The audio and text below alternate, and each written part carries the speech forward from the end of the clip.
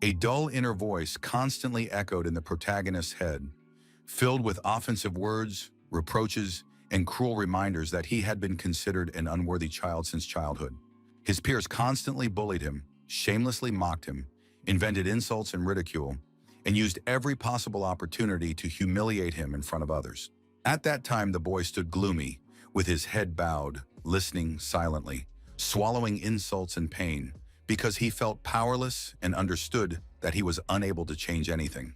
But suddenly, one of those who had previously mocked and hurt him without mercy was struck in the head with a powerful punch, stopping the ridicule and shocking everyone present. Brother Ben, with anger and fury in his voice, sharply addressed those standing nearby, demanding explanations and asking what senseless nonsense they were allowing themselves to say.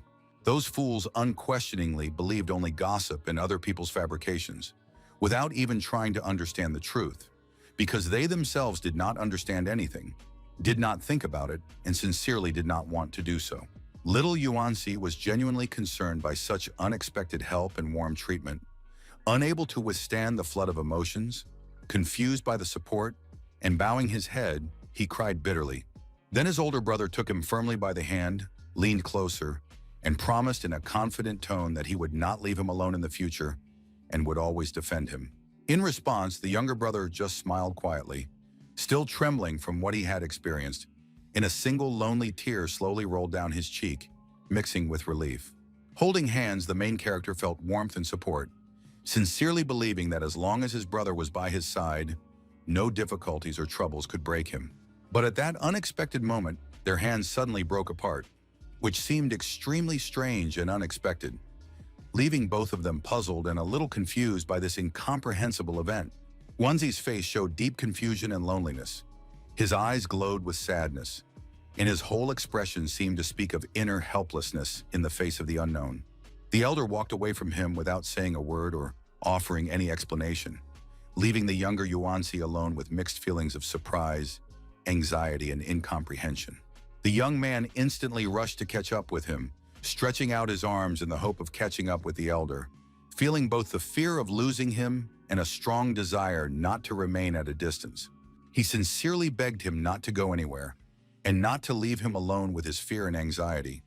But Ben calmly replied that he was confident in his strength and ability to cope with everything.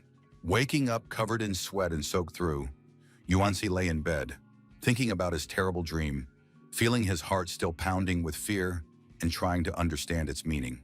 In high school, he began to suffer from a strange illness, the essence of which was that his brain uncontrollably threw out memories and episodes from the past, including long-forgotten information. At the same time, his consciousness indiscriminately collected and analyzed all memories, facts, and information, regardless of their significance or usefulness, creating chaos in his thoughts. As a result, his brain's control over his body reached an incredible level, where every movement, every reflex, and even minor actions began to obey its excessive activity, forcing his body to submit unquestioningly. The biggest drawback of this disease was that during exacerbations of symptoms, the hero began to experience an incredibly strong and unbearable headache that pierced his consciousness. Doctors could not determine the exact cause of his illness, but thanks to special medication that his mother brought from abroad, his general condition gradually came under control. Hearing a knock at the door, followed by a message that a package had arrived for him, the young man, after some hesitation but still curious, agreed to go out and see who or what had brought it. But at the same time, he realized that recently the effect of the medicine had become almost imperceptible, weakening its effect on his body and leaving his mind in a state of constant tension and anxiety. Yuanzi began to think that his body was gradually developing a tolerance to the effects of this substance, which is why the medicine was no longer having the usual effect, and the symptoms of the disease were becoming noticeable and alarming again. Leaving the room, he immediately noticed his aunt, who smiled warmly and explained that the young man should probably go shopping with her to choose the necessary items and products together. Without responding to his aunt's explanation, the hero simply agreed quietly, carefully took his package in his hands, and began to examine its contents, feeling a slight excitement and curiosity at the same time. There was no information about the sender on the box, which immediately alarmed him and made him carefully check every seam and marking, suspiciously assessing the possible danger. A woman suddenly appeared behind him, And at that moment, the young man felt a sudden fear, realizing that things could go very badly and that the situation had become extremely dangerous for him. She sternly warned him that she would mercilessly break his legs if he dared to leave with his aunt, causing the young man's heart to beat faster with fear and uncertainty about his own safety. The grandmother was long past the age of empty talk, so every word she uttered sounded serious and threatening, and she really meant what she said without a hint of jest. The girl explained to her mother that Yuanzi was almost 20 years old, and it was time for him to meet young ladies, but the problem was that he did not have proper nice clothes. The lady already knew what was behind this plan and sternly ordered her daughter to go on a blind date today, because if she didn't get married soon, there would be no one to take care of her. Jean explained that all her previous meetings had been a real nightmare and completely useless, and while they were arguing heatedly and exchanging reproaches, the young man quietly decided to open his package. Carefully opening the box, he peered inside, staring intently at its contents, trying to figure out what had been prepared for him and whether there was any danger lurking inside. Taking out a card, the hero immediately felt the pleasant texture of its surface, which softly touched his fingers and caused a slight surprise, because even to the touch it seemed special. To him, it immediately seemed like an exquisite business card from a prestigious club for the wealthy, which looked elegant and expensive, as if created specifically for people of high social status. The hero carefully put the card in his pocket so as not to damage it, and leaned over the box again, curiously looking at what else might be inside and how its contents would surprise him. Excited, he pulled a letter out of the box, his heart beating faster and his mind filled with anticipation as he decided whether to read it immediately and find out what was written there. It was immediately clear that the letter was from Bin, and it told of certain changes as well as something interesting and special that he had prepared and given to his brother, causing the young man to feel a slight excitement. The young man realized that they hadn't talked in a long time, and this suspicious card had appeared out of nowhere. So taking his phone out of his pocket, he felt a slight anger as he tried to figure out who had sent them this signal and why. He dialed his friend's number and waited impatiently for an answer, his heart beating a little faster, his mind racing through the possible scenarios of what his friend would say or how he would explain the appearance of this suspicious card. On the other end of the line, Bin's father picked up the phone, which immediately seemed rather suspicious, as he did not expect someone else to answer instead of his friend, and with such a serious tone. Wanji explained that he had dialed Bin's number to discuss some important matters, share his thoughts, and get some news, hoping for a normal conversation. However, his father said that he was at his son's institute at the time, and it turned out that he himself had disappeared somewhere, which caused alarm and even more suspicion about the emergency with the card and letter. The young man had been missing for 2 days, so when he and his aunt received the message, they immediately rushed to the location indicated, filled with excitement, anxiety, and hope of finally finding him. It was extremely difficult to explain everything, because Bin had disappeared under strange circumstances, and he was last seen in his dorm room, which only added to the concern and cast doubt on all assumptions. When the police reviewed the camera footage, it turned out that Bin had not left the room, only his neighbor was there. But when he turned away, the student suddenly disappeared, leaving only an empty room behind. Wanzi listened carefully to every detail, absorbing every word and circumstance described, and couldn't believe his ears because he understood that something like this simply couldn't happen in real life. Then the hero reassured Uncle Lei, asked him not to panic, and promised to contact his grandfather, who worked in the Public Security Bureau, to find out how best to resolve this difficult situation. After finishing the conversation, the young man couldn't immediately come to his senses, because a multitude of thoughts were constantly spinning in his head, making his heart beat faster and not giving him a moment's peace. Holding his chin, the young man carefully analyzed all the events that had taken place since he woke up, reviewing every detail in his memory and trying to understand how all this could have happened. Reaching into his pocket to take out the business card, he suddenly realized that it was gone, and a slight fear came over him because the absence of the card seemed strange and suspicious in such a situation, and at that moment, it angered him even more, creating the feeling that he had found himself in some kind of mystical event where reality was mixed with something supernatural and unpredictable. From the huge amount of information he had received since early morning, the young man's head was aching incredibly, and unable to bear it, he leaned on the table, trying to ease the pain a little and collect his thoughts. Yuanzi immediately grabbed a jar of medicine and took the necessary dose, hoping to quickly alleviate his condition and reduce the unbearable migraine that was splitting his head and exhausting his body. His vision began to blur, which made the situation even worse, and the pain in his head became almost unbearable, forcing him to grimace and hold on to maintain at least some balance. The hero did not understand why all this could have happened, and every new detail only intensified his sadness and surprise. Thoughts and memories swirled in his head in an endless stream, like an invisible whirlpool. And then he seemed to see Bean in front of him, and his words about his brother definitely being able to handle this echoed in the hero's head, mixed with doubts. Blood flowed from the young man's nose, indicating that his blood pressure was above normal, and each drop seemed to remind him of the danger that awaited his body. Taking 2 pills in his hand, he swallowed them at once, almost without tasting them, just to make it easier, hoping that the medicine would work quickly and the pain would gradually subside. From behind the door, a woman announced that investigators from the Kangyang district had arrived and wanted to talk to him, and her voice sounded so serious that the hero felt genuine concern.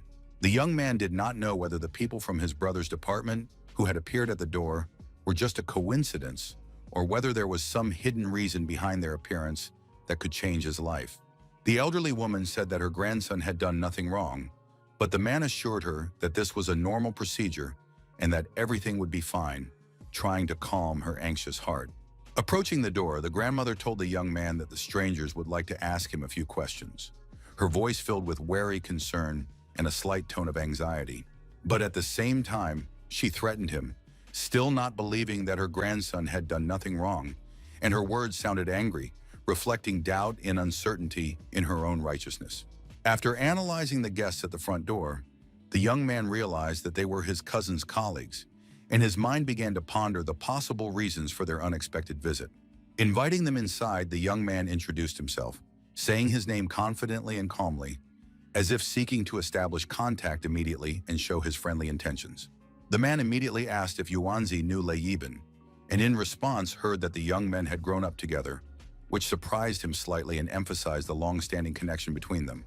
The hero understood that his cousin was the captain of the 2nd detachment of the Kangyang district, and if these 3 strangers had appeared at his house, it meant that they already knew what had happened and were acting purposefully. Sitting down, the man immediately said that he knew that before disappearing, Ben had sent a package to his brother, and his voice sounded confident, as if every word had been carefully checked. Pretending that the young man did not yet know this information, he exclaimed in shock that his friend was nowhere to be found, his voice trembling with unexpected fear and anxiety. The woman told Wang Tai not to scare the student and asked him to relax, imagining that they were just talking, trying to create a calm and safe atmosphere.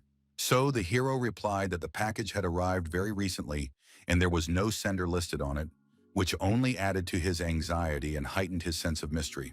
He also added that there was nothing inside the box, which further increased his surprise and suspicion about the true purpose of the package. He understood that the black card was missing, so technically it wasn't a lie, and that gave him some internal justification for his words. The man said that the young man was the last person Lei Yibing had been in contact with, so they had to check his room, computer, and phone to find any clues about what had happened. Wanzi immediately agreed to this, as he had nothing to hide, and his tone was calm, without a hint of doubt or fear of the search. The chief gave his subordinates, who were sitting nearby, the order to get to work, and they immediately began to carry out the instructions, moving with precision and synchrony. The woman approached the student, first thanked him for his cooperation, and then asked for his phone number, her voice sounding polite and at the same time insistent.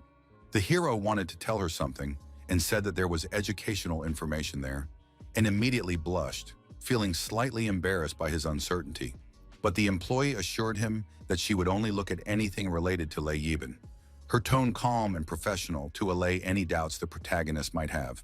The young man asked what exactly had happened to his brother, because he understood that if he didn't ask questions, it would arouse suspicion, so he tried to appear sincere and interested. The man then explained that the student had been lying on his bed in his dorm room and suddenly disappeared. No one had been able to contact him for 24 hours, after which people contacted the police. The young man already knew this information, and it seemed that there had been no progress in the investigation, or he simply did not want to give more details, keeping part of the truth to himself. With a grim look, the investigator ordered them to call him immediately as soon as the young man found out or saw anything, adding that there was no need to hide anything, emphasizing the seriousness of the situation. In the end, he threatened that the next person to disappear would be Yuanzi himself. And these words sounded cold and heavy, leaving behind a tense silence and a sense of real danger. The hero did not understand what this could mean, but in response, he simply thanked him for the warning, trying to hide his excitement and not show fear. He sat waiting for everything to end and the strangers to leave the house, feeling tense and slightly relieved at the same time. The woman approached and handed the young man his phone, informing him that the inspection was complete, her voice conveying a sense of calm and closure. She looked at him quite openly and with a smile which created a feeling of friendliness and lightness in the atmosphere. Then the student realized that the employee had seen something on his phone that she shouldn't have, and this made him feel uneasy and uncertain about what to do next. The man gave the young man his business card and asked him to call any time if new information came to light, leaving the door open for further communication. In turn, the protagonist also asked them to provide information about his brother, and they allegedly agreed, although a slight uncertainty could be seen in the eyes of some. The grandmother was also alarmed and insisted that they call the missing man's mother to support her, her voice sounding insistent, full of concern and anxiety. The grandson asked her to tell his grandfather everything about Bin when he returned and to have him contact his uncle, while he went to lie down due to a headache, feeling tired and tense. The investigator's car was still parked outside the house, reminding them of the presence of strangers and continuing to create a feeling of tension. The man asked if Guan had found anything interesting on the young man's phone, his tone calm but alert, waiting for any important details.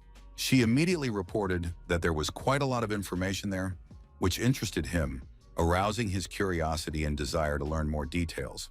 Looking at her with a gloomy gaze, the manager ordered her to speak, his voice sounding stern and brooking no resistance. The woman explained that the student had many hidden folders and was trying to disguise them, which immediately caught the manager's attention and aroused suspicion.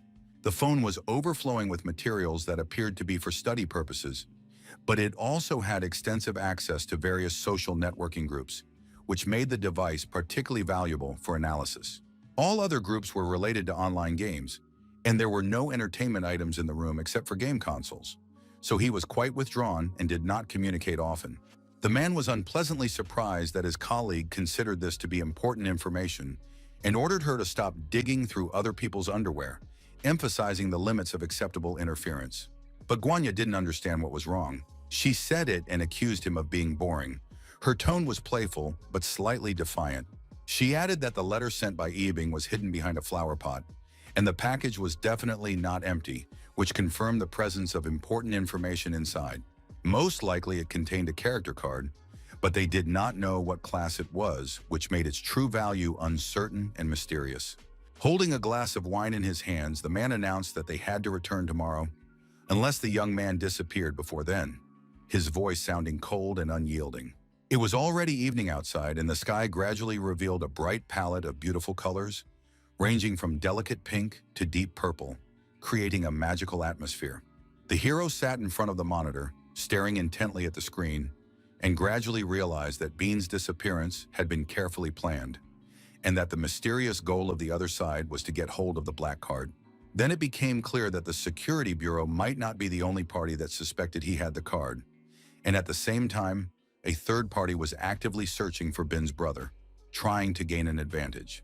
His friend decided not to contact the bureau, which meant that he did not trust them, and Yuanzi was in a similar situation, unable to trust anyone around him due to circumstances. The safest way out of the situation seemed to be to tell his cousin everything that had happened, as he was the only one he could trust at least a little.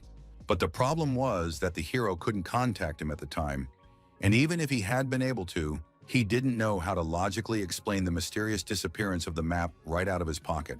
Chen suddenly ran into his room, not understanding why her nephew was ignoring her calls and messages, leaving her confused and anxious about his strange behavior.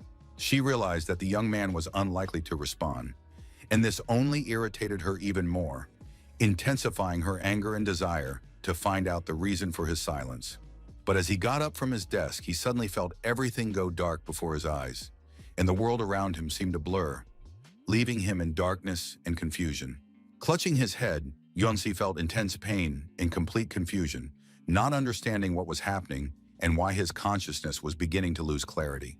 His head began to ache again, even though he had already taken his medicine, and the pain felt even stronger, forcing him to clench his temples in despair. He had no thoughts at all, only a piercing pain that spread throughout his body and filled every cell of his consciousness, leaving no room for clarity. His grandmother came and took her daughter away, watching her closely, and then asked how her blind date had gone, expecting a detailed account. Jin replied that everything had gone well. The man had his own house and apartment, but she was annoyed that he was too wealthy, and this left her with mixed feelings. Meanwhile, in the room, the hero stood in front of the mirror, staring intently at his reflection, trying to understand what was happening to him and why his face looked so tired. His eyes widened in surprise when he saw something in the mirror that he did not expect at all, and it instantly filled him with a sense of shock and uncertainty. A small black spot suddenly appeared on his forehead, instantly grabbing his attention and making his heart beat faster with anxiety and surprise. Under the spot, there was a thin ribbon with the number 90% clearly marked on it, which made him feel uneasy and forced him to seriously think about its meaning. The hero suddenly realized that this was the very black moon mentioned on the map, and below it was a progress bar that moved slowly, adding tension and anxiety. Yunzi realized that the map had not disappeared, but was simply hidden in his body, and remembered how his brother had said at the time that this discovery would radically change his entire future life. The young man concluded that someone was actively looking for this map, and that Ben had probably sent it to someone quickly and then suddenly disappeared, leaving only a mystery and anxiety behind. Less than a minute later, the scale reached 100%, which instantly shocked and stressed him, causing his heart to beat faster from the surprise. The character card had been reloaded, and the hero felt a wave of mixed emotions because now everything had taken on new contours and opened up previously unknown possibilities. A system window suddenly appeared in front of the young man, showing the character's characteristics in detail, revealing new data and opportunities for him to understand his strength and potential. To begin with, the window required the player to enter their name so that the system could register them as the character's owner and correctly display all further data and characteristics. The menu was primitive and did not allow any interaction, and for a second Yuanzi thought he could try to enter something fraudulent, although he quickly realized that it was unlikely to work. After entering his name, the window immediately warned him that using his real name was prohibited, and he felt a sense of uncertainty and fear of the consequences of such a violation of the rules. The boy stood in the middle of the room, staring thoughtfully into space, trying to decide what original nickname to come up with that would reflect his character and at the same time be safe. So, after entering his chosen nickname, he stood silently and eagerly awaited the system's next move, watching as new options and possibilities slowly began to open up before his eyes. Everything went well, and the system announced that the spirit world would open in 10 seconds, wishing Yuan Shitianzu good luck and leaving him in anticipation of the unknown.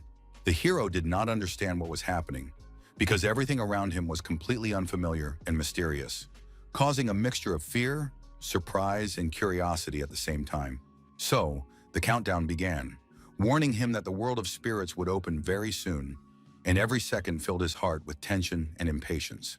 The download was complete, and the player instantly found himself in the tunnel of the night god Yulin, where darkness and mysterious sensations enveloped him on all sides, causing both anxiety and excitement at the same time. The main quest was to survive for 3 hours in the tunnel, with the difficulty level marked as S, promising incredible trials and mortal danger. Another task was to explore the spirit world, while it was strictly forbidden to bring any objects from the ordinary world, which made his expedition even more dangerous and unpredictable. Then Yuanzi looked closely at his hands, trying to comprehend that everything had happened so quickly, and his mind tried to grasp every detail of the new, strange environment. The player realized that he had found himself in a completely different dimension, where the laws of reality differed from the familiar world, and everything around him seemed strange and alien to his perception. A window appeared again, explaining that the Yulin Tunnel was one of the 10 great stories of the Zhongzhen War, opening up a new level of understanding of the past and the meaning of this world for Yuanzi. Later, information announcements reappeared before the player, warning that his journey and introduction to the realm of spirits was about to begin. The Yulin Tunnel was built at the end of the last century.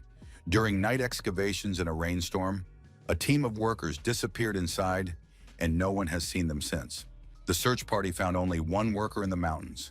He was alive but mentally broken, repeating only one phrase endlessly during interrogations. Day after day, the man persistently warned everyone around him not to enter the temple under any circumstances, repeating this restlessly. Yuanzi listened carefully to this information, maintaining a focused expression on his face, and slowly analyzed what he had heard, comparing the facts, details, and possible consequences for further action. Then, as he examined the place where it had appeared, he concentrated on understanding what was in front of him, looking closely at every detail. And then it turned out that in front of him was the very tunnel from urban legends, which residents had whispered about for years, considering it a lost, forbidden, and dangerous place.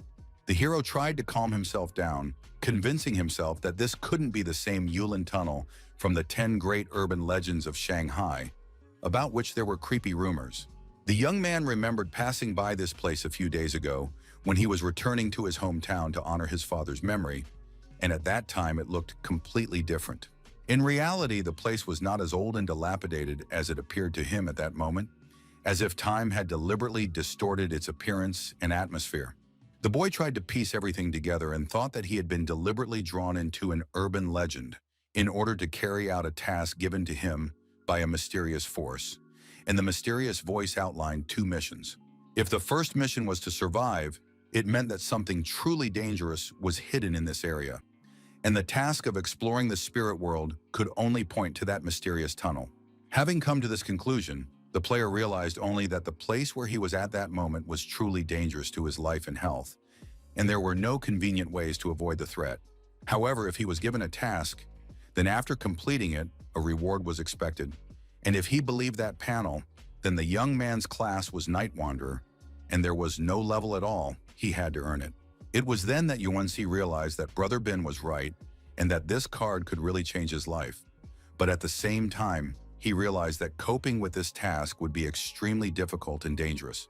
The deadly mode of the spiritual world did not sound fun at all, because every element of it hinted at real dangers, traps, and trials that could cost the life of any careless traveler. Suddenly, the lights illuminating the tunnel roads went out instantly, leaving Yuanzi in pitch darkness, where every sound and shadow seemed threatening and invisible.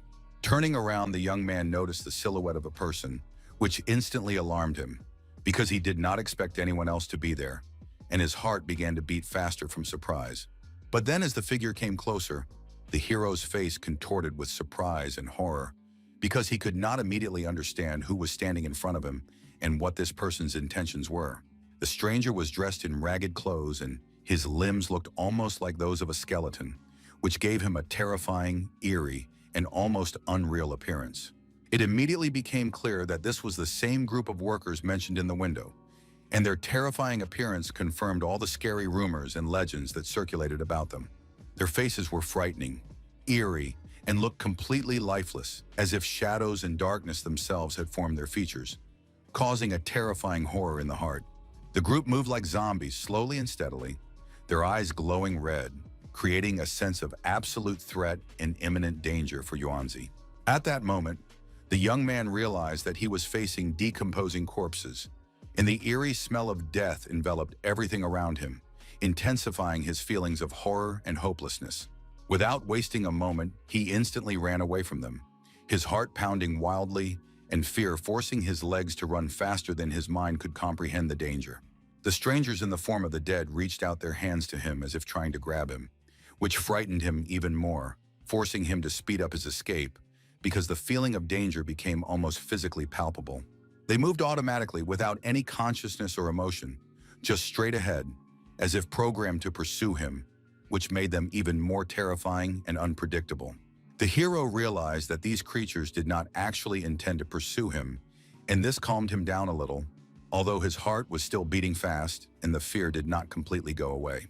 Yuanzi decided to carefully look around to thoroughly analyze his situation, assess the dangers, and figure out where best to go next to stay alive. And he realized that there were even more of these creatures on the other side, and their number seemed endless, which intensified his sense of hopelessness and danger. In that case, it became clear that they had decided to surround only the hero who had arrived in that world, directing all their eerie presence and threat exclusively at him. The creatures did not speak. They could only slowly move their hands and walk forward, as if controlled by some invisible force, which made their presence even more frightening and merciless. The young man thought he had been driven into a corner and that it was impossible to get out of there, because the number of creatures on all sides created a feeling of absolute entrapment with no chance of escape. However, he was mistaken, because the workers did not attack him. On the contrary, with their slow movements and gestures, they indicated where he should go, as if helping him find his way through the danger. On that side, he could see a small house standing in the darkness of the night, its outlines barely visible among the shadows, evoking a sense of mystery and anticipation. Running with all his might, he continued in that direction, feeling his heart pounding wildly in his chest and his legs barely keeping up with the speed of his thoughts. A few meters later, he ran out of the tunnel into a fairly large area, illuminated by the faint light of the sun, where the air was fresh and the space opened up in all directions.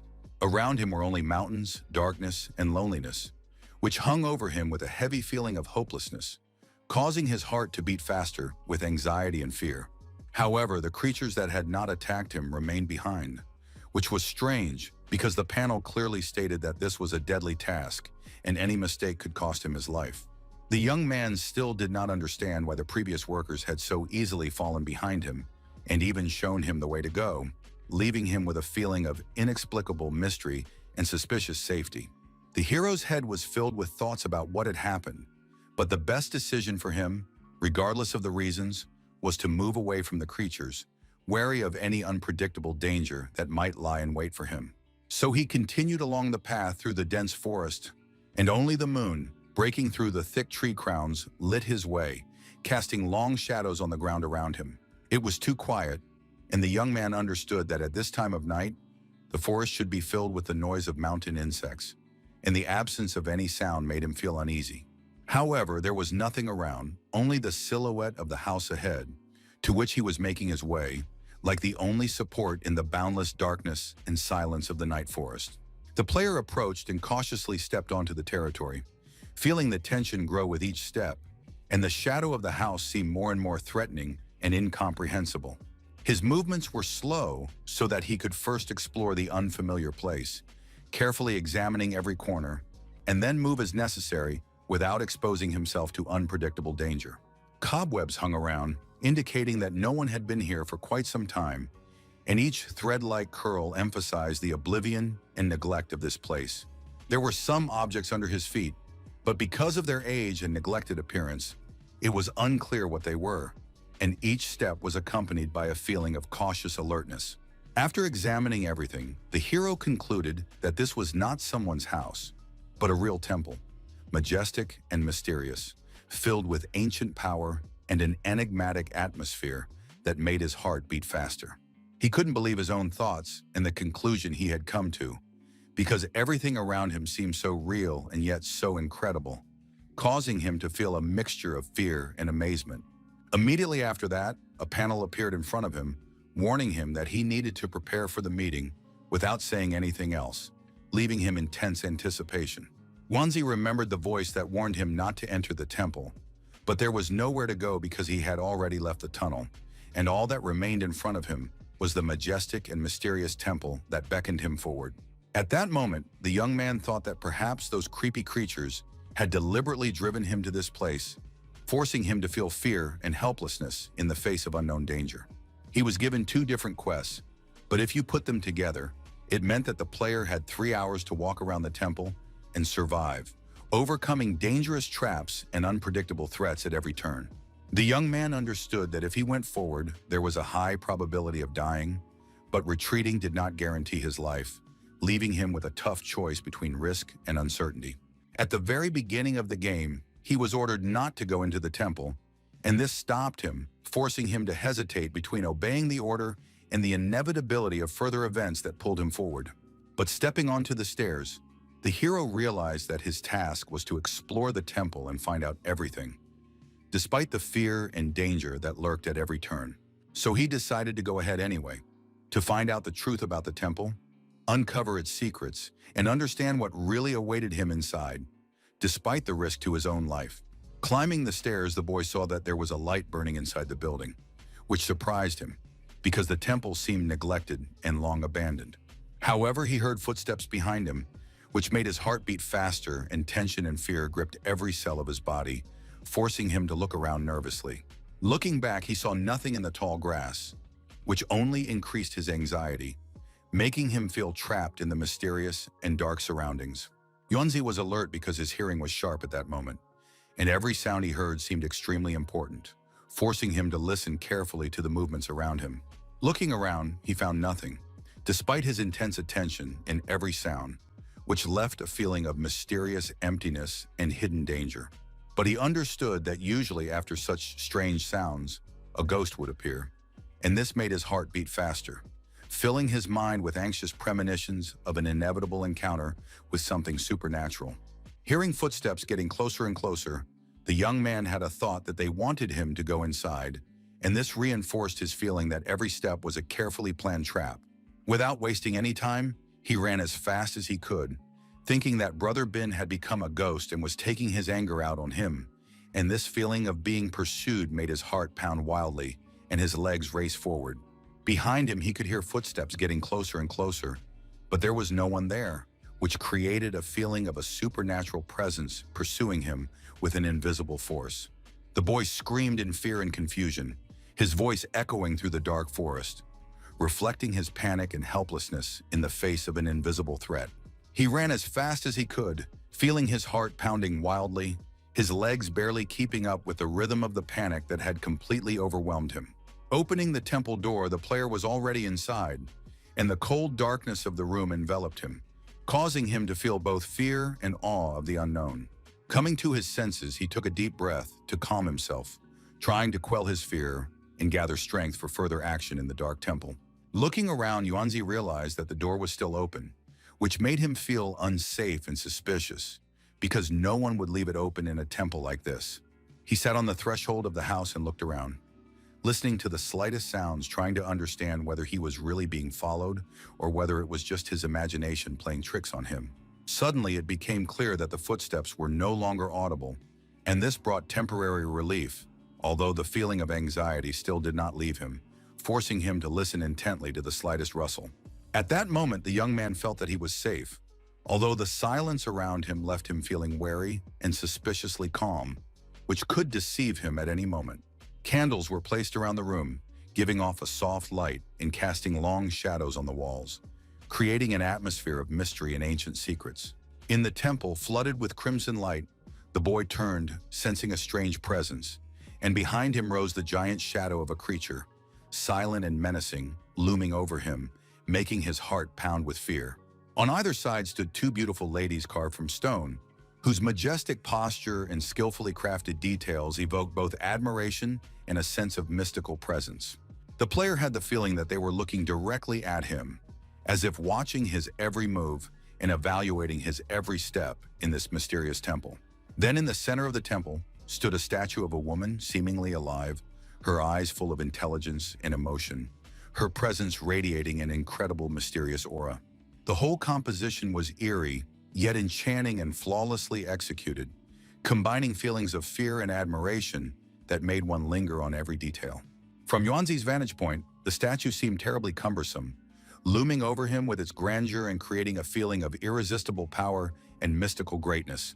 The young man quietly and calmly surveyed his surroundings, looking closely at every detail of the environment, noticing small changes in light and shadow that created a special atmosphere. He saw that the statue was supposed to be holding something in its hand, but the small details had been erased by time, and it was difficult to understand what exactly it was holding in its palm. He continued to search for clues, carefully examining every stone, crack, and image around him, hoping to unravel the mysteries of this enigmatic place. The hero saw a stone with an inscription in front of him, looked closely at the symbols, and realized that this could be important information about the temple, its history, and purpose. The inscriptions dated back to the early Ming Dynasty, which meant they were more than 500 years old, giving this discovery special historical value and providing insight into ancient events. After reading all this, Yuanzi became even more alert, feeling a slight chill on his skin and realizing that something dangerous and unknown might be unfolding before him. He couldn't understand who was changing the candles in the main hall, because none of those present had appeared, and the mysterious light still maintained its constant brightness and warmth. A guess flashed in the player's eyes at that moment, and he felt his mind begin to quickly search for connections between events, trying to understand the true nature of what was happening around him.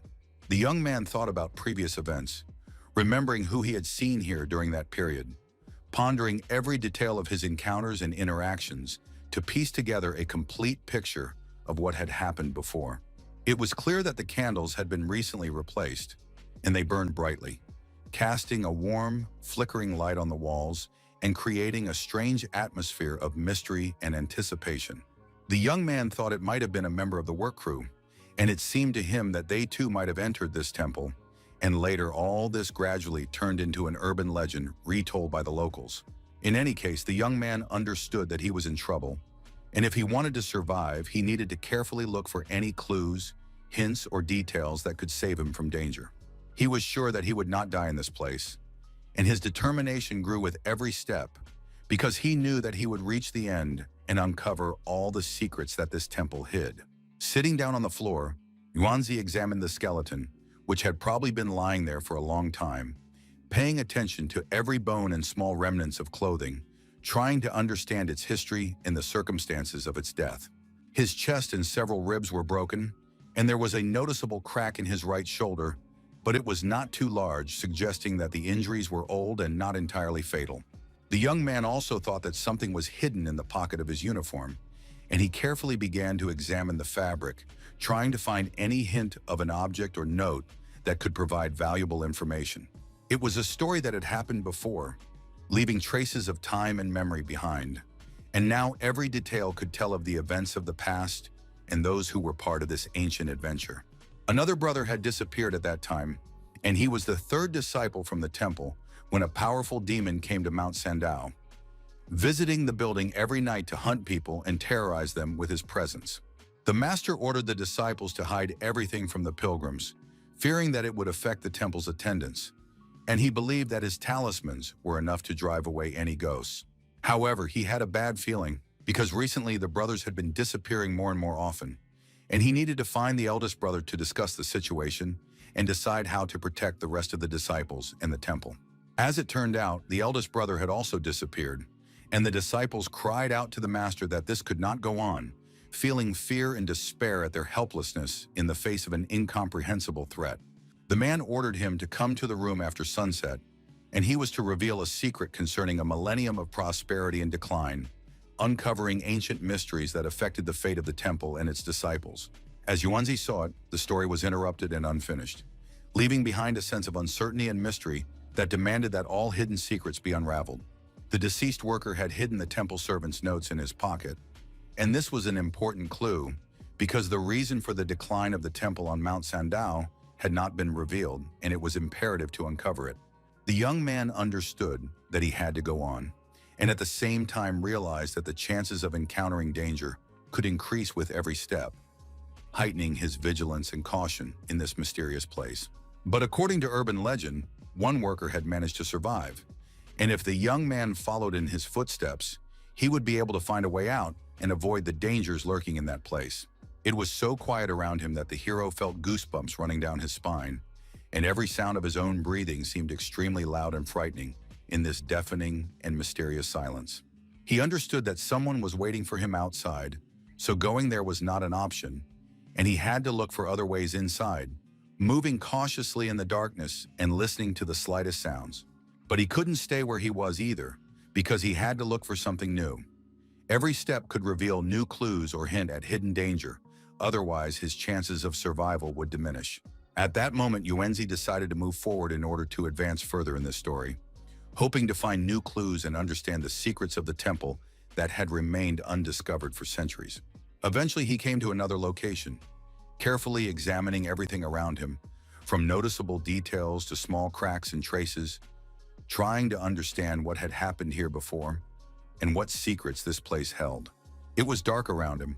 Only the light from the temple gave any clue as to where the paths led, illuminating the narrow walkways and the shadows of trees and stones hidden in the darkness of the night.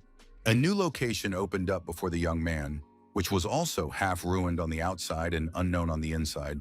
Its walls cracked, the roof partially collapsed, and inside there was a mysterious darkness and the smell of antiquity. Inside there was a courtyard, and around the perimeter were buildings, partially destroyed and overgrown with moss, with dark windows and doors that created a feeling of abandonment and mystery.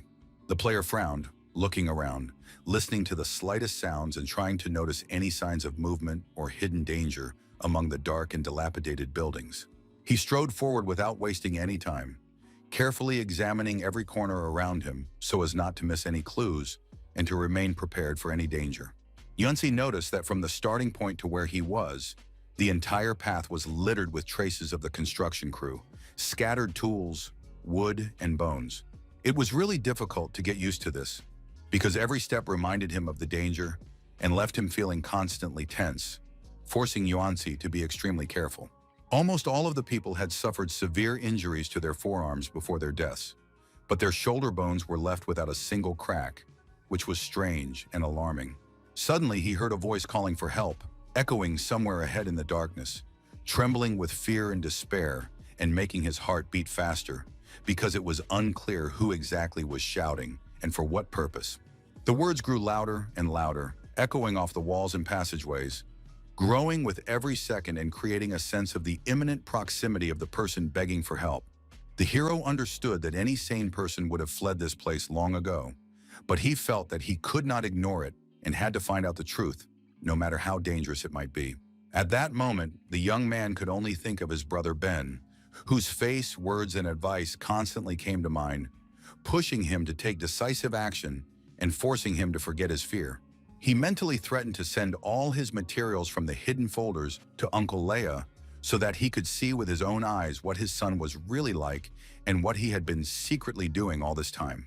Outside, it was a deep, dark night, and only the cold twinkling of distant stars cautiously pierced the darkness, giving a faint but necessary light to the surrounding space. Looking around, he could see that cobwebs hung everywhere, covering the walls, corners, and objects, creating a depressing feeling of neglect and prolonged absence of people. The hero suddenly noticed a skeleton that looked much more intact than the others, as if time had hardly touched it, and this strange preservation immediately aroused suspicion and anxiety. Only its shoulder blades were broken, just like the skeleton in the main hall, and the hero involuntarily thought that this could be a mere coincidence, although doubt remained. He also noticed that there was something unknown inside the pocket, hidden from view, and this detail immediately aroused intense curiosity and a sense of danger. The young man carefully pulled out the found object and was surprised to see that it was an old mirror, a strange talisman, and a tattered book filled with mysterious symbols. All these items looked quite worn, with noticeable signs of age, and it was immediately clear that they were antique, had long been forgotten, and had survived more than one generation. A window immediately appeared before his eyes, informing the player that a rare item from the spirit world had been successfully found and added to his inventory. It could only be used once, and if the item was carefully placed on the forehead of the yin creature, it would banish it from this world forever. Wanzi instantly realized that this talisman was extremely valuable and could be decisive in his fight against danger. Then his attention was drawn to another found item, which looked no less mysterious and promised to reveal even more secrets of the surrounding world. The book contained an ancient story that could only be understood by carefully reading each page and uncovering the hidden details of the narrative. The master said that 2 years had passed since his arrival on Mount Sandao, during which time he had experienced many events and gained valuable experience living among hermits. His older brother instructed him that as soon as the master arrived after purifying the souls, he should officially accept him, because cultivation through the impregnation of souls with moonlight was a mandatory method. Then came a difficult time when Prince Yan appeared, and smoke enveloped the sky, and the master had to purify souls, doing everything possible to prevent the yin curse from falling upon the people. The young man concluded that it was a personal diary, and noticed that the paper resembled the one he had found in the main hall, but he doubted that the details about the priests of the night could be historically accurate.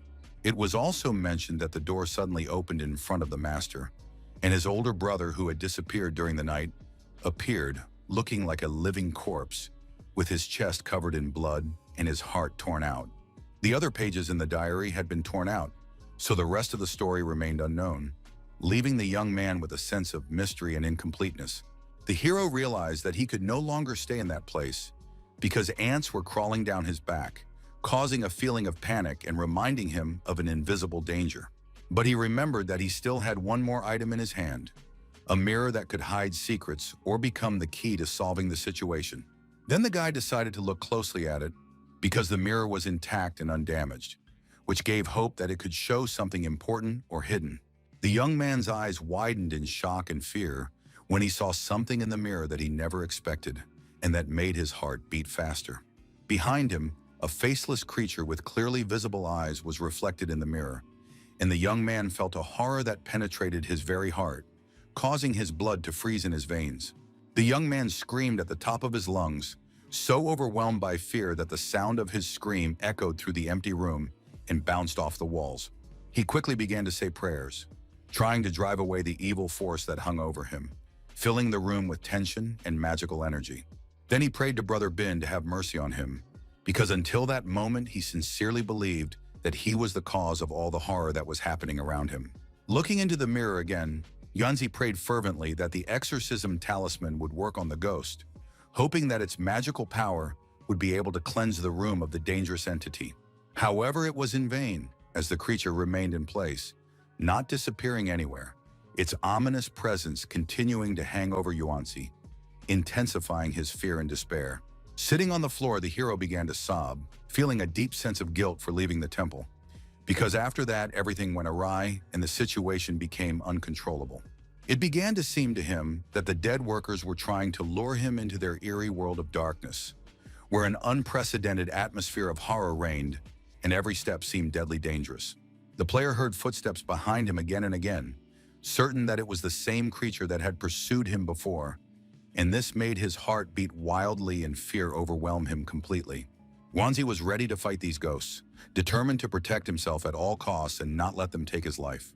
After his deliberations, the young man looked out the window and noticed a strange red glow in the courtyard, flickering and attracting attention, promising new danger or mystery. In the darkness of the night, this red glow was especially noticeable, as if an artist had deliberately emphasized it, highlighting its mystery and disturbing presence. Looking closer, he saw that it was a pair of red shoes, left without their owner, which glowed strangely in the darkness and created a sense of mystical mystery. Covering his mouth with his hands, the player tried to stifle a scream of fear, feeling his heart beating wildly and anxiety pressing on every nerve in his body. He thought he was losing his mind because in the ancient temple of the Ming dynasty, there was a pair of red shoes that looked extremely strange and out of place, intensifying his sense of horror. The young man continued to look out from the windowsill, carefully observing the strange object, trying to figure out its nature and understand whether it posed a danger. Various thoughts swirled in his head as he tried to make sense of everything he had seen before and understand what these strange and disturbing events meant for his life. The young man's face was deeply depressed at that moment because the darkness, shadows, and strange phenomena around him intensified his feelings of fear and hopelessness. Looking at the objects in his hands, he asked himself what to do in such a situation and how to save himself, feeling helpless in the face of supernatural danger. Yuanzi's shoulder hurt terribly, and he felt as if it was about to burst, as if unbearable tension had built up inside, which was difficult to endure.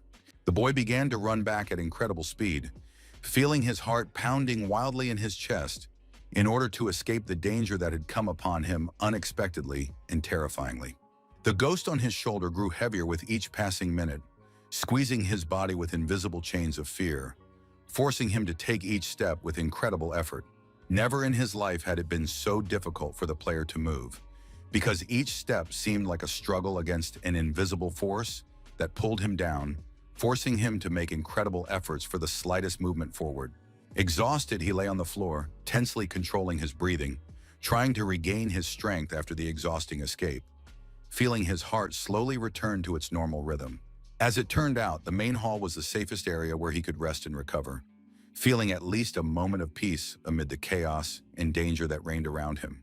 After sitting for a while, Yuanzi noticed that the pain in his shoulder was beginning to subside, allowing him to feel relief and gather his strength to consider his next steps and assess the situation around him. At first, the young man managed to escape from the strange boots, and then barely made it to the main hall with the ghost on his shoulder, feeling every step as an incredible burden, as fear and exhaustion combined to put unbearable pressure on his body. But if they attacked at the same time, the hero knew he couldn't handle it, because the strength and speed of his enemies were beyond his capabilities, leaving him with only despair and the realization of an inevitable struggle.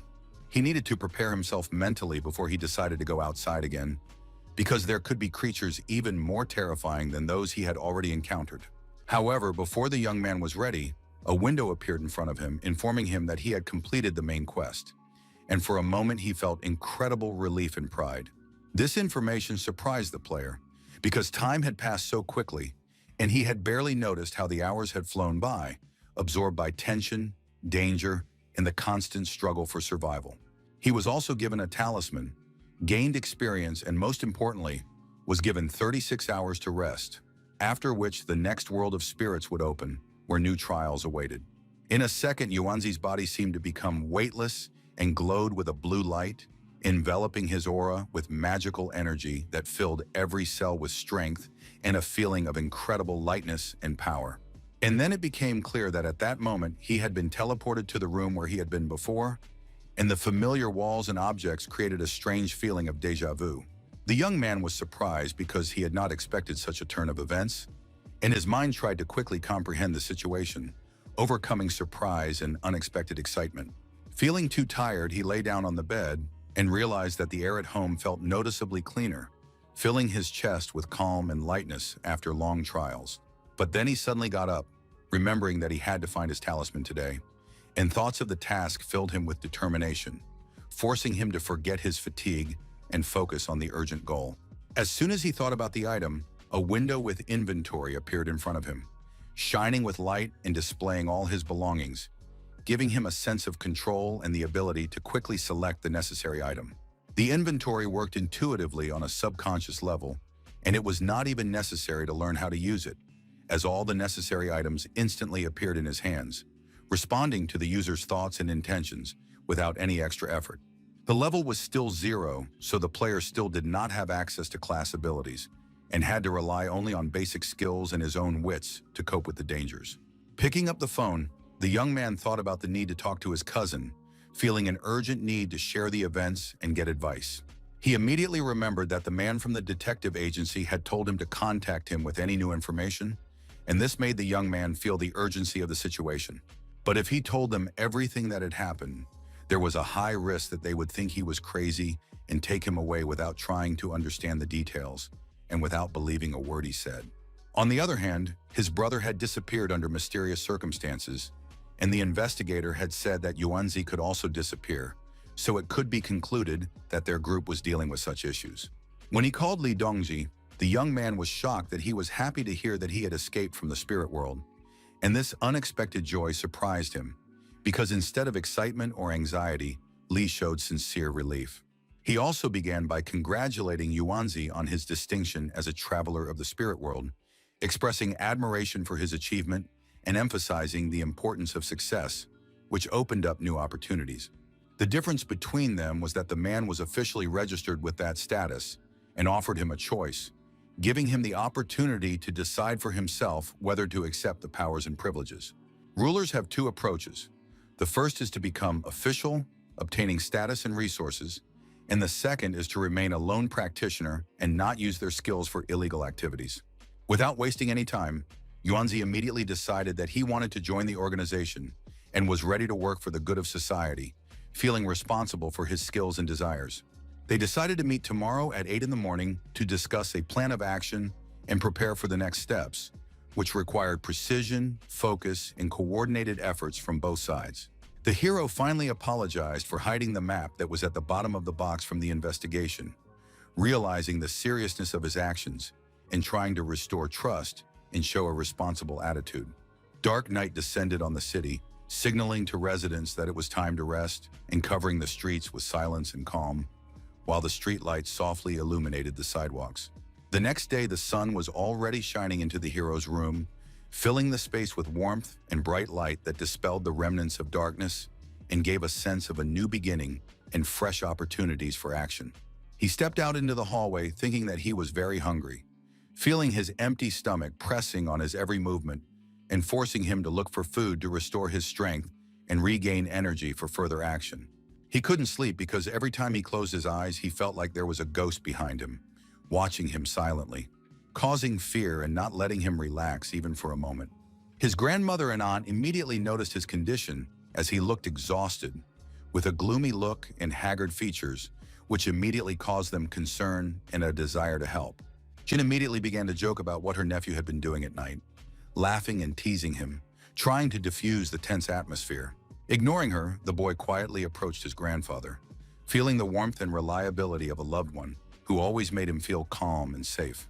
The grandson turned to him, asking about the disappearance of the construction crew, because he had come across an article on the subject on the internet and wanted to know more details. The grandfather explained that it had been quite a long time ago and he didn't remember anything, adding that the events of that time had faded from his memory, leaving only blurred memories and feelings of the past that could no longer be recreated.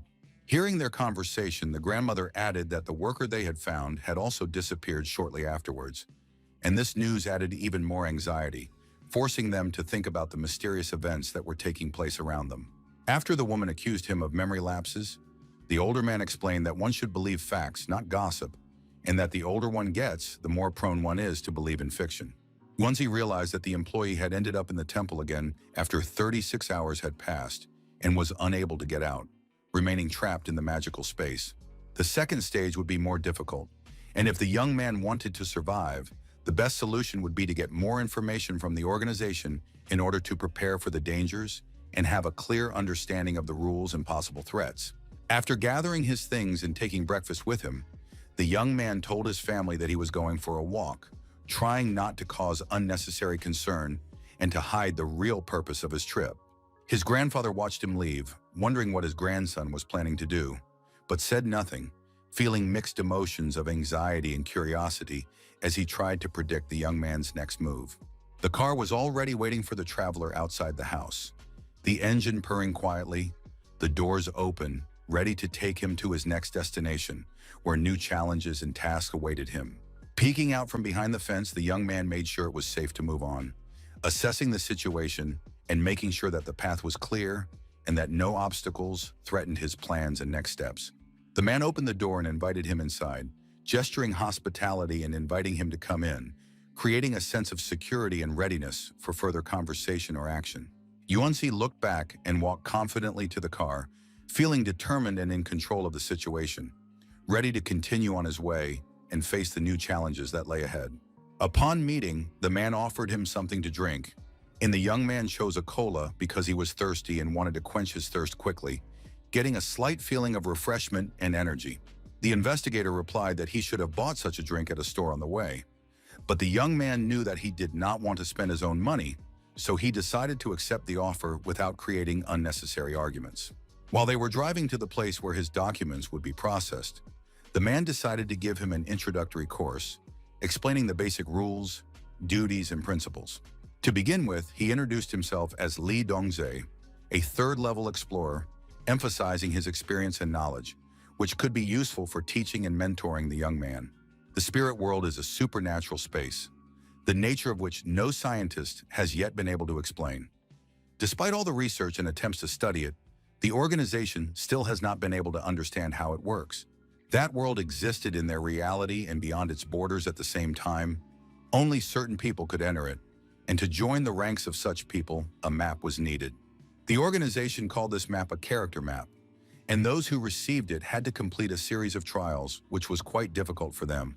If the character completes the missions, they receive the skills and characteristics of their class. The mechanism by which the spirit world selects travelers has not yet been studied, and the method of class distribution is also unclear. Sometimes the cards appear directly in a person's body, while others have found them on the road, and still others have received them by clicking on a random link on the internet. Completing a mission is only the beginning. If a player wants to level up and become stronger, they need to take on new quests each time, but the task did not appear too often. The man suggested following his example, a third-level scout. Over the past 2 years, he had entered the otherworldly realm on his own, only once every 3 months, and several times he had even been on the verge of death. Continuing his story, he said that the last raids were in a team, which was the main essence of the spirit world. To the young man, it sounded like a game with a large number of participants. Solo activities were the most dangerous, with the highest mortality rate, while things were better in a team. The world was divided into deadly and penalty worlds, and in the latter, if you failed, you simply lost points. The hero asked why solo worlds were so dangerous, and Duns replied that in team worlds, the young man had to work with rulers of different classes, while in solo worlds, they were selected specifically for his class. The class masters had their own strengths, the first of which was insight, tracking, and analysis. And in the single worlds the man had visited, he had to take on the role of a detective. He also added that he had to hide from enemies and survive in the wild, and that the dungeons for each class differed at different stages of development. Yunsi realized that the theme of the spirit world was chosen according to his class, and he felt that his inner abilities and talents perfectly matched the rules and laws of this mysterious world. The man explained that Lei Yibing had most likely already died during the trials, and his words filled the room with heavy silence, causing everyone present to feel the bitterness of loss and the uncertainty of the future.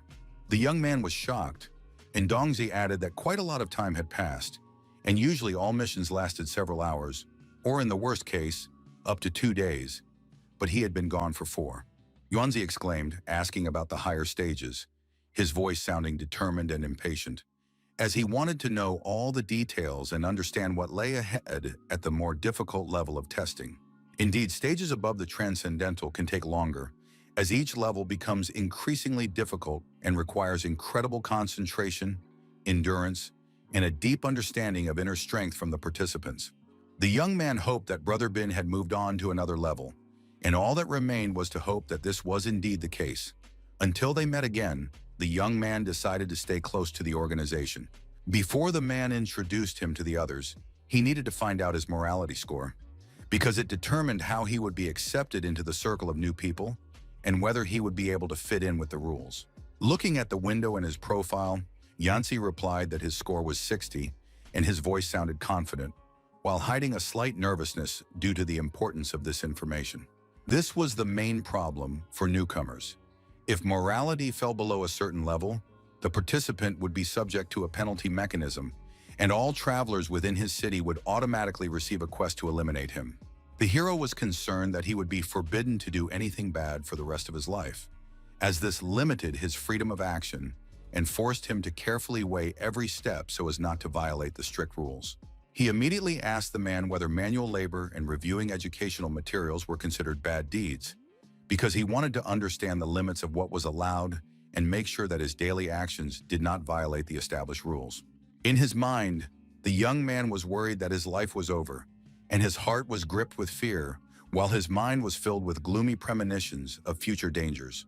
Li Dongzhe, hearing this, immediately laughed and said that there was no need to worry about this, explaining that violations such as theft, assault, and robbery would deduct up to 5 points, while murder would deduct 10. If the actions resulted in many casualties, the calculation would depend on the specific case, and personal affairs and everyday issues would not affect the score at all. One just had to be a good person, adhere to moral principles, help others, and not break important rules, because that was what determined one's status and safety in the surrounding world. The young man thought that things like morality and law were artificial tools for maintaining order, and believed that the world itself did not need such restrictions. Most likely, the spirit world remains poorly understood, and established rules are necessary for control and safety, as unknown forces can unpredictably affect all participants in this world. Then they arrived at the organization's building and headed towards it, walking carefully along the corridors and examining every detail, because their presence in this place required attentiveness and compliance with all safety rules.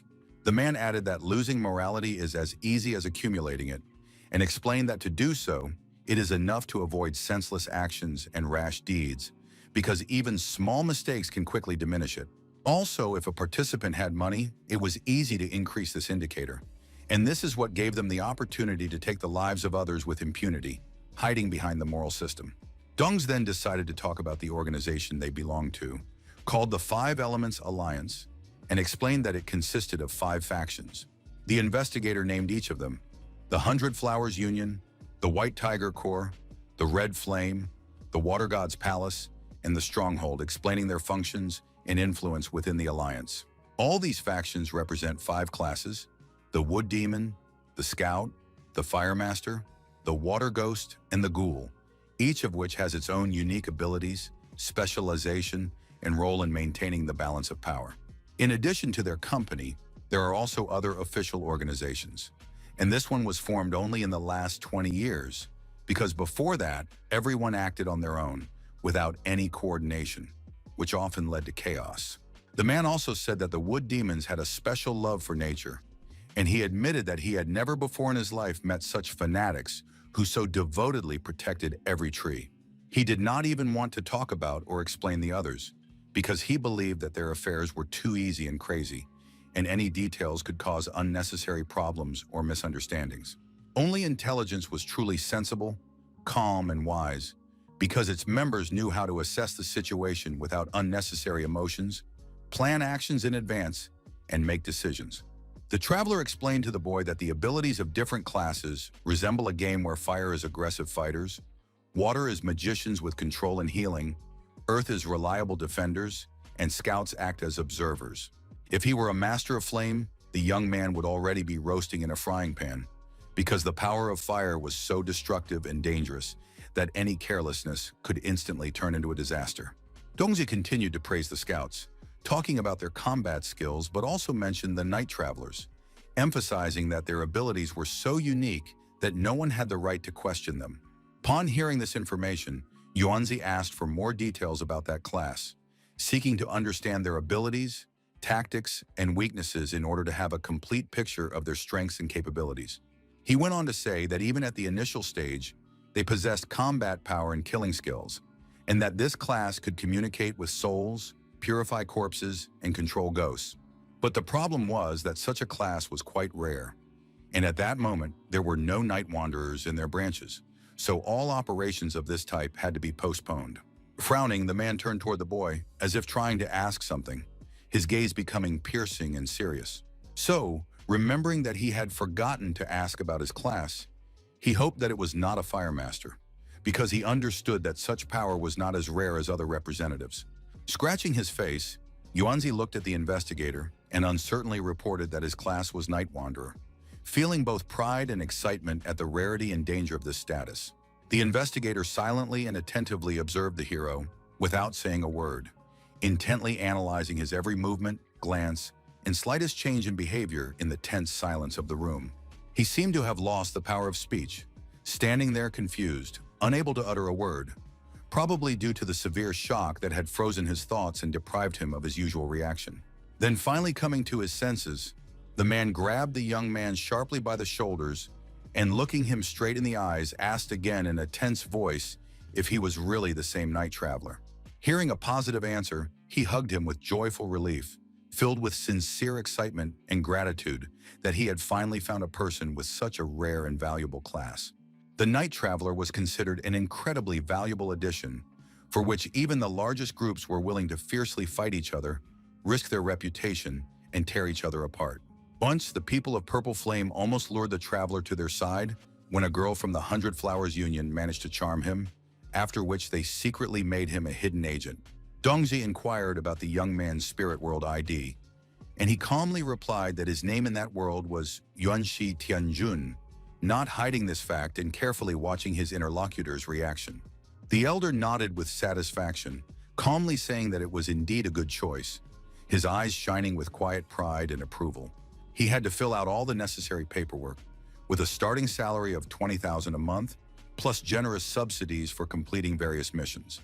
In addition, there were generous bonuses for special merits, which were recognized by management and awarded for outstanding achievements or exceptional dedication to the cause. The hero had no questions at that time because he carefully and thoroughly considered every moment, weighing all the details and possible consequences of his further actions. Ordinary workers helped them solve routine problems by performing daily tasks and minor duties, which greatly facilitated the work of the travelers and allowed them to focus on important matters. They continued down the corridor, stepping carefully, step by step, until they reached the man's office, preparing to enter and meet him face to face. Once inside, he politely asked him to make himself comfortable and wait quietly until all the documents were prepared and ready for signing. So the young man waited calmly until his contract was fully prepared and ready to be signed and filled in with the necessary details. Guanya peeked inside the room, cautiously asking if her help was needed, carefully observing the situation and ready to intervene if necessary. Yuanzi immediately recognized her, remembering that she was the same woman who had checked his phone earlier, and his face unobtrusively revealed his surprise and memory of that situation. The man asked her to familiarize the newcomer with all the affairs and processes, because he urgently needed to discuss important issues with the manager and could not be distracted. But before leaving, he immediately warned that the girl liked to make rather unsuccessful jokes, and one just had to get used to it, because her behavior often included humor that did not always work. Before that, he also warned her to behave more restrainedly and cautiously in front of her young colleague, so as not to create awkward situations and spoil the first impression. So the girl kindly offered to answer all the young man's questions, ready to explain all the details and help him settle into his new environment more quickly. Guanja, watching her boss walk away, wondered why he was so happy, because his steps were so light and bouncy that it seemed as if he was almost jumping with genuine excitement. Realizing that it didn't really matter, she suggested that Yuanzi sign the contract and register his nickname in the spirit world so that everything would be officially documented and recorded. The girl learned that he had already been told the basic information, but there were still some details and nuances that needed to be clarified so that he could fully understand the situation. From that day on, the hero could no longer use his old passport, as the organization issued him a new one, which was to be ready within 3 days, and the entire registration process was carried out with priority and maximum speed. The spirit world system subtly made it clear to him that using his real name was forbidden, constantly reminding him of the rules and restrictions so that he would behave cautiously in this world. There was one reason for this. The classes of the spirit world were divided into 2 categories, the first including orthodox classes with known and legal abilities, and the second including dark classes with dangerous properties. Dark class travelers were usually tyrants or bloodthirsty individuals, and they all considered it their duty to hunt down orthodox class travelers, so revealing one's true identity in such a world was extremely risky and dangerous. The boy concluded that their names were also not real, because in this world, all identity markers could be conditional or protected in order to maintain safety and avoid unpredictable threats. But despite this, they were an official organization, and most often the victims of their actions were villains or those who broke the rules, because the system strictly regulated justice and punished deviations. Guanya asked the newcomer if he had a girlfriend and received a categorical negative answer, which made her smile a little with slight disappointment and surprise. She was shocked by this answer, so she covered her mouth with her hand in surprise, trying to hide her surprise and restrain her emotions. Holding out her phone and introducing herself as his sister, she suggested that he browse a dating site to help him find a suitable partner, closely watching his reaction. However, Yuanzi preferred the traditional way of meeting a girl, preferring to communicate in person rather than through online platforms, because that was the only way to really get to know a person. He also added that he already liked a girl, emphasizing the sincerity of his feelings and that his affection did not require an artificial search or outside help. The scout was shocked by these words, as she did not expect to hear such a frank confession from him, and her eyes widened in surprise and undisguised admiration. She was sure that the young man was lying to her about the girl, but he calmly stated that if it was a lie, then let lightning strike him immediately, proving the seriousness of his words. The girl began to explain again the composition of the travelers' groups in the canyon, talking about the role of different factions and the hero's entry into the White Tiger after the trials, hinting that the team hierarchy was much more important. The young man said that he would rely completely on his mentor Guan Yu, trusting her experience and knowledge to safely navigate the new world of travelers. She loved working with energetic young people because their enthusiasm and initiative inspired her and made their work together more lively and productive. Wen Shitianjun was 21 years old, and it was at this age that he filled out his contract, carefully entering all the necessary information and complying with all the official formalities. When the scout read the information about his class, she froze for a moment, raising her eyebrows in surprise and thinking about how rare and significant this recognition was. Everyone saw his class, and the night traveler and the others were so shocked that they froze completely for a few seconds, unable to hide their surprise and admiration for this rare and powerful being. Gwanja asked the hero again if there was a mistake in what was written, carefully watching his reaction and trying to make sure the info was correct. However, he raised his finger and calmly said that he had written everything correctly, confirming his attentiveness and confidence in the accuracy of the documents. The scout immediately understood why their leader was so cheerful and happy, watching the results of an important operation that had ended in complete success and brought great joy to all participants. Taking him by the beard, she welcomed him to the team, watching his every move closely, and warned him not to try to run away with a girl from another faction. Her words were spoken confidently and quite seriously, conveying to everyone around her the importance of what she was trying to convey and forcing each listener to pay maximum attention to them. Yuanzi confirmed that he would never betray them, expressing this promise with such determination and sincerity that everyone present felt the unwavering power of his words. But then the girl looked at his level and was very surprised to find that he had 0 level, which did not meet her expectations at all and caused real surprise. Usually after successfully passing the test, it was possible to move on to the first level, and this rule was strictly adhered to by all mentors to ensure the proper development of the participants' skills. However, her attention was drawn to a ribbon indicating that his trial took place in the Yulin Tunnel, which immediately aroused her curiosity and made her think about the complexity and danger of the task. Guanya did not understand why the hero ended up there, because the test site was known for its danger and harsh conditions, and she could not understand what could have forced him to go through that particular tunnel. The young man did not understand why his sister was so upset, because the situation seemed normal to him, and he could not comprehend what thoughts and emotions had so unexpectedly affected her. He also wanted to ask about the guide that was supposed to be provided to him for the test, because without it he felt uncertain and did not want to make mistakes due to the lack of clear instructions. However, after his words, only sighs remained in the room, sounding quiet and heavy, reflecting the surprise and confusion of everyone present, because no one expected such words from him. The hero himself protested and asked everyone not to be so sad, expressing his desire for the atmosphere around him to remain more lively and for no one to give up because of misunderstanding or disappointment. Yunzi himself thought that he had gotten himself into such an unpleasant situation and that his character had let him down so badly that he now felt a mixture of disappointment and helplessness in the face of the inevitable consequences of his own mistakes. His sister decided to call their boss, hoping that his presence would help resolve the situation and bring the necessary order, because she understood that she could not cope with all the problems on her own. Judging by their reaction, the hero thought he had been given an extremely dangerous task, but the problem was that he had only explored 20% of the world and later discovered that the main hall was safe. There were ready-made guides that described in detail what to do after passing the tests in the spirit world, and compliance with these rules was the duty of all travelers. But with the Yulin Tunnel, everything turned out to be much more complicated and dangerous. So the employee suggested that he take a look at the Shanghai test database, hoping that access to these detailed records would help the hero understand all the nuances of the task. It listed all the locations and tasks, as well as the mission ranks, allowing him to familiarize himself with every aspect of the trials in detail and prepare for them as effectively as possible.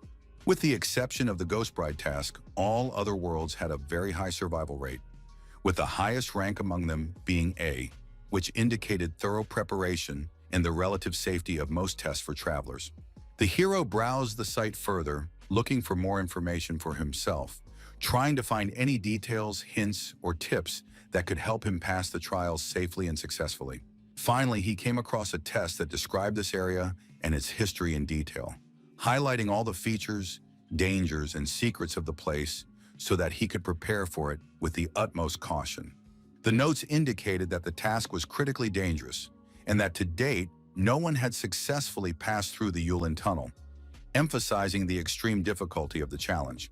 Yunzi was confused by the information that no one had survived, and this caused him great excitement and a mixture of fear and anxiety about the inevitable difficulties he would have to overcome. The manager held a glass of wine in his office, reviewing documents and considering his next steps, slowly taking small sips and immersing himself in his thoughts. His movements were smooth and relaxed, as if he felt completely confident and in control of his every gesture, creating an atmosphere of calm and unwavering confidence around him. As a young commander, he wanted to gather loyal followers around him and make his name known, and the night traveler was a real gift from heaven for him at that moment.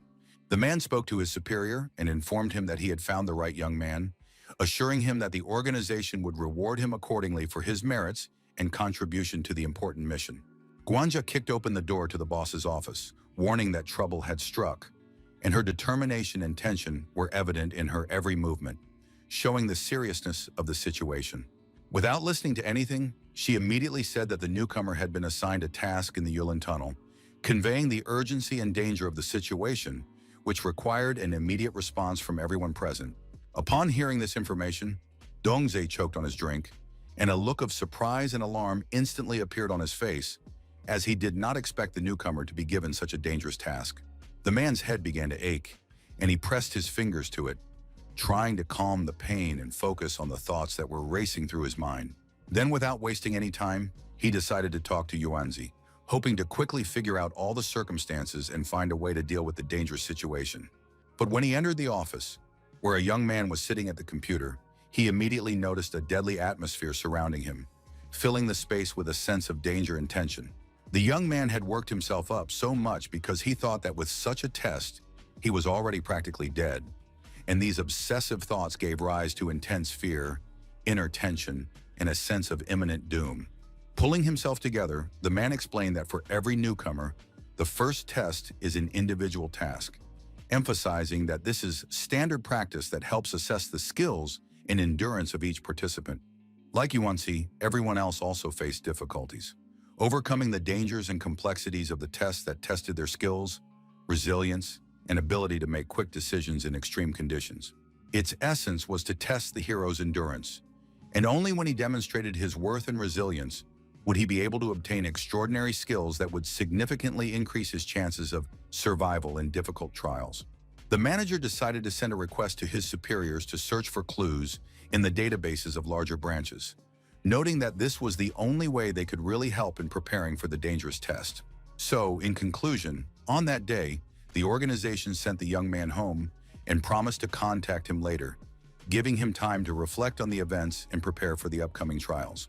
He was in a very low mood and asked his sister if he would really become one of those ghosts who lingered around the church, feeling anxious and uncertain because of the scary stories that circulated about the place. She promised to remain faithful to him as a widow, firmly expressing her devotion and willingness to support him, even in the most dangerous circumstances. On the one hand, the girl supported the young man, giving him confidence and moral support, but on the other hand, she couldn't hold back her jokes, which added lightness and humor to the difficult situation. Without saying a word, Yuanzi walked to the car, stepping intently and silently, thinking about everything that had happened and preparing for his next steps. His thoughts were confused, filled with turmoil and anxiety due to his lack of understanding of what was to come, and he could not figure out how to act correctly in this difficult situation. Guanya assured him that the boss would definitely find useful information, and she could only wish him luck, observing his determination and tension before the upcoming task. The hero looked depressed and was so absorbed in his own thoughts that he did not even listen to anything around him, feeling deeply tired and confused by the situation. The office was completely silent, with only the dim light of the lamps barely shining through the windows of the tall high-rise building, creating a feeling of calm and isolation from the noise of the city. The employees diligently and quietly performed their tasks at their workplaces, concentrating on reviewing documents and computer screens, without disturbing the general atmosphere of calm and concentration. Guanya carefully wrote down important information on a sheet of paper, carefully formulating each word and making sure not to miss anything, creating an accurate and understandable record for future use. She carefully instructed the new employee and also noted that Yuan Shi Tianjun could be attracted by a woman from another faction, explaining in detail every nuance and the possible consequences of such actions. The scout quietly remained in her thoughts, pondering past events and possible options for future actions, immersing herself in deep reflection that occupied all her attention and consciousness. Her book was open to the page of the second detachment, the pages turning carefully under her fingers, her gaze focused on the details and important notes that might be needed in the near future. Then Guanya asked Wang Taya how he thought the boy would be able to cope with the tasks at hand, watching his reaction closely and trying to understand his true attitude towards the situation. He said that the Taisek had some information about the Yulin Tunnel, but the chances of success were slim, and he doubted that this information would be of much help in completing the task. If they had significantly more information, they would have long since completed this trial with their own night travelers, and additional artifacts would have significantly increased his chances of success. The girl wanted to find the necessary equipment for him, but each item had a narrow functionality, and they had no information about what items could really be useful while in the tunnel. Most likely, Guanya decided they would simply lose the boy, because without the necessary equipment and accurate information about the tunnel, his chances of survival were too small and almost negligible. There were two ways to obtain artifacts. The first was to go to the spirit world and obtain them there, and the second was to kill the traveler and take his items, which required great caution and strength. Both options were problematic, and if a person died in the spirit world, their items would be irretrievably lost, which made any attempt to obtain artifacts very risky and dangerous to life. The Qingming Festival had just passed, which is the same time of year when the Yulin Tunnel opens, and the locals were getting ready for special rituals and events related to this. Wang Tai reported that the boy was unlucky, as circumstances prevented him from taking advantage of the opening of the Yulin Tunnel or receiving the necessary help in time. The manager sat in his office, carefully reviewing documents and records, thinking through further steps and strategic decisions that could affect the work of the entire department and his subordinates.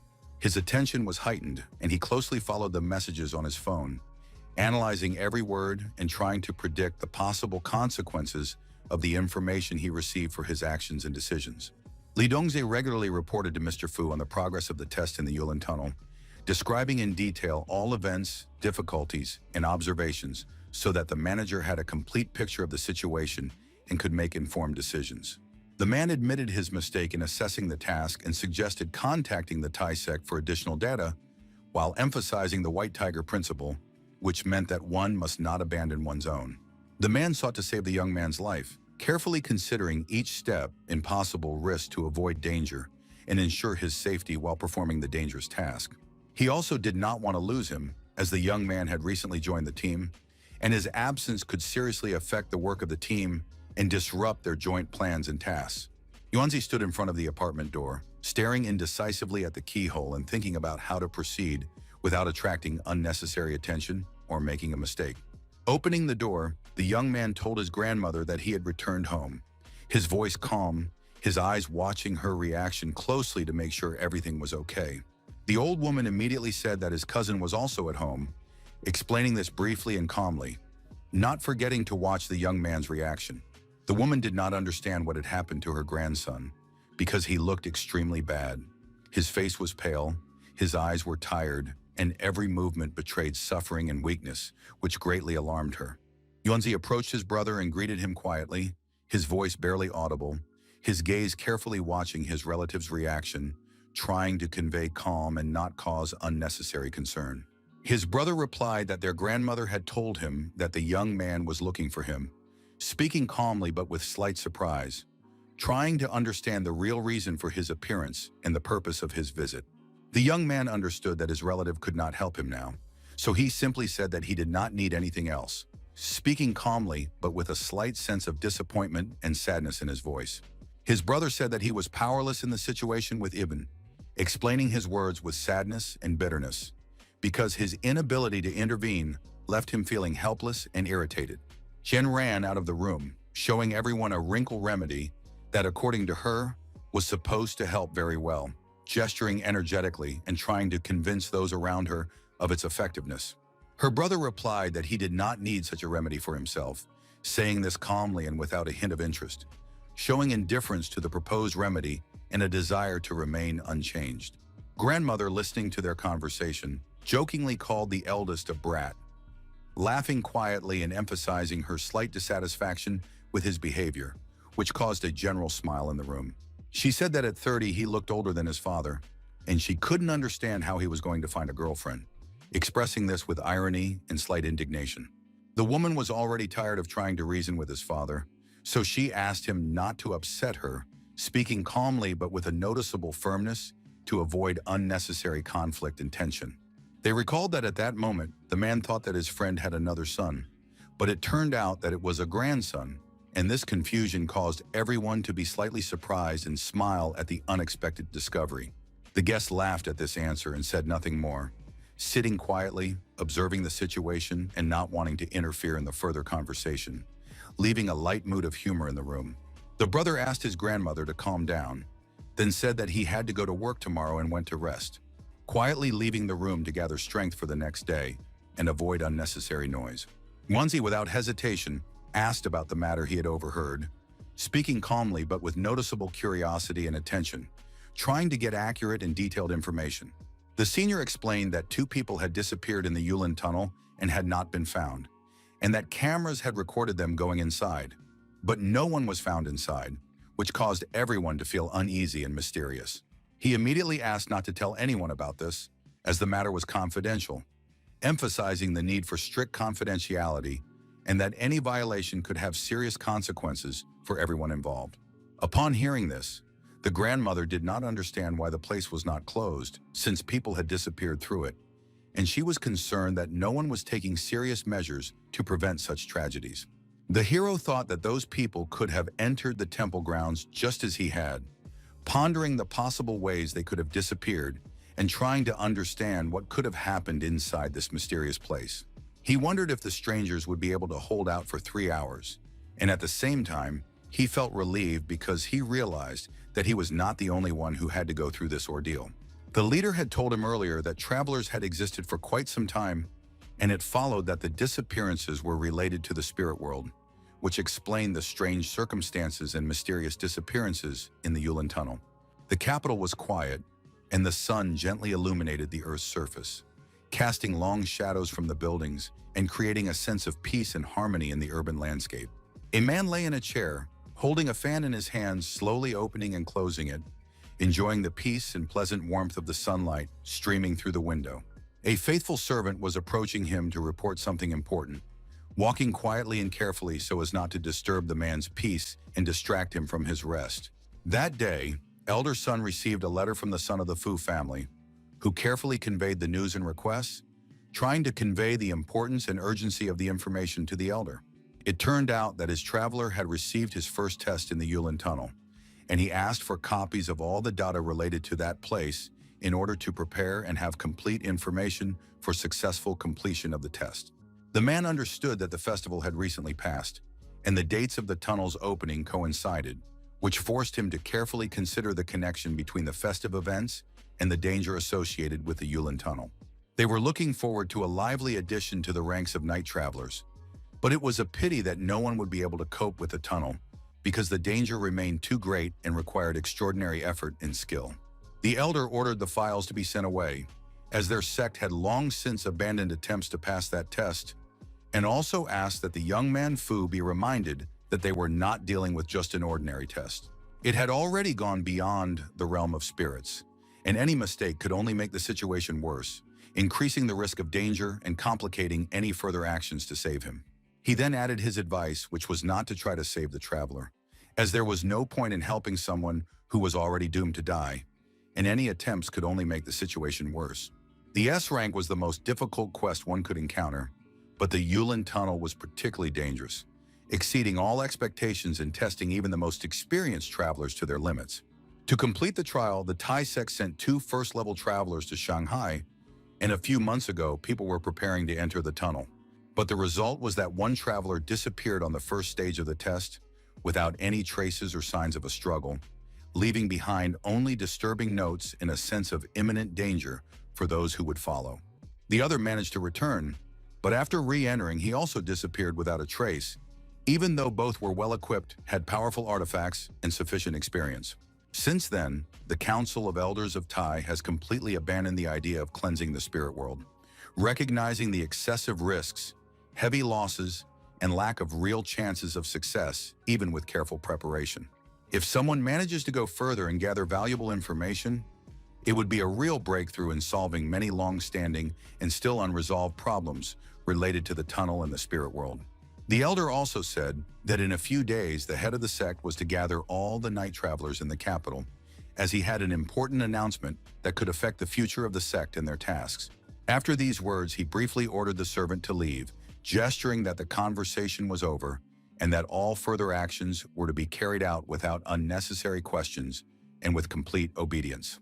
The young man was in a quiet room late at night, completely unable to sleep, as obsessive thoughts constantly swirled in his head, disturbing his peace and preventing him from concentrating even for a moment. He closed his eyes and remembered how, a few hours ago, he had been sitting next to his aunt, watching her as she played calmly, while the room was filled with warm silence and a sense of security.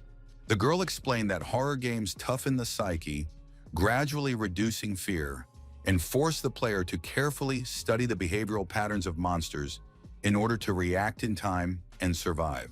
In addition, she thought that one day she might wake up as a character inside the game, and this strange idea simultaneously captivated her imagination, aroused warm interest, and unexpectedly relaxed her thoughts.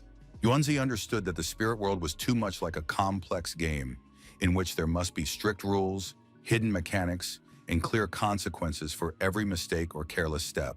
At that moment, his thoughts were suddenly interrupted by Guanya, who unexpectedly called, forcing him to break away from his internal reflections and return his attention to reality.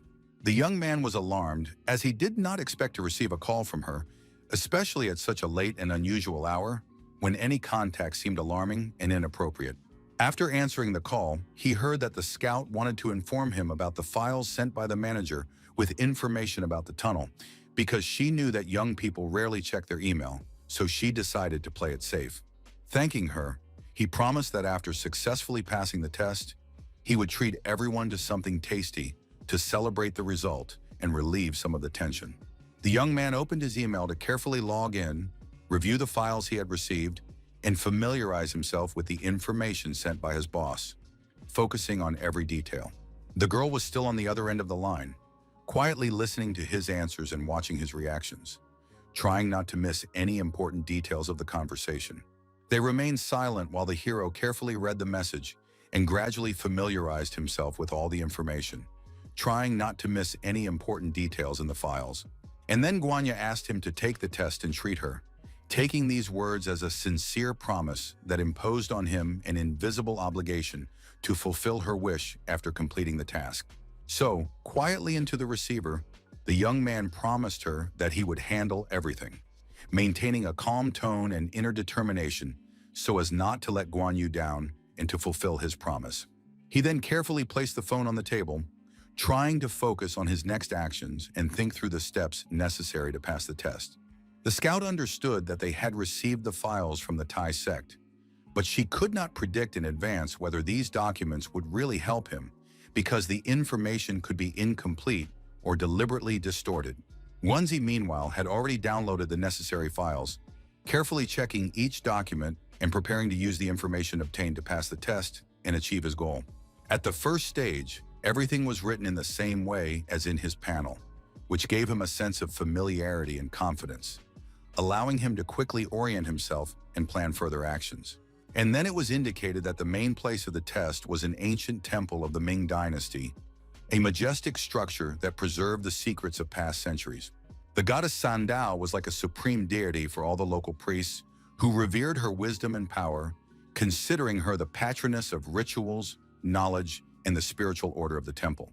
At that time, there was no confirmation of the existence of this beautiful woman, and all the legends about her remained only tales filled with the mystery and enigmatic charm of past centuries.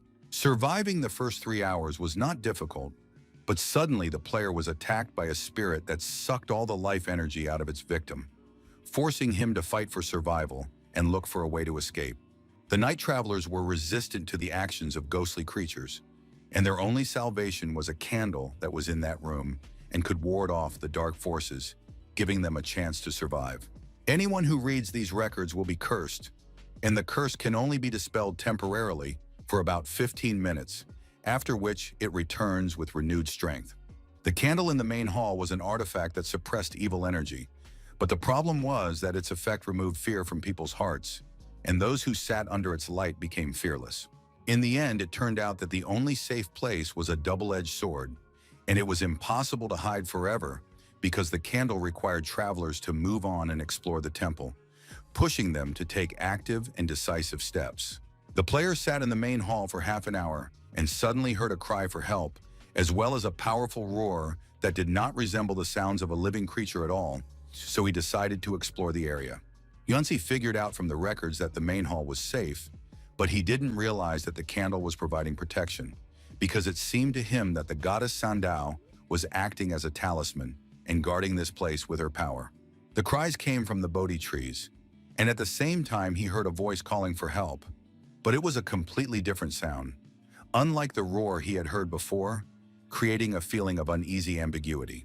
The hero also read that the Bodhian was extremely dangerous, and later a pair of red shoes invited the player to dance. But during the movements, he could not remember their patterns, and then the shoes began to chase him. The player barely made it to the main hall, but the shoes managed to break 2 of his ribs, and the pursuers would not stop for a moment until their goal was fully achieved. The reason for the decline of the Sandao Temple remained completely unknown. The man was convinced that he would successfully complete the second mission, and after reading, the guy silently closed the document, plunging into deep thought.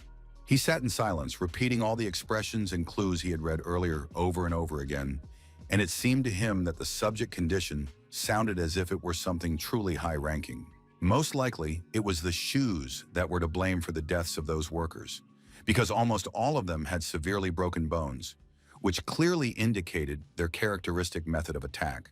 Once he knew that thanks to his uncle, he knew a little about dancing, but if even a first-level night traveler couldn't handle it, then his own chances were very slim. Suddenly, some disturbing thoughts came into his head, arising unexpectedly, intertwining with each other, forcing him to think hard about the hidden details and possible consequences. The night traveler pointed out that the movements were extremely difficult to remember, but he understood that his constant headaches were caused precisely by his overly perfect memory. Guanja was calmly taking a warm bath in her house, enjoying the silence and relaxation, when suddenly the sharp sound of the phone rang and unexpectedly disturbed her cozy state. After answering the call, she saw on the screen that the caller was a young man who had probably already read everything carefully and was now rushing to get in touch. Yuanzi wanted to ask a question about the object condition, as he did not understand anything at all and needed a clear explanation to understand the situation. So she explained that in the spiritual world, there were artifacts that their organization divided into 3 types: object value, object condition, and the third type, to which she did not have access, but all of them performed various important tasks. However, everyone understood that the conditional item was a type that was extremely difficult to control, and due to its rarity, its true value was significantly higher than that of other artifacts. The red shoes mentioned in the file most likely fell under this category, and if one accepted the invitation and fulfilled the condition, one could gain complete control over them. The girl said that if she were in his place, she would not try to obtain the conditional item, after which the hero cautiously asked if he could take the necessary medicine with him for safety. She replied that apart from the clothes he was wearing, nothing else could be carried, and in her opinion, the medicine should be taken in advance to be prepared for events.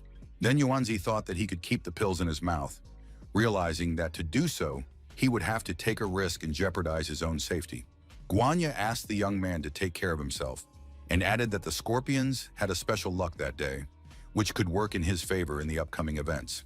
So, the countdown showed that the player had 5 minutes left, during which he tried to make quick decisions, feeling growing tension and excitement. He got dressed and gathered everything he needed, carefully checking each item so as not to forget anything, feeling a slight excitement before the upcoming event. This time, the young man was already prepared externally because he knew where he was going, having carefully checked his clothes and equipment so that he could move forward confidently without unnecessary delays. The young man closed his bedroom door just in case, carefully checking the lock and making sure that nothing could distract him or interfere with his plans. With 1 minute to go, the hero popped the pills into his mouth, acting on a premeditated plan, feeling intense tension and determination in his every movement. The spirit world opened up and he was invited into the Yulin Tunnel. His main task was to explore this unusual world, and he was able to complete only 20% of it, gradually getting used to his new surroundings. The window that popped up after that wished the player good luck, flashing bright colors and creating a sense of magical support before the start of his difficult journey. After listening to all the information he had received, Yanzi prepared for teleportation, carefully checking his equipment and concentration, feeling both excitement and determination. In less than a minute, he appeared in the main hall, feeling slightly dizzy and quickly scanning the surrounding space in search of familiar details. The boy kept his mouth shut, thinking about how he had returned to a place that seemed familiar and mysterious at the same time, evoking mixed feelings of surprise and anxiety. Spitting the pills into his palm, he realized that the plan had worked, feeling both joy and relief at the same time, because his cunning strategy had brought the desired result. And with those pills, he could accomplish the task of the red shoes, because they had special properties that allowed him to influence the surrounding world and gradually bring it closer to his goal. Putting them in his pocket, Yuanzi realized that day never came in that world, and he was surrounded by constant semi-darkness, which gave the place a sense of mystery and eternal anxiety. He mentally asked himself to look at the location as if it were a computer game, carefully analyzing every corner in detail so as not to miss any important clues or items.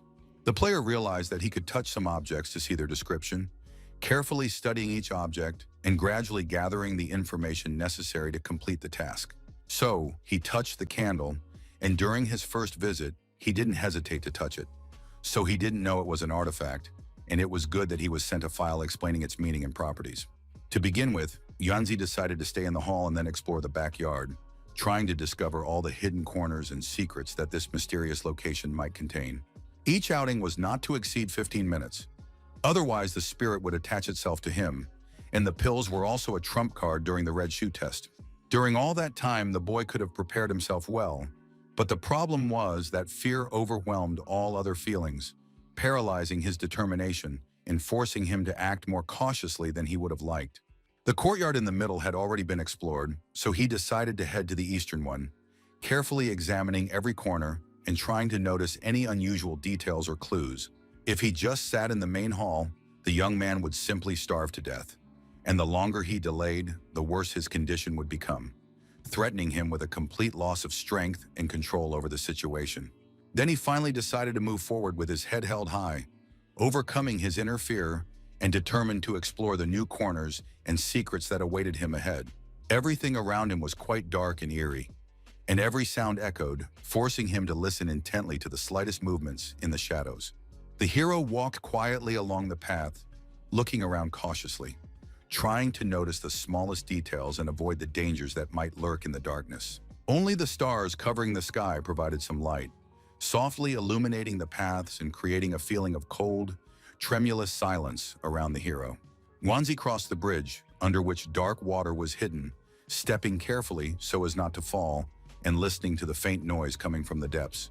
He walked quietly, lost in his own thoughts, but at the same time sharpened his hearing, trying to catch any sounds that might indicate danger or clues about the surrounding world. The file said that the Bodian tree in front of him was dangerous, but at first glance it looked like an ordinary tree, calmly spreading its branches under the night sky. The traveler thought that if he explored the Bodian, his progress might increase, so he approached cautiously, listening for any signs of danger or hidden possibilities.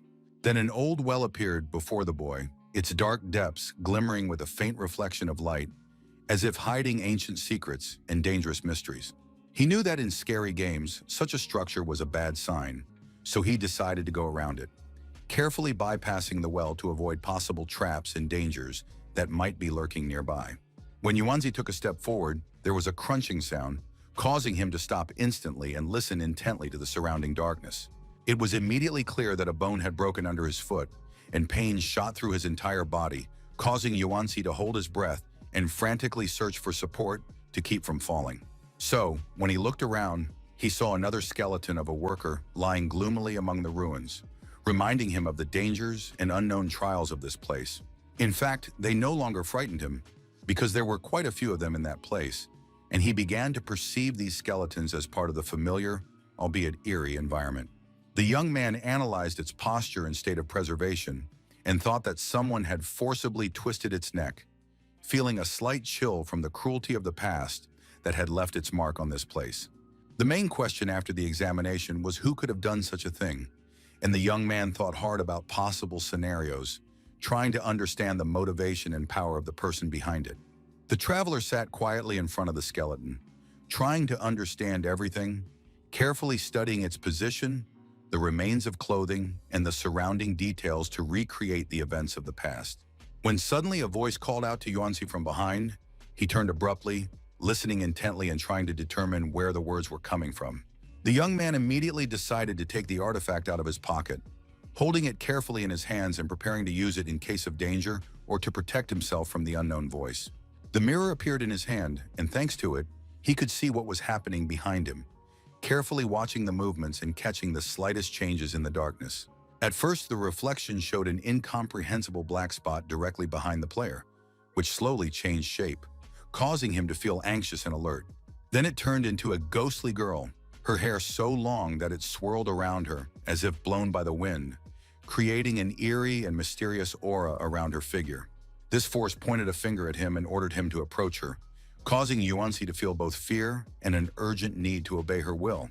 The traveler realized that it was Sadako's ghost and began to scream loudly in fear, feeling a cold shiver run through his body and his heart beat wildly. He began to run toward the unknown house, filled with panic and adrenaline, carefully avoiding obstacles and listening to the echo of his footsteps in the darkness. Since there was a crack in the roof, he was able to crawl through it, carefully climbing up and holding on to the ledges so as not to fall into the darkness inside the building. So the boy sat inside, realizing that he had finally escaped his pursuer, feeling relieved, although his heart was still beating fast from fear and tension. In that file, the night traveler did not leave any notes on this subject, but he mentioned that it was impossible to turn back, although he did not say that it was forbidden to return, and most likely the ghost appeared from the well. Yuanzi thought that when he returned, nothing would threaten him, because he had already left the dangerous place and remained at a safe distance from the ghost and other threats. Exhaling, the young man simply wanted to return home as quickly as possible, feeling tired and wanting to be in a safe and familiar environment after all the dangers he had experienced.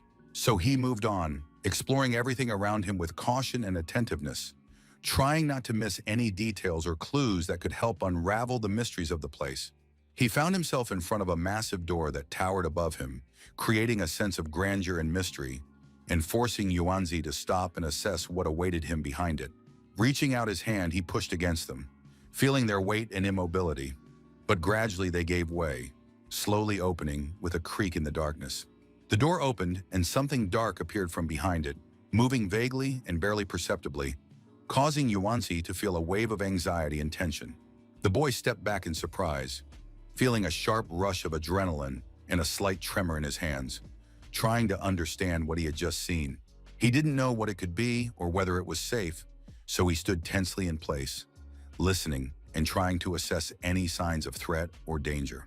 But then, when everything cleared up, the traveler looked inside, carefully assessing the space and trying to make out any details or clues in the darkness.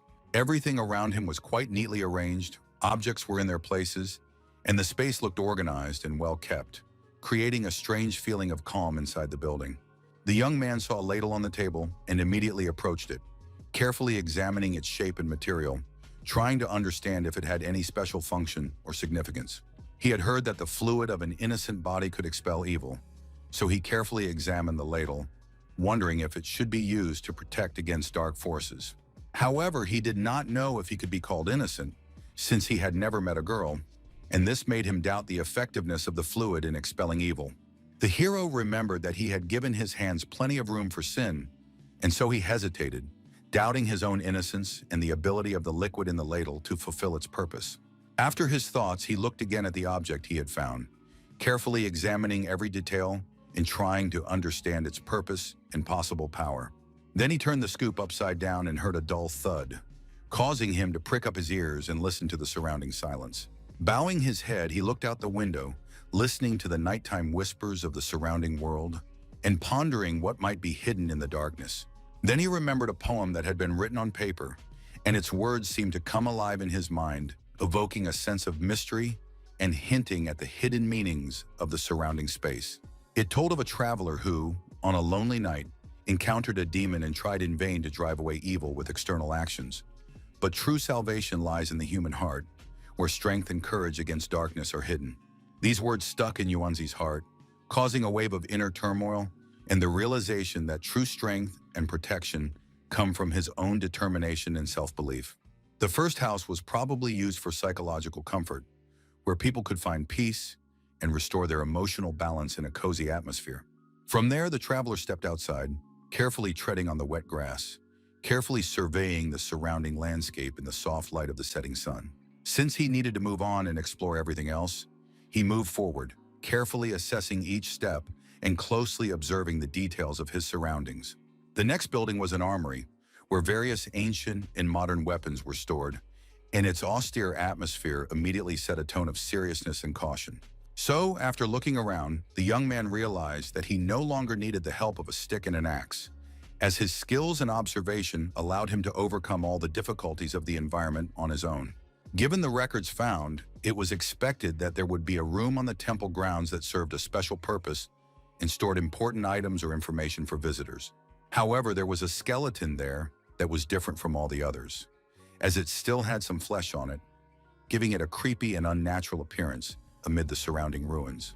Two conclusions could be drawn from what was seen. The first was artificial embalming, when the body was specially preserved using human methods, and the second was a natural formation resulting from special environmental conditions. The first option could be ruled out immediately, and the second was not suitable due to the local climatic conditions, but the corpse had almost no wounds, and the bones remained intact and were not broken by shoes or other objects. The only clue was two holes in the neck area that resembled the bites of a large beast, leaving a sense of danger and hinting at a possible cause of death or contact with wild animals. The traveler's eyes widened in surprise, because a noise came from somewhere, breaking the silence of the room and forcing him to listen intently to every movement around him. He grabbed his weapon and became alert, listening to the slightest sounds, intensely scanning the surrounding space, ready for any danger that might appear unexpectedly. But he did not understand where these strange sounds were coming from, so he moved forward cautiously, tensely catching every rustle and listening to the slightest echoes in the dark room. The door to the house with the weapons was open, and a faint ray of light shone through it, illuminating part of the dark interior and causing the traveler to be extremely cautious. Tiptoeing, Yuanzi peeked out from the corner and cautiously looked around, trying to discreetly assess the situation and determine the source of the strange noises in the house. He saw that the wall next to him had been broken through and cautiously peered inside, carefully scanning the space to understand what could have caused the destruction and whether there was any danger there. It was quite dark there, and the faint light barely penetrated through the cracks, creating ominous shadows that made the room even more mysterious and threatening. But there were skeletons lying on the floor, scattered among the debris and dust, their empty eye sockets and broken bones giving the room a creepy and ominous look. The young man saw something that looked like a knife next to his hands and cautiously reached out, tensely assessing its shape and possible danger before touching it. It looked like a Buddhist ceremonial weapon, elegantly decorated with carvings and symbols that indicated its ritual purpose and sacred meaning. So the traveler concluded that this could be the very item that the statue was supposed to hold, as its shape and decoration matched the descriptions in the records he had found and seemed to be an important part of the ritual image. Next to it stood a large chest, covered with dust and cobwebs, which looked ancient and held a mysterious promise of secrets or treasures inside. Strange sounds emanated from it, resembling a quiet creak or rustle, causing the traveler to listen intently and approach cautiously to understand their source. Then it opened easily, and fingers with long nails slowly emerged from inside, looking eerie and unnatural, causing the traveler to recoil from the unexpected sight. The boy was so frightened that he was speechless with fear, unable to move or make a sound, his heart beating wildly, his gaze fixed on the eerie fingers. At that moment, the lid of the chest fell loudly to the floor, creating a sharp, frightening sound that abruptly broke the silence and made the boy cower even more in fear. A zombie emerged from the chest, its distorted face emerging from the darkness, and the room was illuminated by a red glow, giving the whole scene a terrifying and apocalyptic look. It was an unknown undead creature that could roam the area, moving silently among the ruins and shadows, leaving a feeling of constant danger for anyone who dared to approach. Yuanzi thought he had been walking for too long and decided to return to the main hall, carefully retreating, watching the undead's every move and muffling his own footsteps. But something was approaching behind him, and he turned his head sharply, listening intently and preparing for any danger that might emerge from the darkness. Immediately, a red light flashed in his blue eyes, reflecting the eerie glow from the room and giving his gaze an ominous, intense look.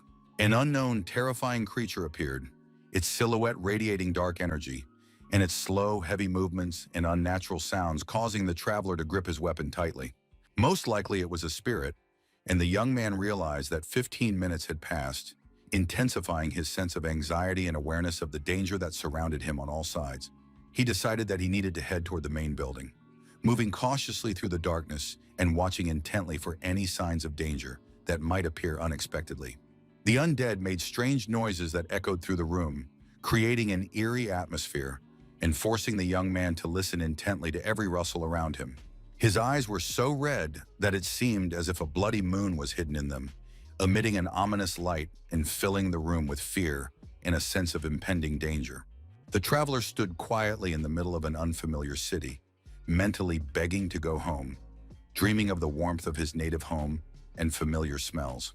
He walked alone under the gloomy sky, wishing deep down that his grandmother, uncle, or someone else would finally come and take him away from there, giving him a sense of security.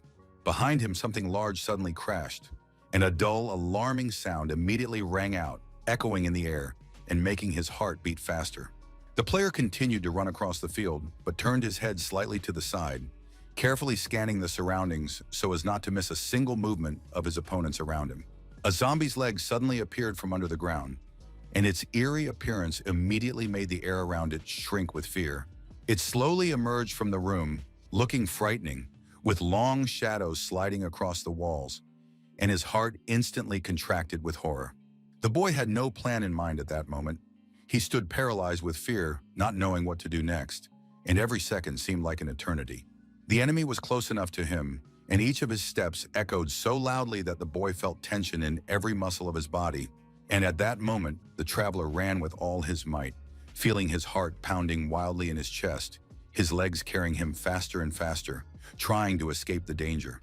The undead did not retreat and stood in a high start position, ready to rush forward at any moment, and its cold gaze radiated a danger that sent chills down his spine.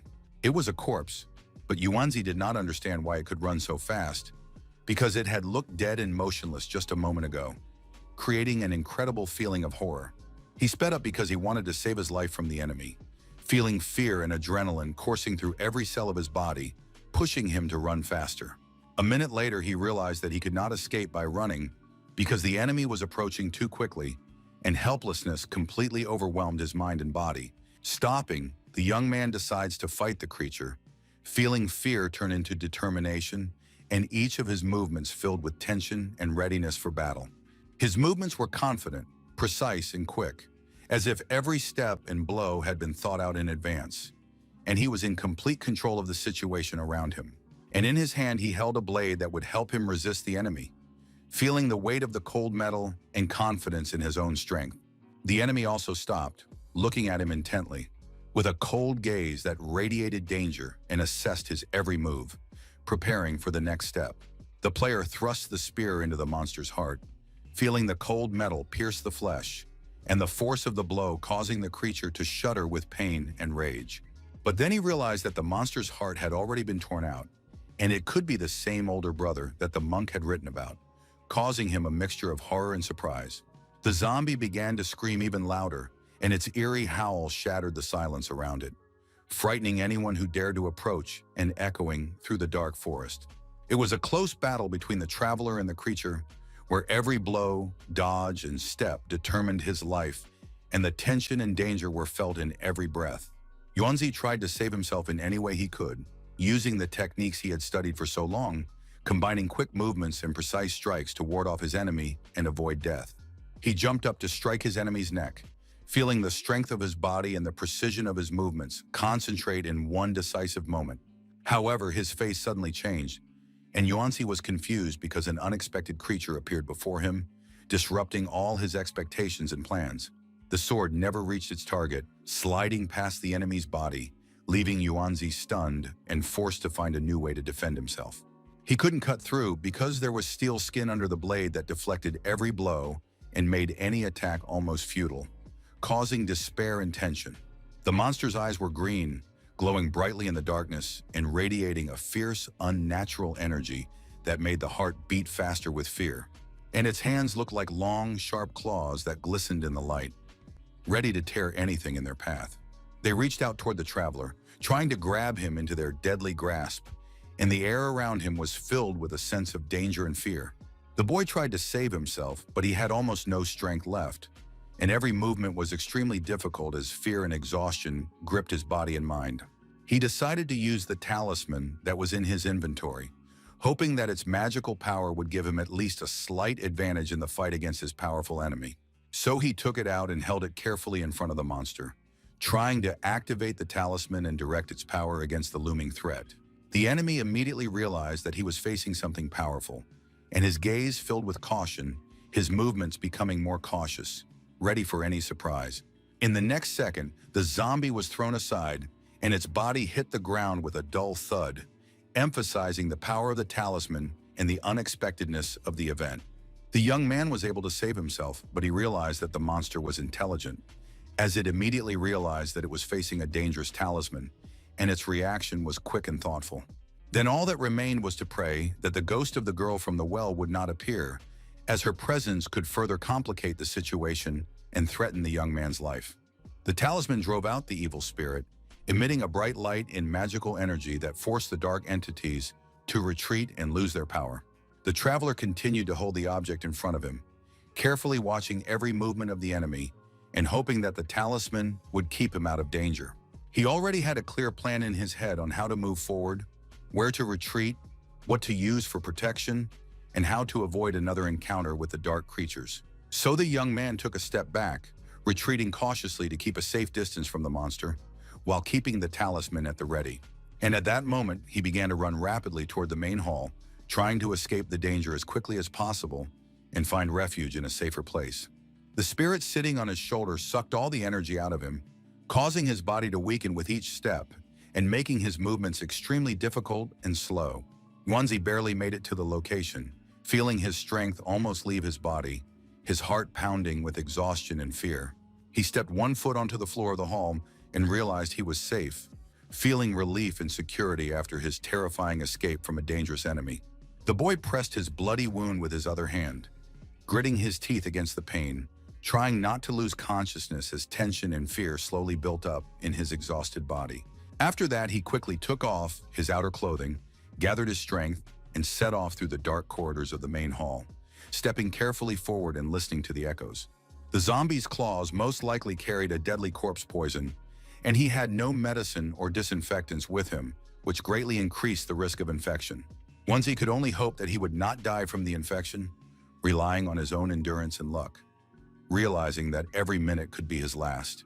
However, he suddenly realized that he felt almost no anxiety, as if his inner exhaustion and dulled emotions had drowned out his fear, leaving only cold concentration.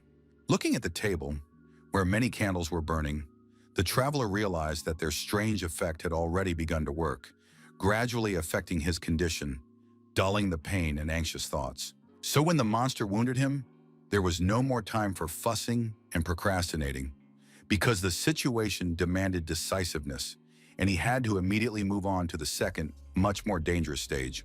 The red shoes were the very unexpected obstacle that hindered movement, attracted unwanted attention, and constantly reminded him of the danger that lurked at every turn. The young man understood that the artifacts also affected the shoes, and besides, Guanya warned that if a certain condition of the artifact was fulfilled, there was a chance to subjugate it to his will. He also had to take into account the nimble zombie, because the young man was not sure that he would be able to hit it in the forehead with the talisman, especially given its unexpected and rapid movements. A multitude of options and lists of situations swirled in his head, each of which caused a wave of tension and forced him to think through every possible step. Since hitting the zombie with the talisman was almost the same as a child with a knife trying to kill an adult, he realized the absurdity and mortal danger of such an attempt. The mysterious candle burned, casting a soft light across the hall, enveloping it in shadows and creating a sense of mystery and tense secrecy. The boy sat beneath it, gathering strength and restoring his endurance so that he could soon go out into the yard and boldly begin the next, even more dangerous test. Despite the infection, he still felt much more confident, sensing that his inner determination and control over the situation outweighed his fear and pain. After that, he found his jacket where he had thrown it earlier, quickly checked the pockets, and took out the pills, hoping that they would at least partially help to mitigate the effects of the infection.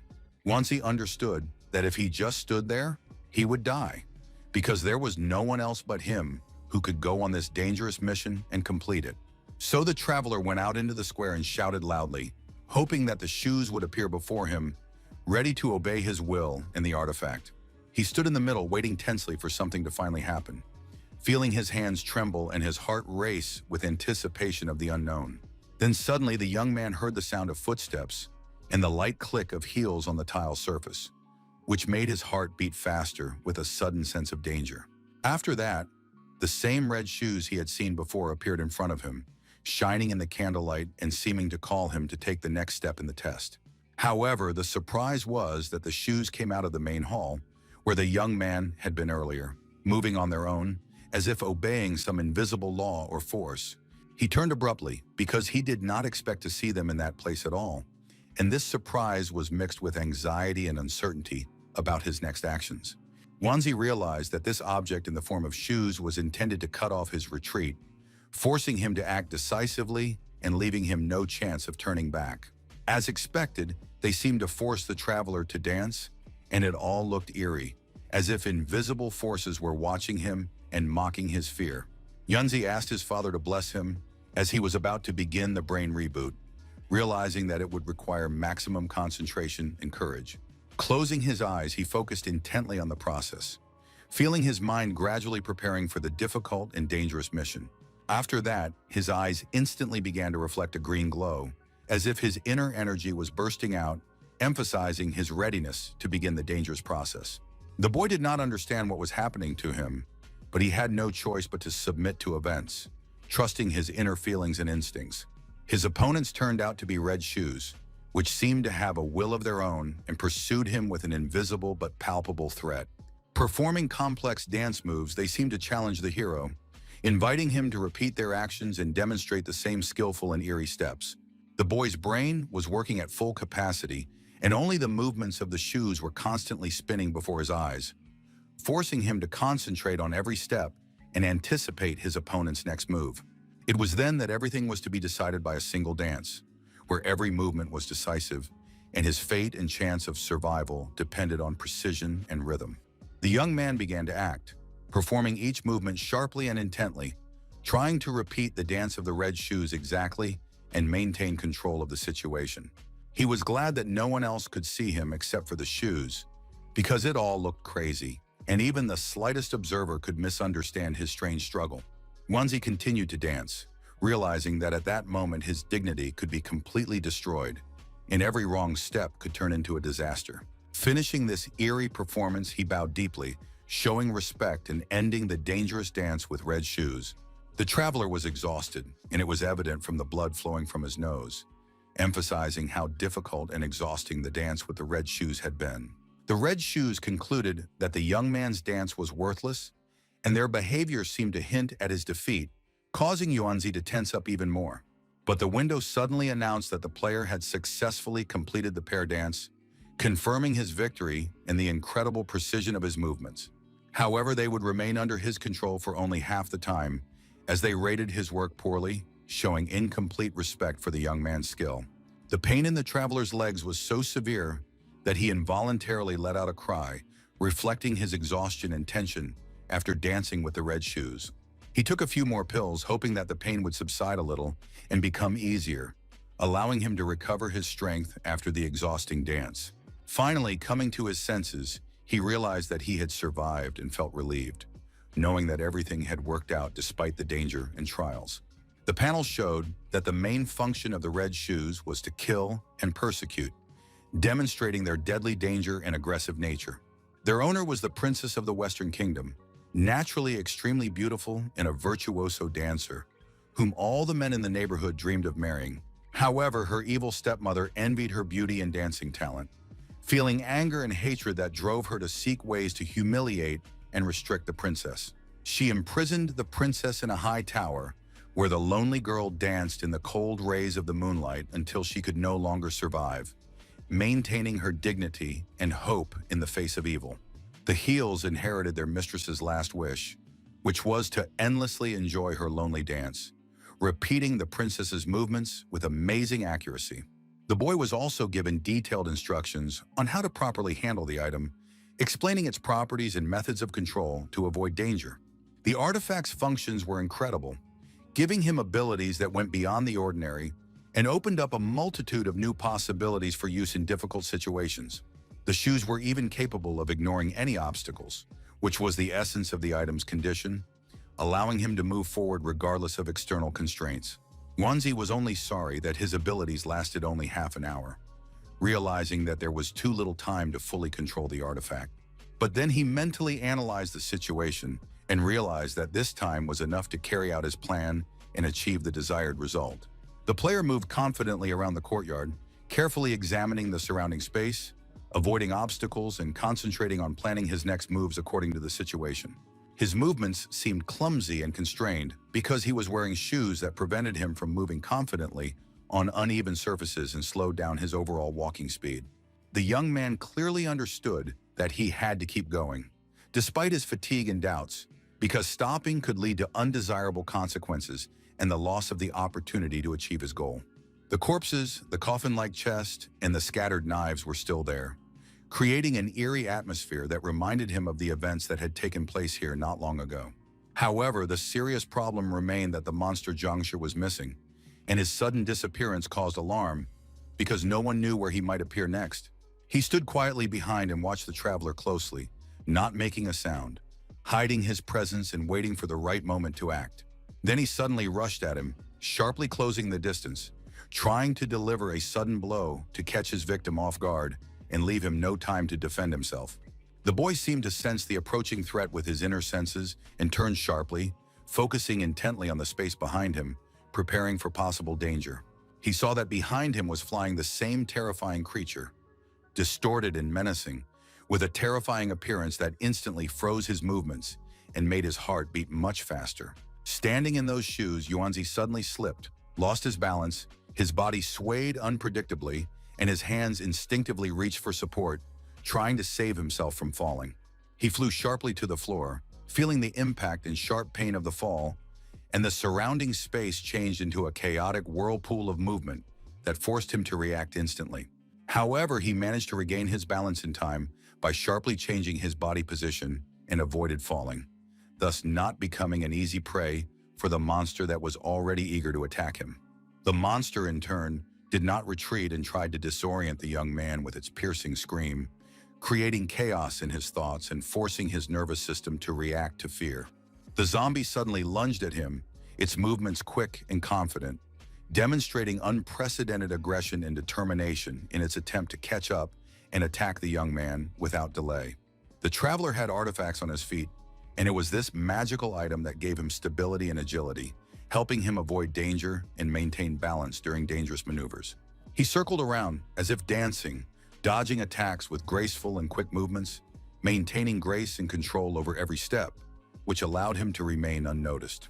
Such graceful and unpredictable movements completely disoriented the creature, causing it to make mistakes and lose the accuracy of its attacks, which gave the traveler a critical advantage in the confrontation. The young man, having lost his balance, fell sharply to the ground, spreading his legs wide, as if in a split, feeling sharp pain in his muscles and tension, but at the same time remaining alert to the danger around him. As a man, he understood well that such sudden and extreme movements were extremely dangerous to his health, capable of causing serious injury or severe pain in his muscles and joints. So he mentally asked the boots to tone down their magical power a little, hoping that this would help him maintain control over his movements and avoid injury. So, together, they began to attack the enemy again, synchronizing the traveler's movements with the magical power of the boots, creating an unpredictable and dangerous combination of strikes and dodges for the enemy. And as it turned out, they were able to deliver a precise blow right to the face, striking the enemy with unexpected force and forcing him to retreat, losing his concentration. The creature fell loudly to the floor, losing its balance, and its body bounced from the blow, creating a loud noise and opening up an opportunity for the traveler to make his next move. The traveler immediately took out the artifact and instantly activated its power to stop the creature, controlling its movements and preventing further attacks, leaving the enemy no chance. The enemy began to scream loudly, realizing that its elimination could come extremely quickly, and the fear of inevitable defeat caused it to panic and lose control of its actions. The hero's movements were confident and quick, each step and gesture carefully thought out, allowing him to remain in control and effectively avoid enemy attacks. So, in a second, a piece of the artifact was stuck to the zombie's face, holding firmly, restricting its movements and significantly reducing the enemy's ability to resist. The creature began to scream, trying with all its might to escape, but the artifact held it firmly, restricting its movements and depriving it of the ability to effectively counter the traveler. Sweat rolled down the hero's face from the tension that prevailed around him. The feeling of danger made his heart beat faster and his muscles tense, ready for any unexpected movement of the enemy. He watched the events unfolding before him closely, focusing intently on the creature's every move and preparing to react instantly to any change in the situation. Yuanzi realized that he had finally dealt with Zhang Shi, feeling relief and satisfaction that his efforts and agility had finally paid off and the danger had been temporarily neutralized. He would hardly have been able to do this without the help of the Red Shoes, for it was their magical power that gave him the speed, agility, and control necessary to defeat Zhang Shi. The player looked confidently to the side, knowing full well what awaited him next, tensely preparing for new dangerous challenges and assessing potential threats that could appear at any moment. It was the ghost of a woman in a nearby well, her transparent figure quietly flickering in the darkness, radiating a cold and mystical presence that instantly caught the player's attention. However, he had more important things to do at first, so he decided to put off paying attention to the ghost, focusing on urgent tasks that required immediate resolution and did not allow for distraction. Yanzi approached the corpse and once again carefully examined the blade lying on the floor, studying its shape, sharpness, and possible magical power, assessing how useful it could be in future adventures. He then carefully picked it up, studying the unfamiliar object in detail, feeling the blade and hilt, trying to figure out its properties and potential power for future battles.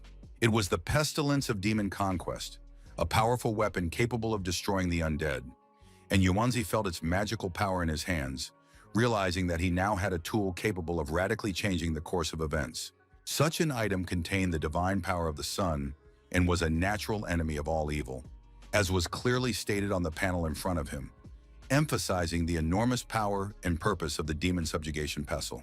Yuanzi had already guessed that he had stumbled upon another artifact, sensing the unusual energy of the object and anticipating its great power, which could help him in his fight against evil. Most likely, the hero thought, his predecessor had sought to use this weapon to destroy Zhang Shi, because only the powerful pestilence of demon subjugation could ensure an effective fight against a supernatural being. But he was unable to control the Red Shoes and suffered terrible injuries, as their uncontrolled magical power proved too dangerous, breaking his body and depriving him of any chance of salvation. After that, a fateful encounter with the monster awaited him, which became the inevitable end of his mistakes.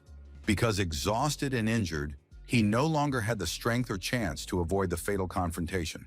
The young man had about 5 minutes left before the vengeful spirit appeared on his shoulder, and this realization filled him with anxiety and a sense of imminent danger. He knew that he had to deal with the ghost of the woman in the short time that remained, because any delay could lead to the appearance of the vengeful spirit and a new mortal danger. So, leaving his fear behind, Yuanzi looked inside the well, staring intently into the darkness and preparing to face the unknown that might await him in the depths. But he saw no one there, although he remembered well how last time she had climbed out of that very spot, leaving behind a cold feeling of fear and disturbing memories. The young man gripped the dagger, which was an artifact, more and more tightly in his hands, feeling its weight and magical energy, which gave him confidence and readiness to instantly defend himself from danger. He looked around, but there was no one nearby, only silence and darkness enveloping the space, increasing the tension and forcing him to listen carefully to every faint sound. 15 minutes were about to end, and this realization weighed on him more and more, forcing him to hurry, count every second, and prepare for the inevitable events. And he would have to return to the main hall again, leaving the dangerous place behind to continue on his way and prepare for the new trials that awaited him ahead. As the young man sat in the main hall, the heavy air pressed on his chest, and the imperceptible action of the corpse poison gradually intensified, causing dizziness and alarming weakness. At that moment, he felt his breathing becoming more difficult, each breath coming harder, and he was well aware that precious time was running out and his strength was slowly leaving him. He was able to thoroughly explore 2 buildings and eliminate Zhang Shi, but the quest remained unfulfilled, hinting at a hidden threat and the need for further action. The hero had been to every room in the building, but he still did not know where the mysterious room he had not yet explored and which haunted him might be hiding. Since the backyard had been checked thoroughly, he confidently ruled out that area from his search, realizing that the secret room definitely could not be there. The traveler intently analyzed what else could have gone unnoticed, replaying in his mind all the details of his actions, routes, and small clues that had previously seemed unimportant. His attention was suddenly drawn to the statue of a goddess standing in the middle of the room, because its location, signs of wear, and strange details looked too suspicious for an ordinary decoration. And he immediately realized that it was in the main hall that he had failed to check everything properly earlier, because his confidence in his own attentiveness had played a cruel joke on him. The woman towering over everyone became his top priority, as her majestic figure, symbolism, and hidden meaning clearly pointed to the key to the mystery. Yanxi realized that he had to place the Pest of Demon Conquest in her hand, because only this could activate the hidden magic and open the way to completing the quest. So he began to climb to the top, overcoming obstacles and unstable supports to reach the right place and carry out his plan without fail. Without delay, the young man carefully placed the dagger in the woman's hand and waited tensely for what was about to happen, feeling his heart beating faster and faster in anticipation of the events. He was still wearing red shoes, but so much time had passed that he had gotten used to them and could jump and move confidently without any restrictions. The wall beneath the goddess began to crumble, and this immediately caught his attention, as the cracks and loose debris revealed a hidden threat and opened up new opportunities for exploration. The young man approached closer as the stones began to crumble and fall, carefully assessing the situation so as not to get caught under the debris and at the same time understand the source of the destruction. At that moment, the traveler realized that his guesses were correct, and an unexplored room, hidden behind the destructive debris of the wall, which he had not noticed before, opened up before him. A secret passage opened up in front of him, leading to an unknown tunnel, dark and narrow, beckoning with mystery and promising dangerous but important discoveries. The stones continued to fall, crashing to the floor with a crash, raising a cloud of dust and forcing him to move more carefully so as not to end up under the rubble. Yanxi stood in front of him because he had to find the object that the boulders had carefully hidden beneath them, and now everything depended on his attentiveness and speed of action. And at that moment, he grabbed the dagger, realizing that it was in his hands and now he could use it to complete his dangerous mission. The player wanted to find answers in the unknown cave as to why the temple he was in such a state of disrepair and what could have led to its gradual destruction. The object in his hands had the power of the sun, capable of dispelling darkness. But to activate it, he had to sacrifice his own life energy, feeling every breath that passed. The panel clearly stated that using the artifact would cost him his life, and this deeply troubled him, causing him to hesitate and weigh the consequences of his actions. However, he was confident that the dagger would be the key to further research, as its power and symbolism opened up possibilities that could change the course of the entire journey. The clues were quite obvious, so the traveler had no choice but to follow them, even despite the danger and unknown consequences. By that time, he had already stabbed the blade into his leg, and blood flowed from the wound, burning his body with cold and reminding him of the price he had to pay for the power of the artifact. Everything around him suddenly glowed with a blinding light, illuminating the dark corners of the cave and creating a sense of magical power emanating from the object itself. The young man did not understand what was happening at that moment, as the blinding light and explosion of energy confused him, making everything around him chaotic and incomprehensible. His eyes changed and took on a yellowish tint, emitting a strange glow that testified to the inner transformation and power awakening within him. The artifact did not dispel the darkness, but it gave him the ability to see through it, revealing new paths and secrets that had previously been hidden from everyone else's eyes. His condition also improved. The young man no longer felt internal pain or shortness of breath, and the only discomfort remaining was the wound on his leg, which reminded him of the price he had paid for his power. The hero understood that he had been able to neutralize the poison because he had indeed had to make a sacrifice. But he felt that the price was justified and worth it to achieve his goal. So, in order to move forward, the young man used his new skill, carefully recognizing hidden obstacles and invisible passages that opened the way through the darkness. His eyes glowed, allowing him to see clearly what lay ahead, illuminating hidden details and dangers that remained unnoticed by others.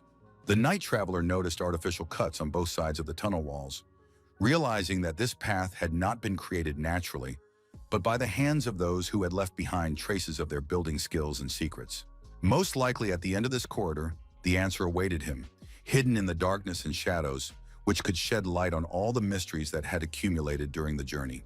A muffled cry for help came from ahead of him, barely audible through the silence of the tunnel, which made him quicken his pace and be ready for surprises.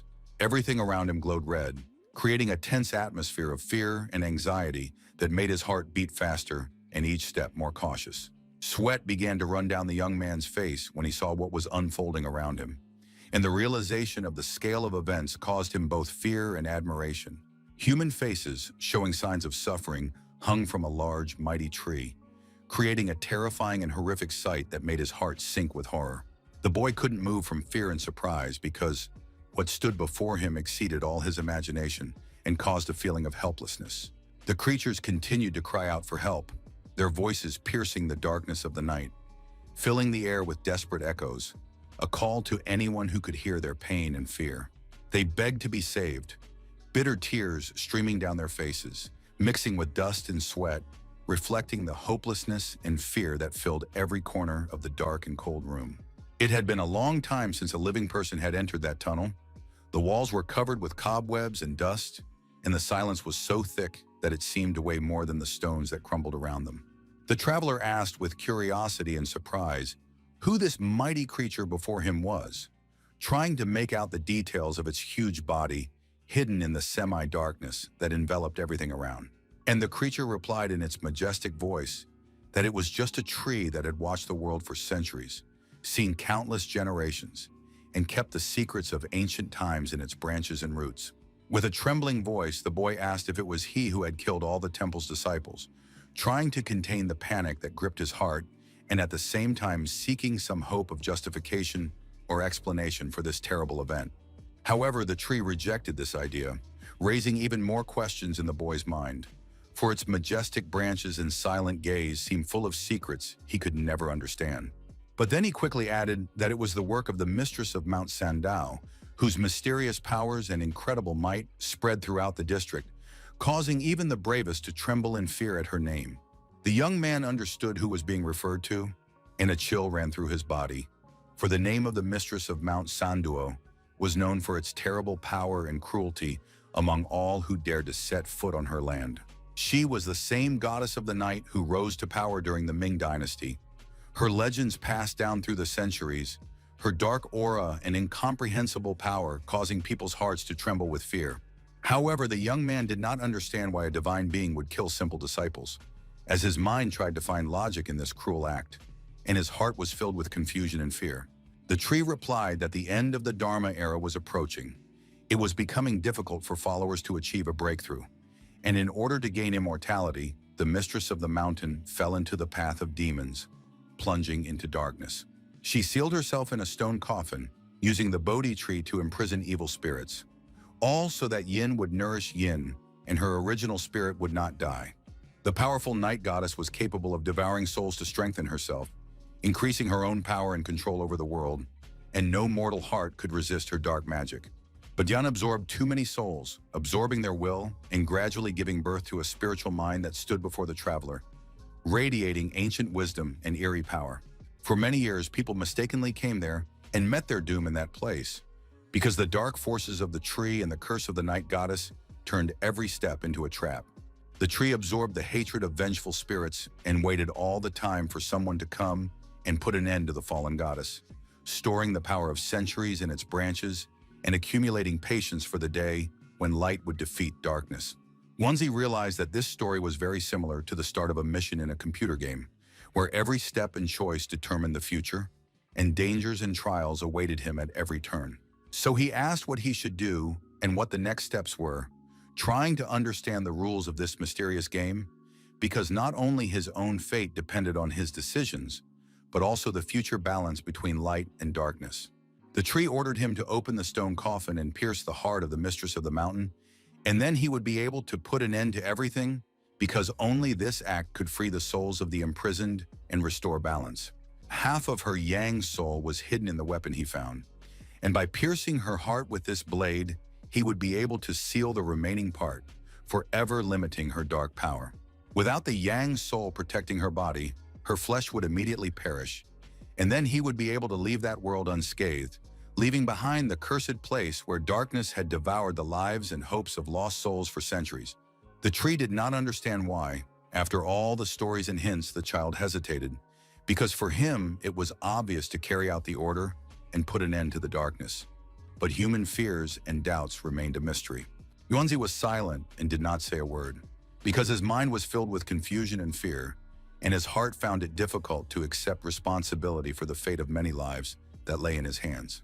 He understood that he had a serious question that could change the entire course of events, because not only his safety depended on the right choice, but also the fate of all the souls connected with the powerful goddess. At that moment, the young man asked if the tree could be the high priest of the temple, trying to find a connection between its wisdom and ancient events that had taken place centuries ago. But the tree replied that the priest was the first to be swallowed by the mistress of the mountain, and his soul had merged with the darkness forever, becoming part of the cursed chain that was kept in the depths of the tomb and the shadows of the tunnel. At first he became a puppet, and later a nutrient. And if the hero still had doubts in his heart, he needed to open the tomb to see everything with his own eyes, to understand the extent of the mountain mistress's power and the consequences of her fall. Yunzi asked for help in opening the very object, feeling both fear and determination, because he realized that only by taking this step would he be able to learn the truth and make a decisive choice for the future. But the tree explained that it was only a trunk and could do nothing, because its role was limited to observation and accumulation of power, and all actions remained with those who dared to take responsibility. The player realized that this was not the point, but that the coffin contained the senior priest of the temple, and the oak tree was his protector or his soul, guarding secrets and maintaining the balance between the world of the living and the forces of nature. There were some misunderstandings. Sandua rose to prominence during the Ming dynasty, and the temple was built later in her honor, while the disappearance of the disciples from the building took place during the reign of Yongle. The difference between these events is approximately 50 years, and the records of the main hall considered her righteous, while her fall was presented as one-sided and distorted. The most important detail in the temple disciples' records was that the master could not be trusted, and the young man thought that those records contained a clear hint as to who was the real villain in this story. It was then that he was able to understand why the master wanted to kill the temple disciples, because behind his outward righteousness lay dark motives, fears, and a desire for power that distorted his soul and turned him into a tool. The tree replied that his caution was unfounded, and that from the very beginning, the creature had no ill intentions. It did not want to cause harm, but only watched and waited for the moment when Yuanzi himself would make his choice. However, the boy knew that it either did not want to or could not, because even in the absence of evil intentions, the tree's power and limitations made it unable to intervene directly, leaving the entire burden of choice on Yuanzi's shoulders. His favorite way to kill, Yuanzi guessed, was to break people's necks, and this thought sent a chill down his spine, because even in the past the master had shown cruelty. Most likely this method was related to techniques that enslaved the mind, because breaking the neck not only ended life, but also subjugated consciousness, forcing victims to submit to the will. The tree became nervous at that moment, and the young man noticed it immediately, because its branches trembled slightly, and the tone of its voice changed, betraying an excitement that contradicted the usual calm grandeur of the trunk. The night traveler who had been sent to him clearly pointed out two things.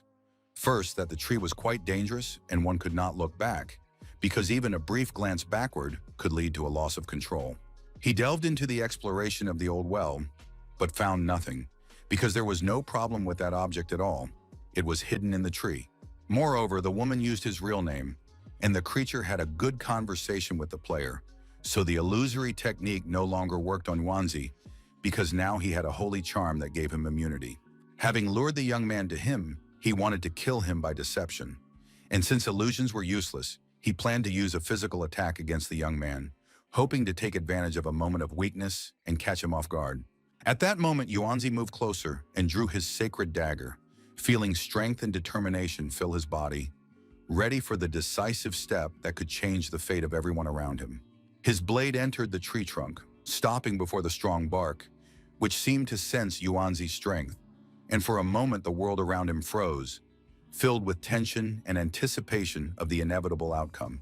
Flames burst into life around him, wrapping themselves around the branches and roots of the tree, their heat spreading through the air, filling the space with crackling and smoke, creating an atmosphere of dangerous and inevitable confrontation.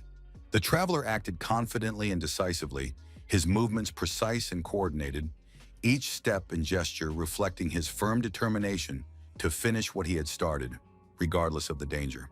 He moved closer and closer to the branches, threatening, his eyes blazing with determination, each step filling the space with tension, as if the air around him was compressing under the weight of the inevitable battle. Ahead, everything was quite dark, and shadows thickly enveloped the path, creating a sense of uncertainty and danger, making his heart beat faster with anticipation of what lay ahead. Then the creature's face appeared before him and ordered him to stop moving. Its gaze was cold and penetrating, as if it could read every thought in Yuanzi's mind, causing the young man to freeze in tension and fear. Since Yuanzi did not want to obey him, he decided to end his life, gathering the last of his strength for a deadly blow, filled with rage, despair, and fear.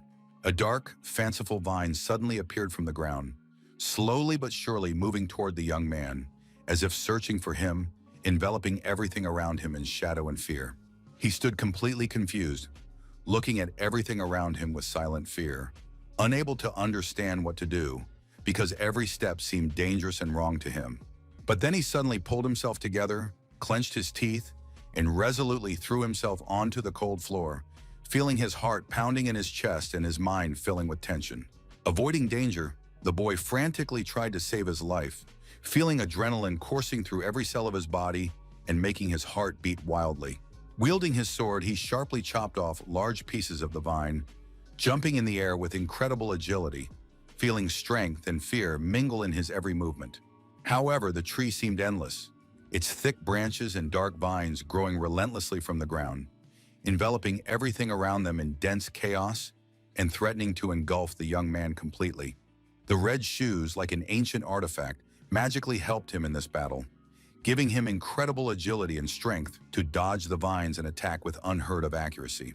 Indeed, at that moment, the traveler felt an urgent need to act quickly, because every second could be decisive, and only a lightning-fast reaction could save his life from the merciless vines.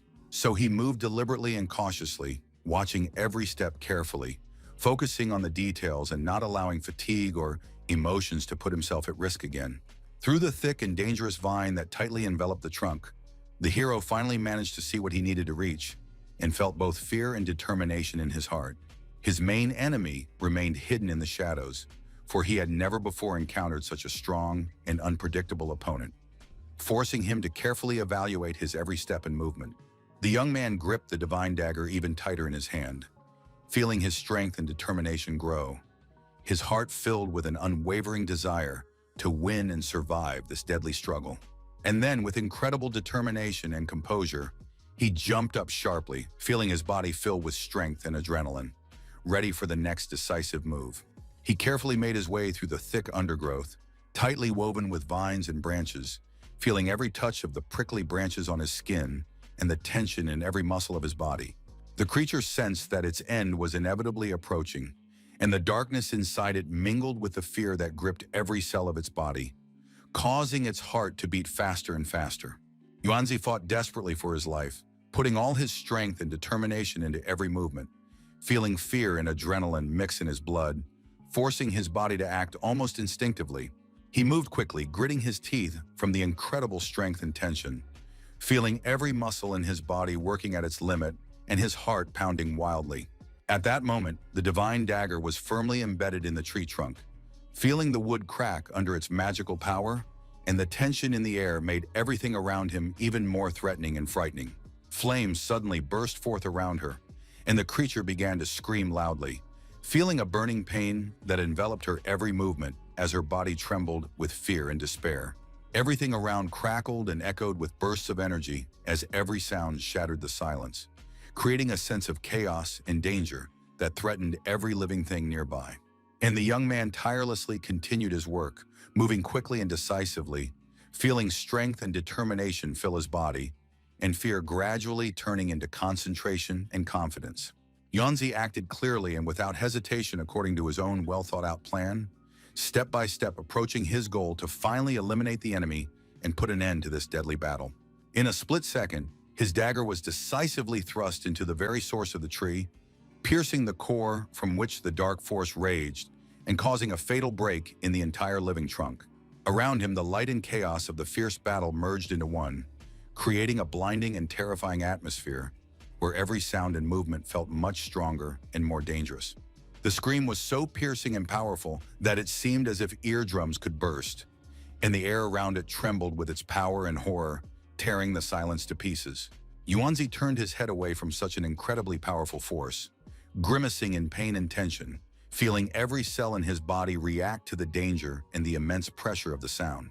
At that moment, the creature suddenly disappeared before him, exhaling its last breath, and the air around him froze in silence, leaving behind only an echo of fear and destruction. The traveler stood silently, looking at the ruins and remnants of the brutal battle, feeling a mixture of relief, fatigue, and quiet horror at what he had just experienced. Later, after weighing all the risks, he decided to deactivate the red shoes, feeling a slight relief and at the same time anxiety about what might happen after losing their magical support. The item instantly disappeared from his feet, leaving only emptiness and a slight feeling of strange desolation, as if part of his strength had suddenly left his body. The hero realized that he had barely made it before their time ran out, feeling a mixture of joy and tension, because every second could be decisive for his life. His attention was instantly drawn to everything around him, from the broken trees and scattered earth to the flickering light and smoke, creating a sense of chaos and at the same time, incredible beauty in a destructive world. The night traveler couldn't believe that it had all ended this way, feeling shock and an incomprehensible emptiness inside, because he had expected a long trial and a battle that seemed like it would last forever. A panel suddenly appeared in front of him, warning of the end of the trial mission, and at the same time, the character's map was unlocked, revealing new opportunities and information about his abilities and resources. His experience progress instantly rose by 20%, reflecting his growing strength and skills after a grueling battle, filling his heart with a sense of accomplishment and confidence. He received a new powerful item, Pest of Demon Conquest, as well as red shoes, which further enhanced his abilities and opened up new paths for further trials and adventures. After receiving all the information, a special window indicated that in 5 minutes, the player would be able to leave the spirit world, leaving behind the ruins of battle and traces of incredible trials. After reading this information, the boy felt incredibly tired and exhausted, his body barely responding, and his mind struggled to realize that he needed to act, even though he had very little strength left. But then, realizing that he would be able to return to his home safe and sound, he suddenly rejoiced, and joy overwhelmed him, causing him to jump energetically in the air. Thus, the challenge that no one had been able to overcome for decades was officially completed that day, leaving behind a legend and proof of the incredible courage and strength of one hero. So the traveler sat on the cold, hard floor, watching the sun's rays shining through the small window, waiting for time to pass slowly and inexorably. The mark on his forehead suddenly began to glow even brighter, emitting an unusual light that danced across his face, reflecting in his eyes and filling the room with a strange and mystical atmosphere. Wanzi already knew that teleportation was about to take place, and he felt a slight excitement piercing his body as his mind tried to predict all the possible consequences of the transition to an unknown place. His body began to slowly dissipate into the air, particles of light dancing around, dissolving into space, leaving a faint trail behind, as if his physical essence was gradually disappearing forever. His eyes flashed with a purple light, bright rays scattering in the surrounding darkness, reflecting the inner strength and mysterious energy that burst out with his every movement and glance. He looked straight ahead, and his thoughts were pure, clear, and calm, like a transparent river flowing peacefully through the depths of consciousness, leaving no trace of doubt or fear in his mind. The hero understood that everything had happened and stretched pleasantly, feeling warmth and lightness in every muscle, as if freed from all the worries and heaviness of the past, ready to meet the new moment with calm and confidence. Looking down, he saw his body lying unconscious on the floor, and this caused him great confusion, because his mind could not comprehend how to be here and there at the same time, feeling a strange contrast. At first, the young man thought he had died, because he could fly in the air, feeling complete lightness and a lack of support under his feet, and his heart was beating faster from surprise and fear at the same time. However, he was abruptly thrown back in a split second, and the air around him seemed to compress as he felt the speed and force of movement, which mixed excitement and anxiety into a single sensation. And the boy woke up in his body, feeling a strange lightness and at the same time the warm reality around him, while his heart was still beating fast and his mind was trying to comprehend the miracle he had just experienced. From what seemed to him like he was a corpse, goosebumps ran down his skin, leaving a cold and strange tingling sensation that made every muscle tense and changed the rhythm of his breathing. Yuanzi immediately decided to review the information about his character, carefully studying every detail, ability, and weakness. So he could become invisible for a certain amount of time by entering night patrol mode, during which his figure disappeared from view and his smells and breathing also remained hidden. It was also noted that the player was at the first level and had fully unlocked his class, gaining access to all the initial skills and abilities, which allowed him to fully utilize his potential. The duration of the shoe's use also increased, and he managed to completely subdue the artifact, feeling its power harmoniously combined with his own energy. His body felt extremely light, as if its weight had completely disappeared, and all his wounds healed instantly, leaving only smooth skin without any pain or traces of damage. The boy's attention focused on one detail that he had not noticed before, and all other distractions disappeared, leaving only a clear focus on this element, as if it had become the center of his consciousness.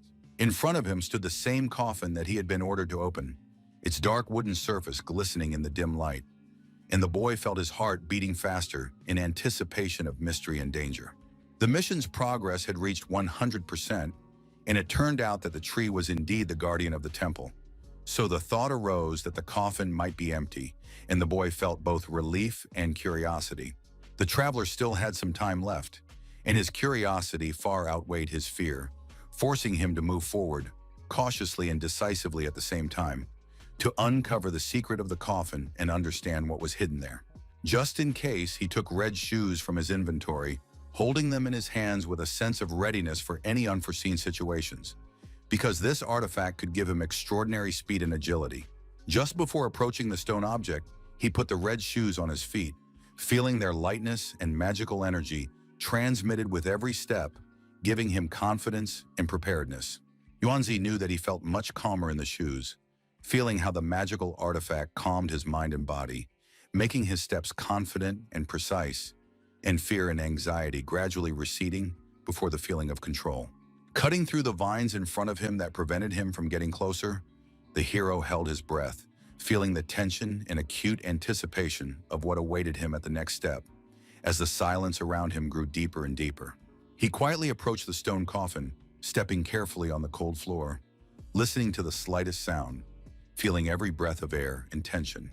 At that moment, he grabbed the lid of the tomb with his hands and pulled it up, feeling the weight of the stone and the coldness of the metal fittings, and the tension in his chest grew as the secret hidden inside slowly unfolded.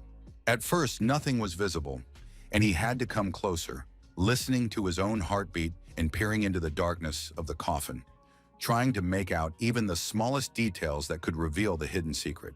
And then the hero saw that there really was a beautiful woman lying there, her face calm and glowing with a gentle light, her delicate features and harmonious posture giving the impression that she was asleep rather than lying in a coffin.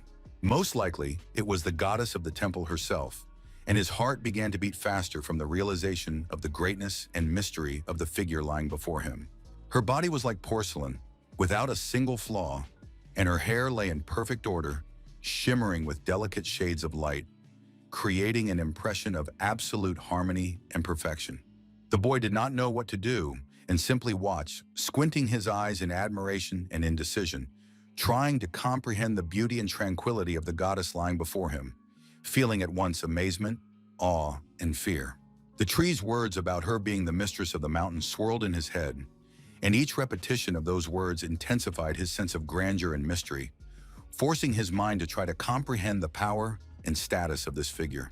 Yunzi thought that the creature might be telling the truth, because the possibility that the powerful mistress of the mountain was indeed lying before him both fascinated and frightened him, forcing him to feel respect and caution. But that might not be the case, because the task had been completed and his reasoning seemed correct. So he thought that the woman's corpse might have been some kind of old mission left here for testing or training. After that, he began to reproach himself for climbing where he shouldn't have out of curiosity, feeling the weight of guilt and inner anxiety, because he understood that he could have put himself in danger and broken the rules that had to be followed. He bent down and trembled with fear, the realization that this was the place where he could meet his end, and this thought squeezed his chest, causing his heart to beat wildly and his body to tense up. The body of a goddess lay in the coffin, which meant that the trial contained a much deeper plot, a hidden meaning, and an ancient history that was not visible at first glance.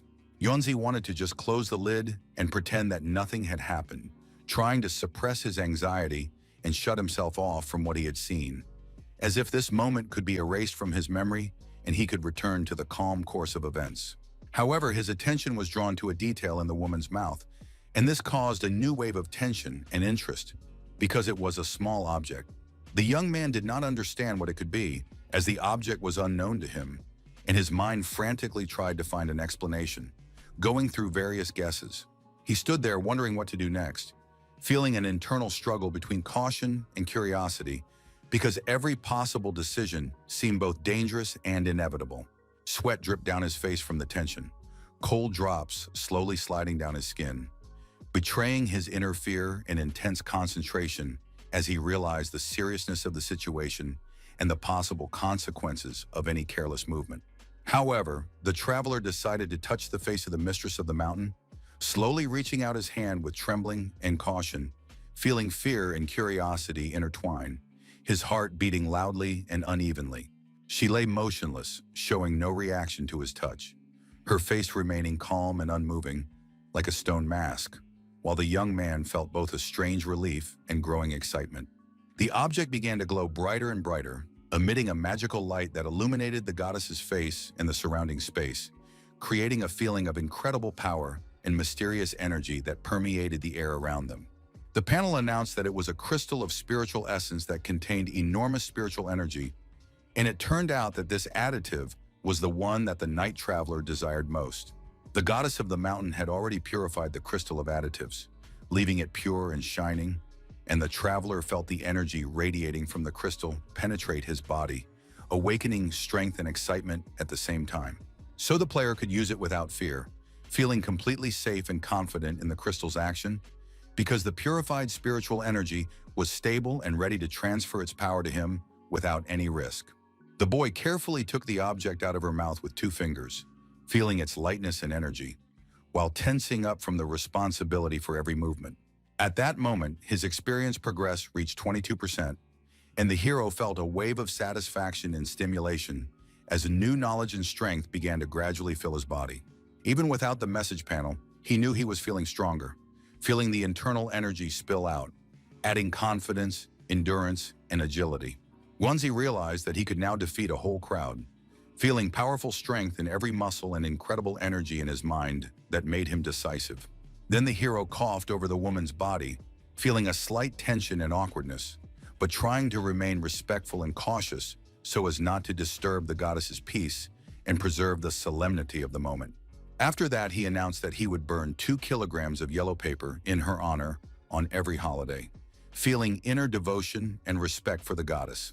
With confidence, he closed the lid of the coffin, feeling calm and complete, as if the task he had accomplished had brought him inner balance, and the air around him was filled with silence and a sense of mission accomplished.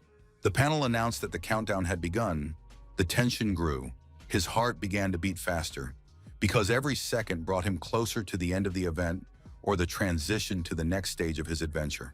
It seemed that nothing could prevent the young man from returning home, because he felt confident, powerful, and in control of events, and the world around him seemed calm and subjugated to his determination and actions.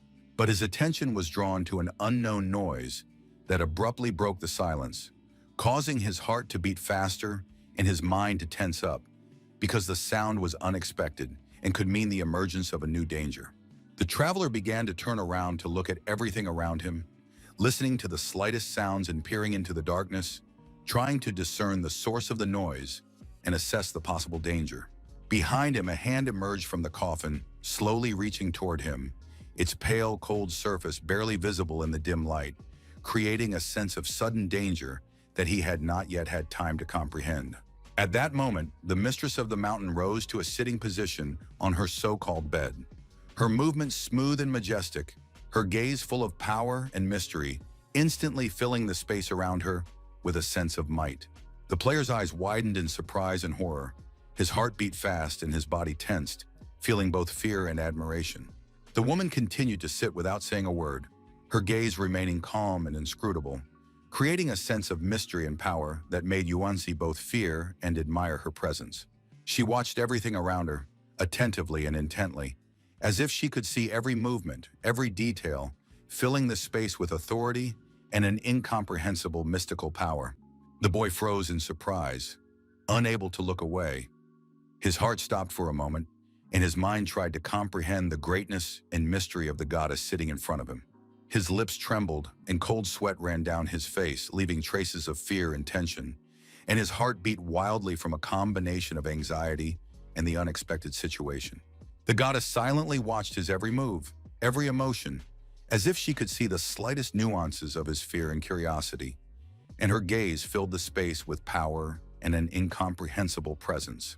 At the same time, the woman smiled slightly, and the muscles in her face moved, creating a slight hint of emotion that added liveliness and humanity to her appearance. When Yuanzi saw this, he began to scream because he couldn't understand how a corpse could come to life. His heart was pounding wildly, and his mind was filled with shock and fear at the incredible phenomenon that had just happened before his eyes. The countdown showed that the player had only 4 seconds left, and every moment felt like an eternity, his mind straining to predict what would happen next, sensing the inevitability of the event. Finally, the mistress of the mountain informed him that she would come for him soon, her voice calm and commanding, her words filling the space with a sense of mysterious power.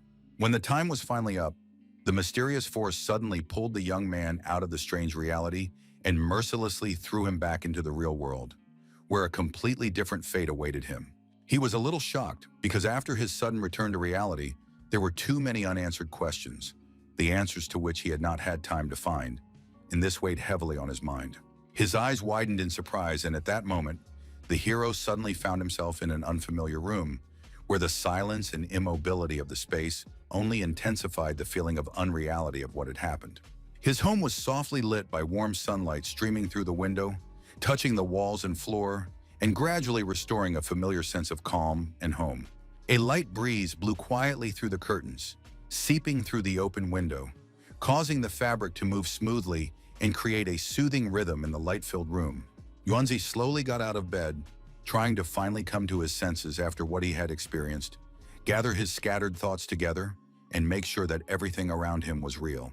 The young man was well aware that the mountain goddess had said something to him at the end, but the meaning of those words slipped from his memory, leaving only an uneasy feeling of an important message. However, the worst thing was that those words were not engraved in his memory at all, and this caused bitter disappointment and a feeling of a lost opportunity to understand the hidden meaning of the message. Yuanzi suddenly noticed that he was still wearing the same red shoes he had worn in the strange world, and this strange evidence of his experience made his heart beat faster. He instantly gave the order for them to deactivate, hastily trying to hide everything from prying eyes so that no one would notice the strange event. The boy was well aware that he could be caught at any moment, and that would inevitably lead to misunderstandings and serious problems with those around him. What she said didn't matter, because the spirit world was far behind him, and a completely different reality with new challenges and opportunities was opening up before him. His aunt lay on the bed and asked why her nephew always closed his door at night, with a slight caution in her voice and curiosity in her eyes, trying to understand his habits. The young man suddenly ran up to her and hugged her tightly, saying that he had been too sad, allowing his emotions to burst out and fill the space with the warmth of their meeting. That morning, it seemed to him that everything around him was unusually beautiful, as if the world had taken on new colors and was filled with amazing harmony and tranquility. At the office, Dongzi asked with interest if there was any news from the guy, trying to find out every detail and not miss any important information. However, Guanya called him 6 times, but all attempts were in vain because the phone remained off, causing anxiety and impatient anticipation. They were all very worried because they had no idea what to expect next, and every minute of waiting seemed endless and filled with anxiety. While the outcome remained unknown, anything could happen, and this filled every moment with unpredictable tension. Guanya gave the example of Schrodinger's cat, explaining that until someone opened the box, it was impossible to know if the cat was alive, and this was reminiscent of the uncertainty of the situation. In their case, survival in the Yulin Tunnel was almost impossible and practically zero, which made any hope extremely fragile and illusory. The team asked Wei Tai to be quiet because his words and behavior were creating bad energy, which was noticeably affecting the atmosphere and lowering the morale of everyone present. The guy didn't understand what he had said wrong, and his confusion grew as he felt that his words had caused an unexpected negative reaction. But the scouts just slapped their faces with their palms, showing helplessness and at the same time slight irritation at the situation they could not remedy. Guanya missed her new colleague, realizing that she really wanted to work with him and feel the support and cooperation of the team. She no longer hoped that the young man would return, realizing that it was almost impossible, and the feeling of loss was mixed with bitter acceptance of reality. If they couldn't get in touch with him by the end of the workday, there would be little hope, and this created a feeling of hopelessness and anxiety among everyone who was waiting for him. Dong's ordered that as soon as any news appeared, he should be informed immediately, emphasizing the importance of immediate response and control over the situation. The employee agreed, patiently awaiting further developments and trying to remain calm and ready for any turn of events. The manager was already leaving the office, leaving the two of them alone, creating a sense of silence and tension that heightened the gravity of the moment. But suddenly the girl's phone rang, breaking the silence and instantly grabbing both of their attention, making their hearts beat a little faster from the surprise. Startled by the unexpectedness, she jumped up and, turning the phone off speaker mode, saw on the screen that it was Yuanzi calling, and her heart was filled with surprise and joy. Grabbing the phone, Guanya sat confused with fear, not knowing what to do, her heart pounding and her thoughts confused by the unexpected call. Dongzi ordered the phone to be put on speaker so that everyone could hear the conversation, which increased the tension in the room, forcing those present to listen carefully to every word. So the scout picked up the phone and greeted the caller politely, trying to hide her excitement and immediately set a friendly tone for the conversation. Until then, she couldn't believe that it was the same guy she had been waiting for so long who was calling, and her heart kept beating with surprise and joy. Yunzi greeted his sister with a warm smile, happy to hear her voice and feeling a wave of sincere satisfaction from this unexpected conversation. He immediately announced that he had overcome that terrible ordeal and successfully returned from the spiritual world, his voice radiating joy and relief at his success. Those present in the office were shocked by the news, unable to hide their surprise and incredible amazement at what had happened. Dongzi began to rejoice immensely, saying that it was a true miracle that had happened, and his face glowed with happiness and excitement. Then he told everyone to keep it together, reminding them of the importance of calm and discipline even in moments of great joy. The Yulin Tunnel, which the Tai sect considered impossible to pass, had been completely cleared, and this was bound to cause a stir, and Yuan Shu's name would have spread after the very first task, gaining incredible fame. The important thing was that there were only a handful of trials for night travelers in all of Shanghai, and their rarity made each one extremely valuable and dangerous. The existence of the tunnel led to the organization losing many travelers, and these losses seriously undermined its authority and combat effectiveness. If this leadership remained in place, the number of new travelers would increase significantly each year, which could intensify competition and increase risks for the organization. In the future, the rewards would no longer be as generous as during the first sweep, but for the official side, the very fact of an increase in the number of travelers and a demonstration of increased activity was important. Guanya asked how he managed to pass such an important and extremely difficult test, and her voice sounded genuinely surprised and curious.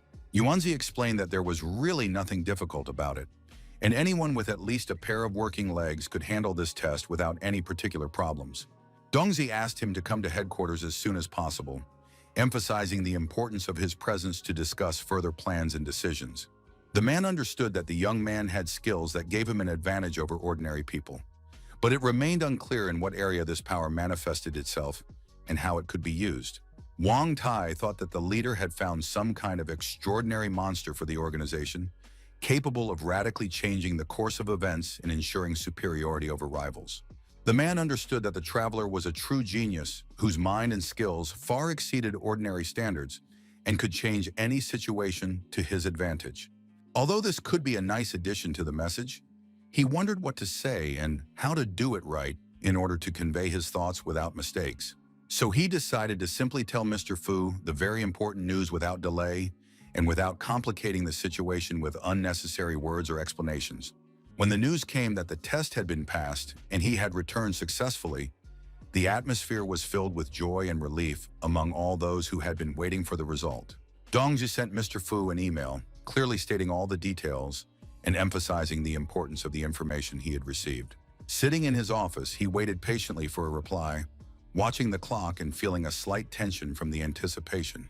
However, he did not have to wait long because the commander called immediately, and the call instantly broke the silence in the office, attracting his full attention.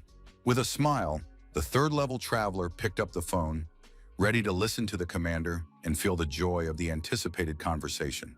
Commander Fu asked if the news was really true, as it carried with it an extremely important event that could affect the organization's plans and actions. Dongzi himself was in shock and had just finished a phone call with the young man a few minutes ago, trying to comprehend the incredible information he had just received. But it would take time to develop new leadership, as every step and decision required careful consideration and planning. In fact, Mr. Fu had no expectations of Yuanzi at that time, as he did not expect the young man to be able to overcome such difficult trials. However, if that person was able to pass through the Yulin Tunnel, then he possessed outstanding skills, even compared to other night travelers, and this made him extremely valuable to the organization. The man decided to report this to the Council of Elders and ensure that Dongze was generously rewarded for his important information and correct actions. The head of the organization immediately began to smile when he heard that he would receive a bonus, and his face glowed with joy and satisfaction. The scout did not know whether he should keep this news a secret, and his thoughts were mixed with excitement and caution. The problem was that many of the officers had long been aware of the wanderers sought by the White Tiger Corps, and they would not be able to keep this information secret for long. Commander Fu said that he should be wary of what was happening within the Five Elements Alliance, and stressed that they should avoid a repeat of the incident with sobs of the 100 Flowers and outmaneuver their opponents cautiously and willingly. Dongzi asked the gentleman for advice, seeking valuable guidance and wise instructions for the right course of action. The man clearly instructed him to add more money, emphasizing the importance of financial support for the successful completion of the task. The worker did not understand what this meant in the given situation, so he politely asked again to understand all the details and avoid mistakes in his work. The gentleman explained that he himself did not like to win people over with money, but it was precisely such actions that gave him a reliable and long-term effect.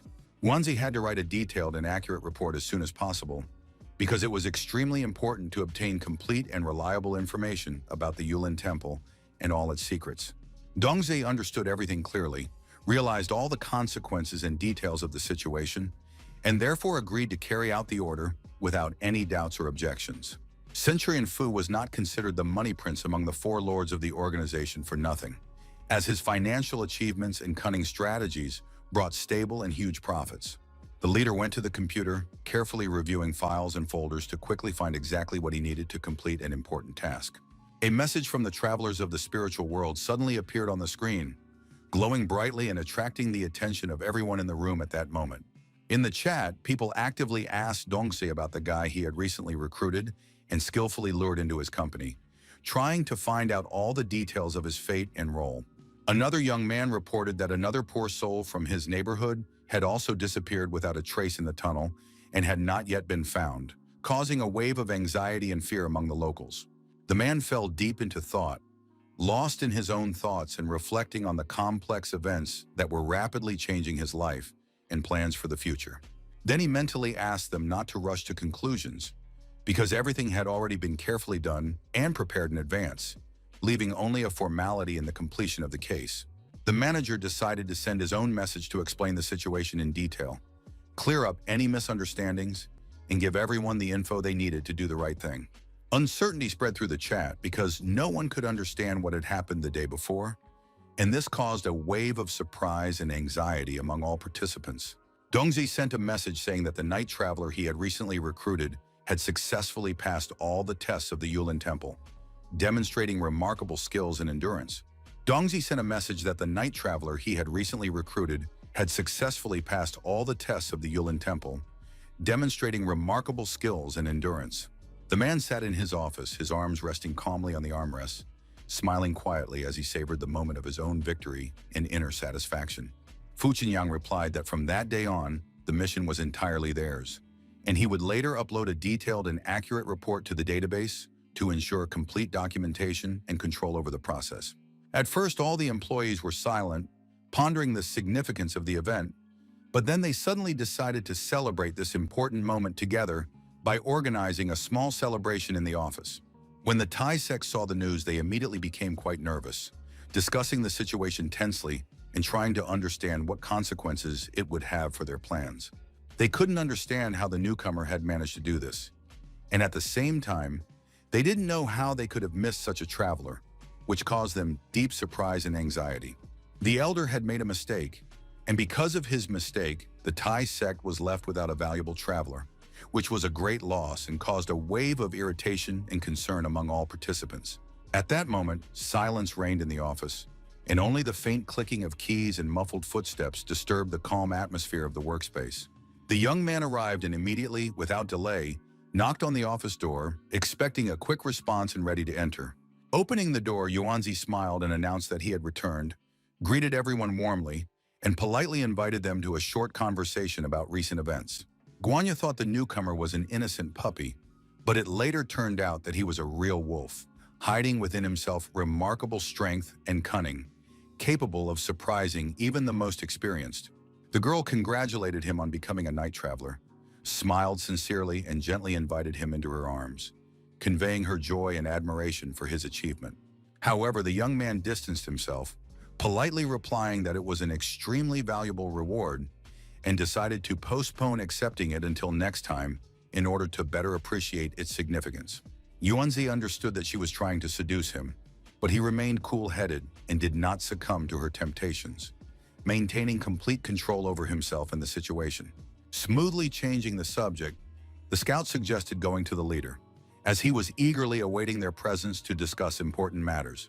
The sister explained to him that he did not need to reveal anything about his inventory, as concealing his methods was absolutely necessary for the safety and success of their actions.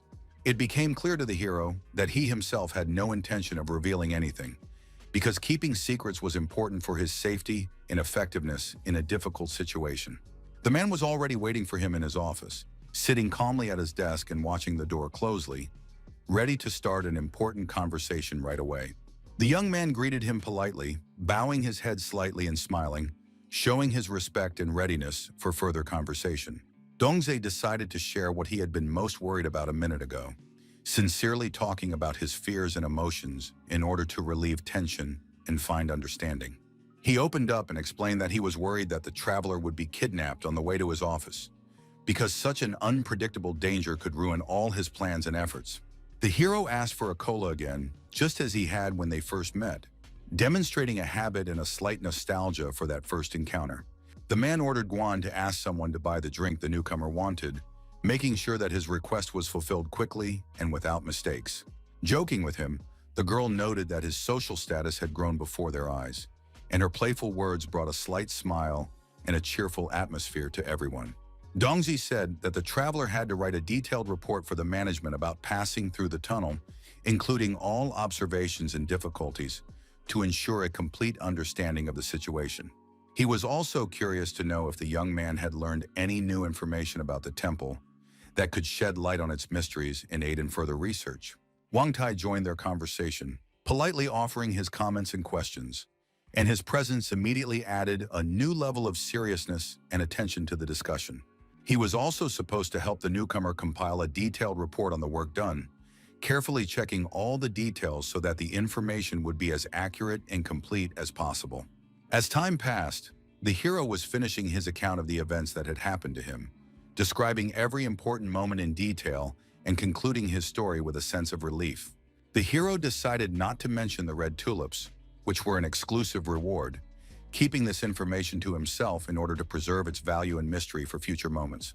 The man knew that Pest's conquest of demons was to be a fairly high-level reward, capable of significantly raising the status of the recipient and opening up new opportunities for the development of his skills. They jokingly called the spiritual world a game, but in reality, everything was much more serious, because artifacts were quite rare and each had unique properties, which made them extremely valuable. In the future, most likely, the stage with the artifact that the young man took out in the killing of the tree will simply disappear, and the difficulty of passing through the tunnel will be significantly reduced, simplifying the task for subsequent travelers. If an item is taken away in the spiritual world, its weight immediately changes, and if you die inside and leave your body to a monster, the weight increases significantly, making it more difficult to pass through and increasing the risk for others. The guide was only intended as general information, but specific actions had to be taken depending on the specific situation, taking into account all circumstances and possible consequences. Wang Tai concluded that if the shoes remained in that world, their weight would not decrease, which meant that future travelers would have to overcome the same difficulties. Yuanzi understood that his colleague had hit the nail on the head, accurately identifying the essence of the problem and expressing his thoughts in a way that fully matched the reality of the situation. They understood that everything was strange because the information he shared did not correspond to the expected difficulty of level S, causing them to doubt and wonder. The team thought that the traveler had not told the whole truth, keeping some details to himself, which made them doubt the completeness of the information they had received. The guy continued his story, noting that in addition to the demon, there was also a stone coffin in the cave, which created a feeling of mystery and threat at the same time. The leader immediately asked what was inside the stone coffin, trying to find out all the details and understand its significance for the events in the cave. Yancy cautiously reported that inside was the body of the mistress of the mountain, and after he carefully lifted the lid, she suddenly woke up, causing shock and surprise to everyone present. The man cried out, and his emotions instantly changed from shock to dissatisfaction, reflecting a mixture of surprise, anger, and anxiety at the same time.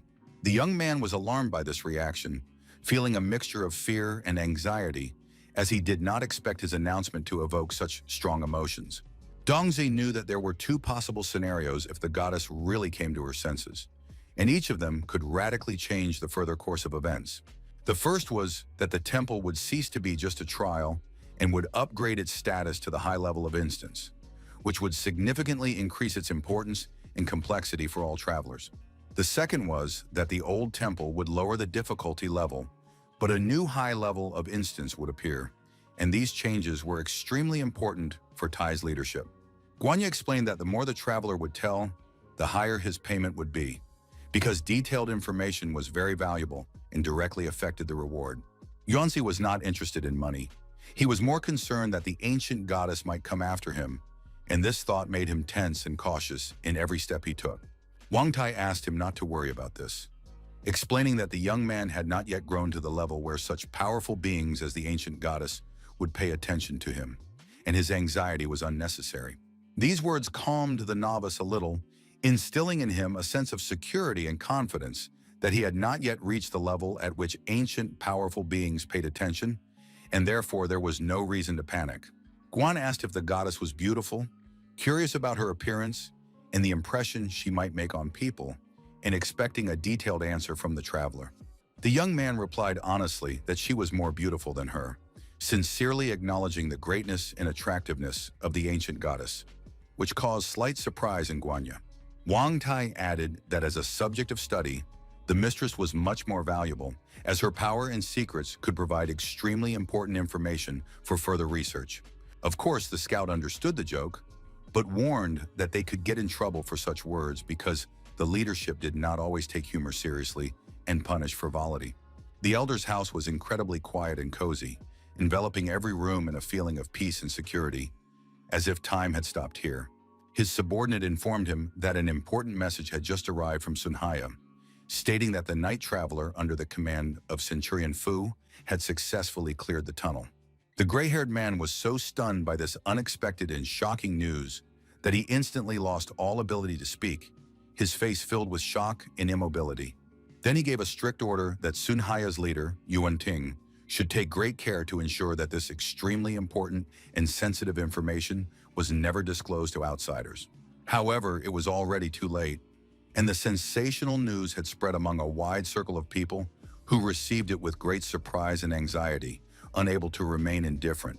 The elder felt completely surprised and confused, not understanding what exactly he should do next and how to respond to a situation that was rapidly spiraling out of control. However, his soul was also oppressed by the fact that Centurion had already sent them instructions, leaving a feeling of pressure and inevitability of decisions that would have to be made without the right to make mistakes. Added to all this was another extremely important piece of news that the servant had to convey, feeling the weight of responsibility and tension, because the elder's future position depended on its content. Namely, the fact that the ancient day traveler had unexpectedly awakened caused deep anxiety and fear in everyone, because his appearance could radically change the course of events and affect the fate of many people.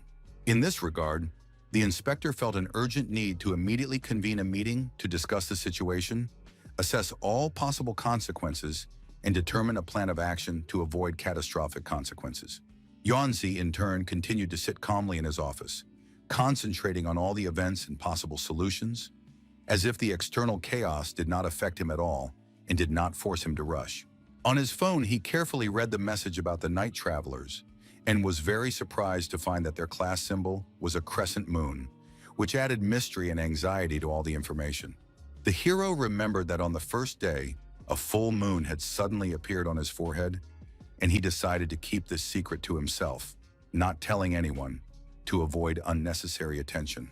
It could be concluded that the case was extremely unusual, and it was necessary to carefully find out whether it was bad or good, because there was no information about such a phenomenon on forums or in any sources.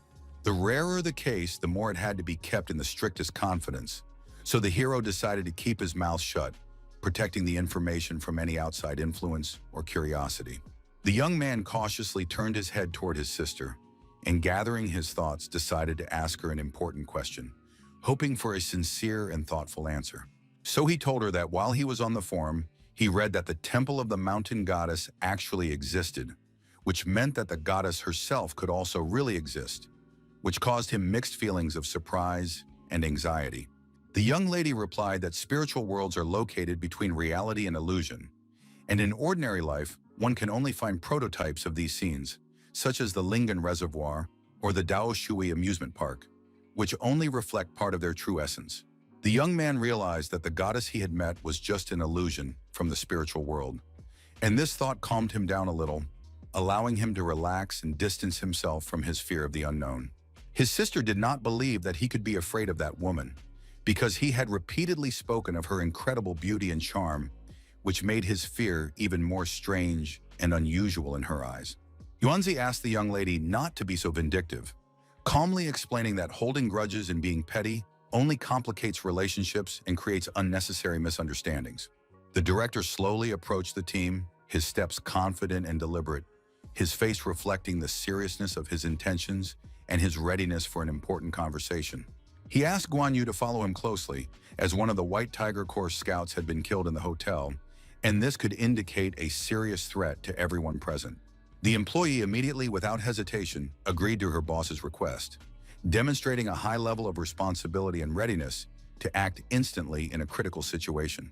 Dongzhe also advised the young man to go to university, explaining that there were no other matters to attend to in the afternoon and that it would be a useful time for study and self-development. However, the young man couldn't stop thinking about the fact that the spiritual world traveler had been killed, and this thought deeply frightened him, causing him to feel anxiety and danger that could overtake him as well. A meeting of key figures was held in a large room where important issues were discussed in detail, and the atmosphere was tense due to the weight of the decisions made and the responsibility of the participants. The man reported that the sect leader had recently sensed the death of the demon lord, and this news caused serious concern among those present and increased the tension in the room. This meant that the main threat to the Thai sect had been completely destroyed, which gave the meeting participants a sense of relief and hope for stability and security in their environment. However, the character card had not returned to the spiritual world. Its location remained unknown, and everyone had to make every effort to find the descendant of the Lord and establish control over the situation. His main sign was to be not a crescent moon, but a black full moon, and as a reward for successfully passing the test, he was to receive a unique character card that no other travelers had. The academy grounds were neat and peaceful, with well-kept alleys and clean buildings, creating a balanced atmosphere of order where nothing distracted from studying and focused reflection. Meanwhile, Yuan-Si had already reached his higher education institution on his bicycle, feeling the light breeze on his face and preparing for a new day full of learning and opportunities for self-development. It was only a 10-minute ride from his house to the university, which was a testament to the young man's good physical condition and endurance, as he effortlessly covered this distance every day. Out of the corner of his eye, the student noticed Shu Menon at the gate, once again patiently waiting for his sponsor father. His posture and attention to detail betrayed his usual persistence and patience. They talked about the girl who was picked up every Monday by a man in a luxurious, shiny car, discussing her habits and the impact of this event on those around her. The students noticed Yuan-Si and immediately reminded him that they needed to do the lab work together, as time was running out and joint preparation was important for a successful result. The young man realized that they were talking about the queen of the group, and that society was sinking deeper and deeper into luxury and pleasure, where ostentatious glitz and vanity were gradually overshadowing sincere feelings and true values. The hotel building stood majestically in the middle of the city, like a skyscraper, dominating the neighborhoods, casting a long shadow and attracting the attention of passers-by and visitors to the metropolis. The police blocked the entrance due to an open criminal case, setting up barriers, posting patrols, and completely restricting access to outsiders and random passers-by. Experts thoroughly investigated everything around, carefully examining every detail, recording traces, taking measurements, and documenting the situation for further analysis of the case. Zhao Yingjun was a public safety consultant and also a member of the second-level White Tiger Corps, with high authority, considerable experience, and influence among law enforcement agencies. The woman who died was named Liu Xiaowei. She was an ordinary person with no special status, but she was in a secret relationship and was the mistress of the man mentioned earlier. There were no signs of a struggle in the room. The surfaces remained intact and tidy, and only in the trash can did experts find used hygiene products, which caught their attention. Both victims had been stabbed in the heart with a sharp object, but there were no signs of torture or abuse. Investigators also considered the possibility that the woman had been raped immediately before her murder. The manager understood that this was an extremely serious matter, as public security officers had already reviewed the surveillance camera footage, but had not figured out how the killer had left the scene of the crime. Guanya understood that ordinary travelers would not dare to attack members of their alliance, so she was increasingly inclined to believe that this was the deliberate work of a traveler with dark powers. Dongzhe knew that the first thing to do was to check all of Zhao Yingjun's recent social contacts, because if the criminal really possessed dark powers, then the seriousness of the case could reach a whole new level. At the time of the murder, the victim had only one card on him, which was a protective artifact, and its presence only reinforced the suspicions, as it had failed to prevent the fatal blow. With the protective item at hand, it was not easy to torture him, and the residents of the neighboring rooms heard nothing, which only confirmed the professionalism of the attacker's actions. Based on all the information they had been able to gather at that point, it was relatively easy to assess the killer's skills, as his actions indicated a high level of training and extreme danger. A police officer reported that just a few minutes ago, they had received new materials on the case that could significantly affect the further course of the investigation. The investigation revealed that Zhao had many lovers, usually female students, and each time he chose different hotels for their meetings, but the killer unerringly found the address and room number. The head of the alliance thought that they could get a lot of valuable information from the women who spent time with Zhao, as they probably knew the details of his habits, movements, and contacts. Regardless of whether the murder was an act of revenge or whether the case was indeed in the hands of a dark-class traveler, everyone needed to be extremely cautious. Guanya suggested calling Yuanzi so that he could absorb Zhao's spiritual body and obtain his memories, which would reveal hidden details about the victim's life and movements. They understood that it was in this context and using this method that they would be able to get closer to the truth and gain a clear understanding of the killer's personality and his true motives. The Thai sect summoned all official night travelers to the capital to discuss important matters. But Yuan Tina was absent from Songhai, which created additional difficulties for coordination. The girls suggested calling another colleague, as it was obvious that the killer had deliberately chosen a time when most of the employees had already left for the capital in order to act unnoticed and unhindered. At that moment, she remembered the newcomer and realized that there was no need to turn to the Thai sect, as her new colleague could help solve the case and gather the necessary information on his own.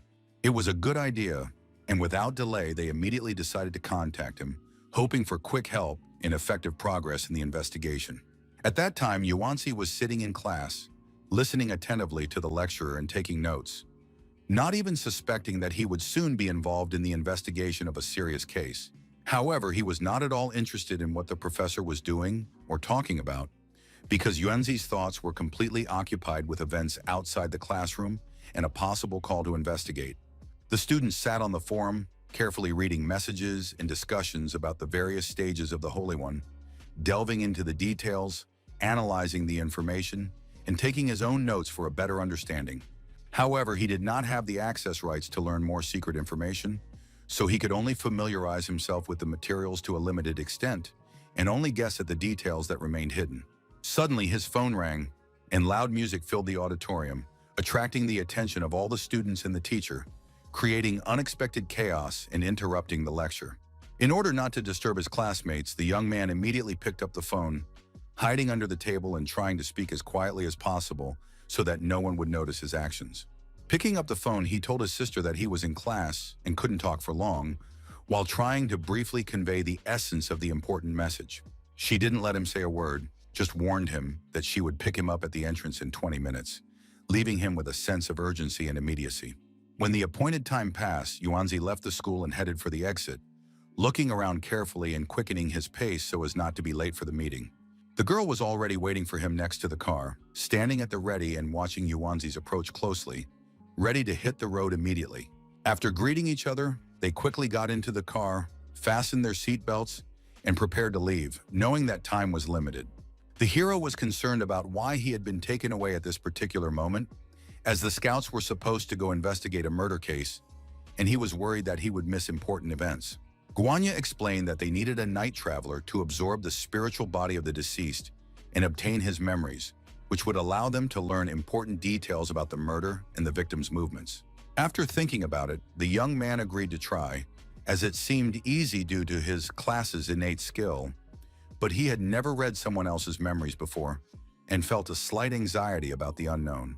The team decided to try and see what results it might lead to, hoping to obtain new information that would help in the investigation. From the window, the young man noticed a student walking down the sidewalk. Her calm gait and appearance instantly caught his eye amid the noise of the street. It was Shu Menon, and he didn't like her outfit at all, causing a slight irritation in his heart and a desire to distract himself from her appearance to more important matters. So, after a while, the traveler was already in the morgue, carefully preparing for the procedure of absorbing the spiritual body and analyzing the situation around him. The atmosphere around him was extremely tense, and a depressing silence hung in the air, as if emphasizing the importance and seriousness of what was happening. The boss told him to get started right away, stressing how important it was to act fast and accurately so they wouldn't miss any details in the investigation. Yuanzi approached the victim, simultaneously tuning in to spiritual contact, focusing his attention and preparing his mind to absorb memories. His gaze immediately changed, his eyes turning blue, emitting a strange light and hinting at the beginning of the process of absorbing the spiritual body. Yuanzi seemed to be in another world at that moment, completely immersed in the space of the deceased memories, persistently searching for the information necessary for the investigation. After a person's death, most of their consciousness dissipated, leaving only the deepest part of the mind, an obsession that preserved the strongest memories and emotions of the deceased. But the memories immediately before death were the strongest, and they were the easiest to read because they retained intense emotions and clear details of events. The traveler set about doing just that, working confidently and decisively, carefully extracting the most vivid memories from the deceased consciousness to obtain the necessary information. The deceased memories flowed like water, rushing through all the moments of his life, intertwining events, emotions, and details that gradually became accessible to the traveler's mind.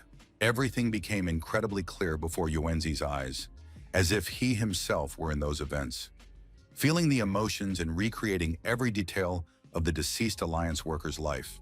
The problem was that only one girl came to mind and no one else was visible, which limited the amount of information and made it difficult to find other details. She was completely defenseless and deeply traumatized, her appearance and behavior clearly betraying her intense fear, anxiety, and suffering, which instantly and powerfully struck Yuanzi. The traveler could not understand why only one woman appeared in the memories of the deceased man, and in such a state because it limited access to other important information. The young man understood well that the manager needed to explain all the important details of the task to him in more detail in order to avoid misunderstandings and mistakes in his work. At that very moment, a shiny blade suddenly appeared in front of the young man, threatening him with serious danger and forcing him to react instantly. After that, the man remembered another man who persistently asked about the Holy Grail and a long list of details that seemed completely incomprehensible. Once he said he knew nothing, but the strange thing was that he could clearly hear his own voice echoing in his head, as if he were an outside observer of his own thoughts. The stranger replied that he had not taken advantage of the opportunity he had been given, and now felt deep disappointment and the weight of a lost opportunity in his heart. What exactly he meant by these words remained unknown, and no one could understand the true meaning of his thoughts or the hidden motives behind his speech. The hero felt his body suddenly touch the cold blade of a sword, and from this touch, a feeling of sharp pain and tension ran through his entire body. Then he grabbed his head sharply, as if trying to chase away obsessive memories and focus in order to come to his senses and regain clarity of thought. The same stranger who had previously harmed the girl and her body reappeared before the traveler, and his presence caused a wave of fear and tension. Yuanzi decided to emerge from the memories of the deceased in order to convey all the information and reveal all the secrets that could be important for understanding the situation. He saw the killer, but he was deeply frightened by the fact that he could read other people's memories and learn their innermost thoughts and secrets without any resistance. Guanya wanted to hug him, but the leader strictly forbade it, asking her to behave elegantly and restrainedly so as not to disturb the order and dignity of the situation. Dongzhi asked the newcomer what the man looked like and what distinctive features he had in his face and behavior so that he could accurately imagine his appearance and character. The young man replied that he was a man of about 35 years of age, of medium height and strong build, with a scar on his left cheek, sparse eyebrows, and a fierce, piercing gaze that was frightening. The chief understood that with such detailed descriptions, they could easily identify the killer and track his actions without unnecessary delay or mistakes. Guanya asked if the lawbreaker had committed any violent acts against the woman, trying to determine his true danger and motives. A memory immediately flashed before the young man's eyes, and he instantly realized that this was indeed the case, confirming Guanya's words and the authenticity of the event. The sister concluded that the killer was mentally unstable, as his behavior and actions showed a lack of control over his emotions and aggressive impulses. Dongs wished that monsters like him would always burn in hell, suffering eternal torment for their cruel and ruthless deeds. Wanzi did not understand why the group was so confident about the criminal's mental state, as there was no direct evidence or medical data to confirm this. Then the chief asked if he remembered the punishment mechanism for low morality, and he replied that he did, confirming that the rules were clearly known and understood by him. So the master continued, explaining that the murder of Zhao Yingjun's mistress was committed in order to eliminate a witness, but violence against the victim would cause him to lose additional points for moral violations. If a traveler in the spiritual world commits a crime, morality points are deducted from him, and any person in their right mind will try to avoid activating the punishment mechanism so as not to lose additional points. Murder for the purpose of elimination is a necessary measure, and people may take such a step in two cases: when they have an excess of morality points without fear of loss, or due to serious mental health issues. Guanya knew that travelers with such mental health issues had to be eliminated, because in megacities like theirs, they were like time bombs, and sooner or later their level would fall below 60. Even after completing the test, travelers could be left with severe psychological trauma, which over time would manifest itself in the form of fears, panic, or unpredictable behavior. This also applied to Yuanzi, and as soon as he feels any problems with his head, he will need to immediately inform his superiors, who will arrange psychological counseling and support for him. The hero asked about the killer's DNA because he did not believe that a person could completely get rid of all traces without leaving any biological evidence that could be used for identification. If there was anything, even the slightest thing, they could easily find it and identify the criminal. Dongzi wanted to learn even more minor and hidden details from the victim's memories, hoping to find important clues there that could help restore the full picture of events. Yunsi reported that the criminal had tried to extract from Zhao the exact location of the Holy Grail and a detailed list, seeking to obtain valuable information for his own purposes. The girl and the manager looked at each other, both in deep shock, unable to immediately process all the terrible information that had just been revealed. They did not understand what the newcomer was talking about, and the situation was complicated by the fact that they could not remember anything that could shed light on it. The man immediately realized that Zhao had been hiding a lot from them, and this made him suspicious of the truthfulness of his words and intentions. The chief thanked the night traveler for his work and asked him to follow Guan to make a photo fit and create an accurate portrait of the culprit. He also instructed the girl to order a special suit for the young man, which he would need to perform his duties. In the future, he was to wear an official uniform, which was a personal requirement of the chief because, in his opinion, ordinary clothes did not look elegant and dignified enough for the performance of his duties. Yuanzi did not understand how this related to his work, because at first glance, the requirement to wear a formal uniform seemed unnecessary and unrelated to the performance of his duties. He felt even more strongly that the director was overly obsessed with refinement, as all his requirements and rules concerned only appearance and elegance, rather than actual work. The two of them went to another room to start working on a photo fit and accurately recreate the image of the culprit. The hero looked at his stats and saw that his experience had risen to 44%, and after devouring the soul, a pleasant warmth spread through his body. Night travelers can increase their level through such work, but the Thai sect is not enthusiastic about it. Every time they help interrogate a spirit, she did not explain clearly why this was so, but simply said that she was only a scout and her skills were limited and of little use, leaving Yuanzi to draw his own conclusions about her true level of skill and experience.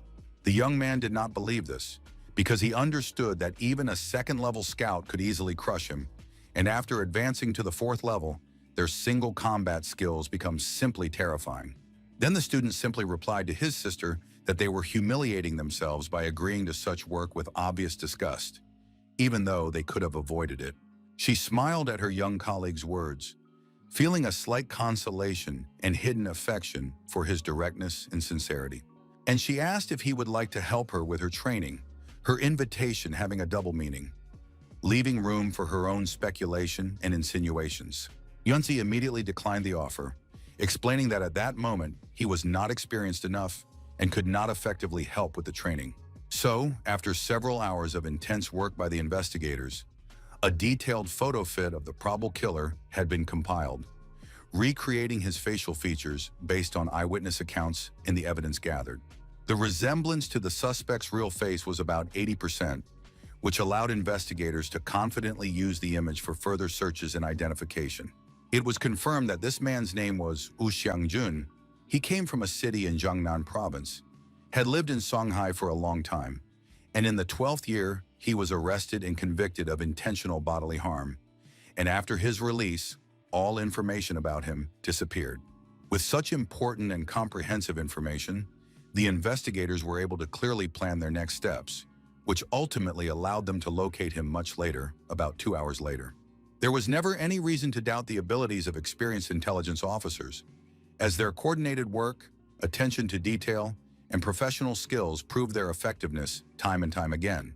The commander ordered the young man not to interfere in the events that were to follow, because despite his extraordinary combat power, at that time he lacked the real experience and psychological stability of a true warrior.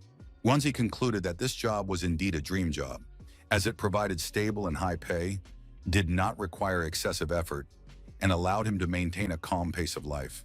The investigators realized that the criminal had not left the city, as he still had unfinished business. Finding the Holy Grail in an important list, without which he could not disappear.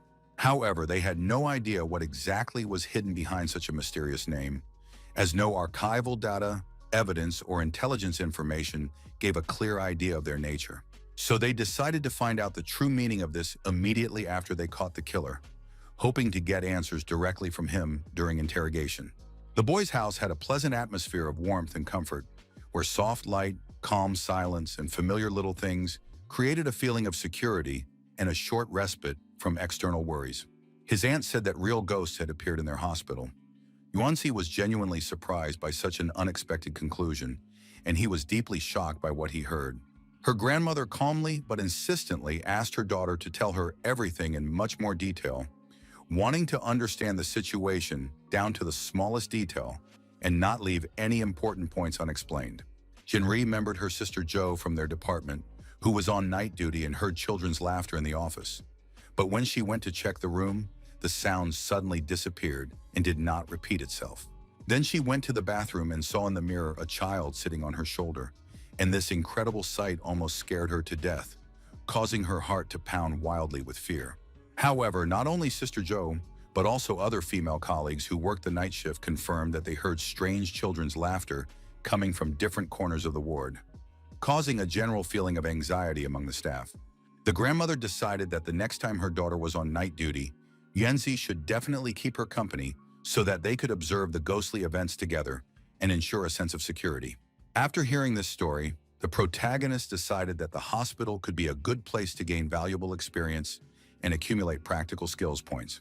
He needed to significantly increase his strength before entering the spirit world again, and he realized that devouring spirits was the most effective way to quickly raise his level. Births, illnesses, and deaths happen all the time in hospitals, and for the night traveler, it's the perfect place to gain experience and increase his strength, because he can observe and interact. Crematoriums were also an ideal place to increase his level, but they were all located in the suburbs, and getting there was too far and inconvenient for quickly gaining experience. The hero could not understand why the Thai sect never used such an effective method of increasing strength, and assumed that perhaps it was due to some strict internal rules or prohibitions unknown to the outside world. Upon entering, the young man noticed several vacant seats that caught his attention, and he decided to go there, hoping to find a comfortable place to rest and observe the events around him.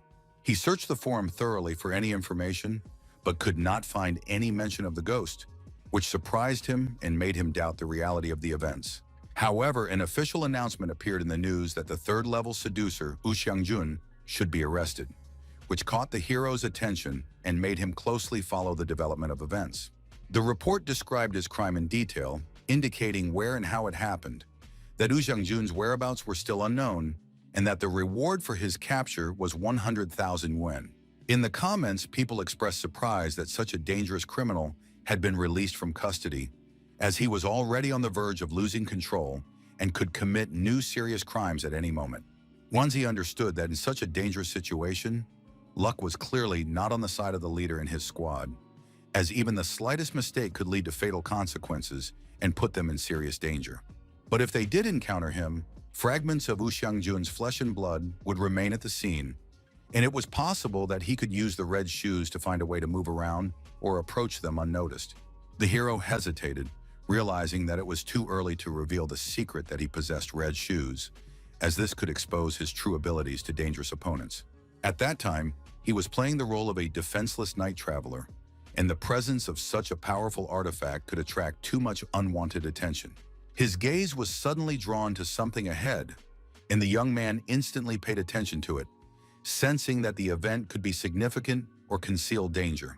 The soul of the deceased grandfather was in that place, and the traveler quickly realized that he could use this encounter to gain valuable experience points to increase his own strength. He began to observe this person closely and follow them, carefully choosing the right moment to interact and trying not to draw unnecessary attention to his presence.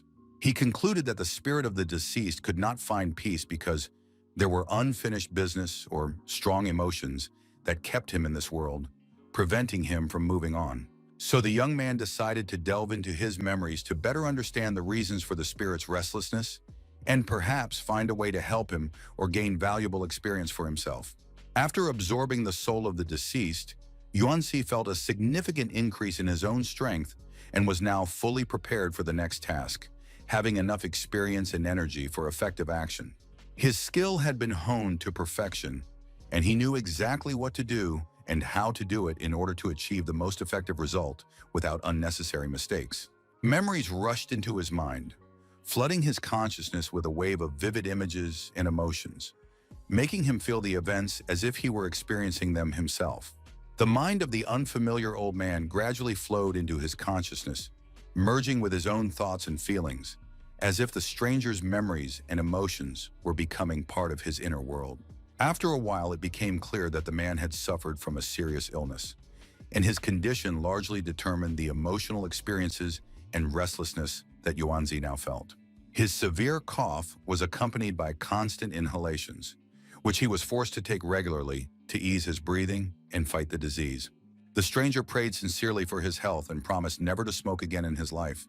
But it was too late, and the disease continued to mercilessly exhaust his body. The young man, seeing everything with his own eyes, was instantly frightened and began to shout loudly that he would never smoke himself, realizing the danger and terrible consequences of this habit. His gaze was full of determination and deep disgust for such a thing, reflecting his inner indignation and rejection of the harmful habit and the consequences it caused. The medical staff at the time noticed the young man and his inappropriate behavior, paying attention to his reactions and actions, which differed from the expected norms and caused concern. The hero explained that he was tormented by a severe cough and had finally decided to quit smoking, hoping that it would help improve his health and avoid further problems. After that, the traveler had to review his level and growth on the panel, assessing the experience gained and changes in his own strength after interacting with the spirit. As a result, Zhao's spiritual body brought him 2 experience points, while an ordinary person gave him less, and the difference in their value was noticeable, which showed the importance of interacting with powerful spirits. Therefore, the young man would have to absorb significantly more spiritual bodies of ordinary people to gain an equivalent amount of experience and raise his level as effectively as after interacting with a powerful spirit. Looking around the corridor, he realized that there were enough spiritual bodies here to significantly increase his level and effectively increase his own strength without unnecessary effort. The young man mentally asked the spirits to come closer to him, hoping to absorb their energy more effectively and accumulate the necessary experience points for his development more quickly. The traveler sat on a stone ledge amid the silence of the old forest and continued to carefully examine and observe the souls slowly moving around him. He noticed a young man walking ahead on a narrow path between tall trees, walking calmly and not noticing anything around him. He immediately decided to absorb his mind, slowly approaching him in the shadows, coldly and confidently preparing to break his victim's will and completely subjugate his thoughts to his dark power. Each time, this process became easier for him, becoming more natural and deeper, allowing him to control other people's thoughts faster, more accurately, and more confidently, without unnecessary tension and doubts. In just a few moments, the traveler could look into his memories, immersing himself in vivid images of the past, feeling the boy's emotions and thoughts as if they were his own. Before him appeared 2 friends making their way home, walking down the street with bags on their shoulders and exchanging light conversation, laughter, and plans for the evening, oblivious to their surroundings. One of them was drunk, staggering along the sidewalk, stopping frequently and struggling to keep his balance, his gaze blurred and inattentive to his surroundings. His companion was quite caring, even more so than any girl, constantly supporting his friend by the arm, watching his steps and trying to carefully save him from falling at every turn. However, their movements towards each other were quite strange and frank, filled with unnatural closeness and casual openness, which attracted attention and caused slight surprise. Yunzi understood that the relationship between them was completely wrong, feeling an inner sense of anxiety and discomfort because of their strange closeness and behavior that contradicted the usual norms. The hero could no longer watch such memories, feeling his mind overcome with disgust and exhaustion, forcing him to turn away and push away the emotions of others, which were becoming too heavy for him. As their relationship shifted from friendly to intimate with each passing second, the hero felt a growing inner tension and discomfort, unable to tolerate such intimacy any longer. The young man screamed and trembled at what he saw, his body shaking with fear and shock, his voice rising in a panicked scream that reflected his deep inner anxiety and disgust. The patients sitting nearby looked at him in surprise, their eyes wide and their conversations halted, struck by his sudden reaction and the palpable panic that burst through his behavior. The man asked if the boy was okay, leaning forward slightly with a serious and concerned expression on his face, closely observing his behavior and reaction to his surroundings.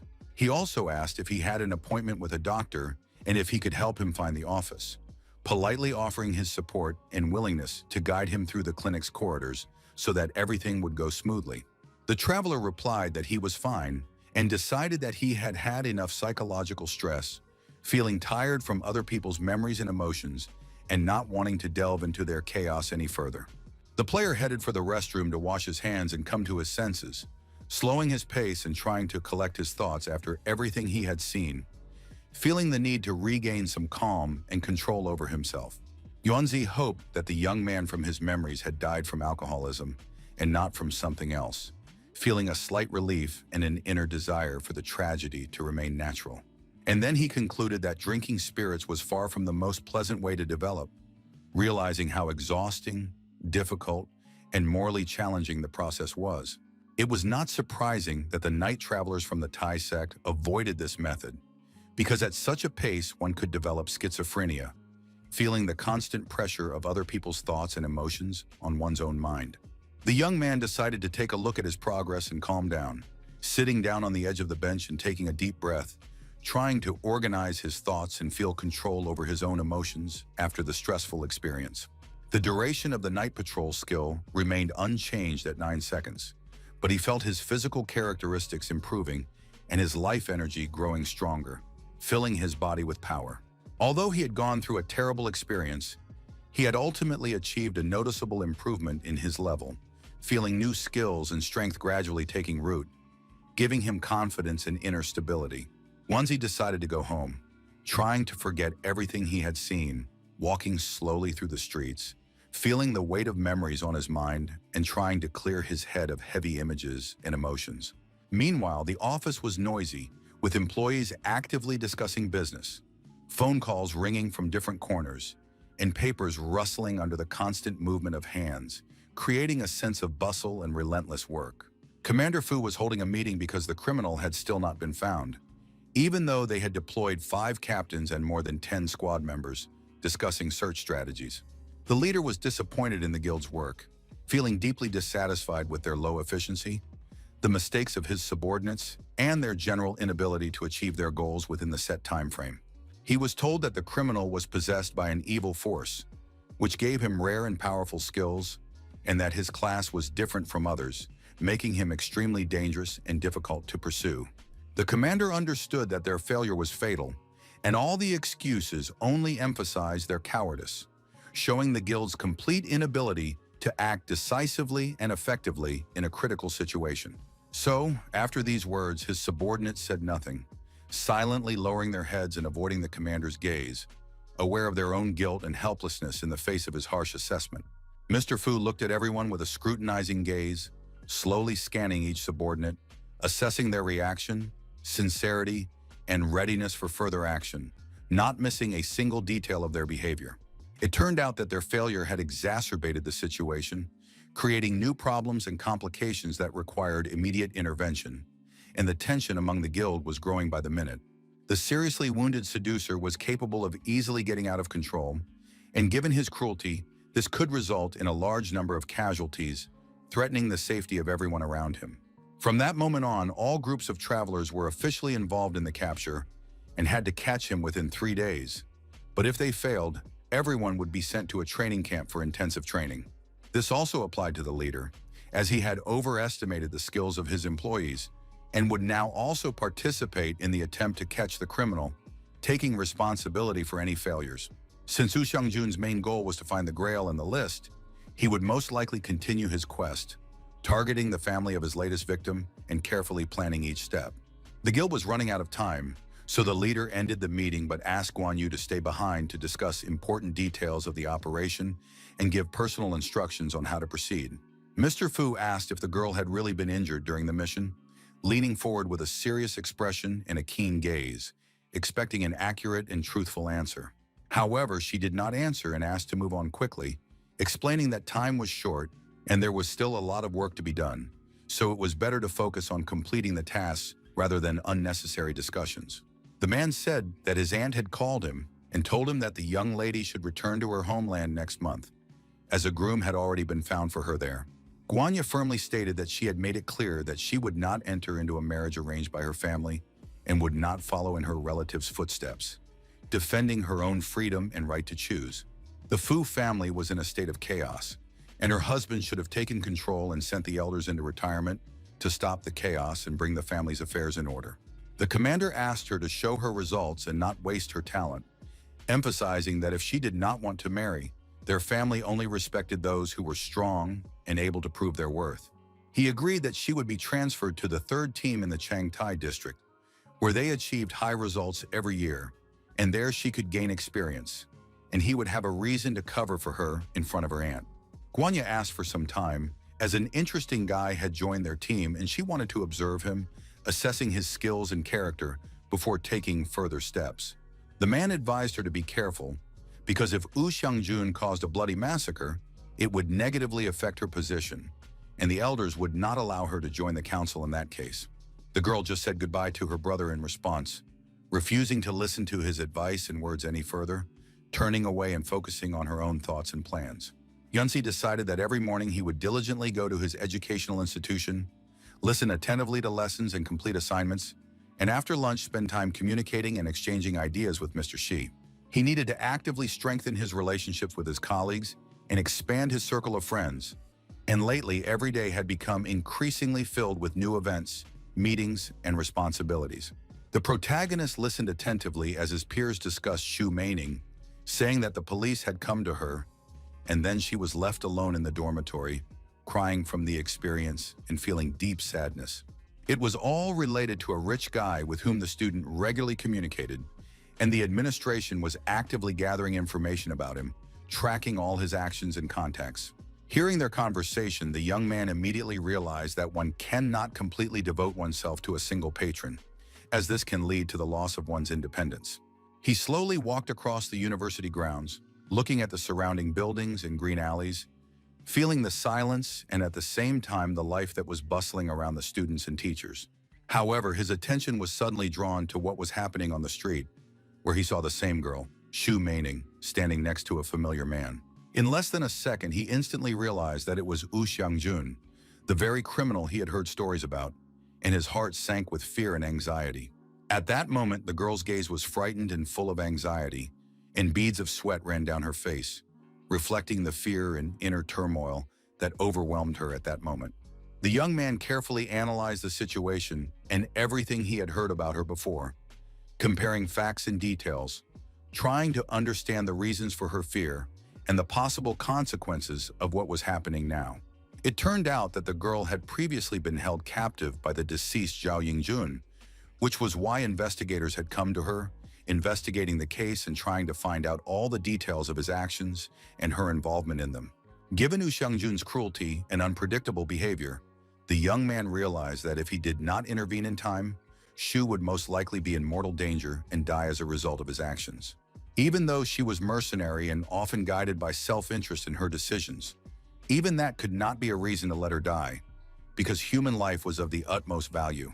Wanzi immediately wrote a message about what he had seen with his own eyes, briefly outlining the details of the situation, and then reported that he was going to follow them discreetly so as not to lose sight of them.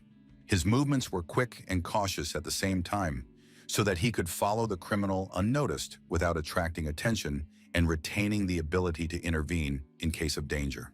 Suddenly, the traveler's phone rang, signaling a new message, and the sound made him pause for a moment, looking closely at the screen and preparing to continue.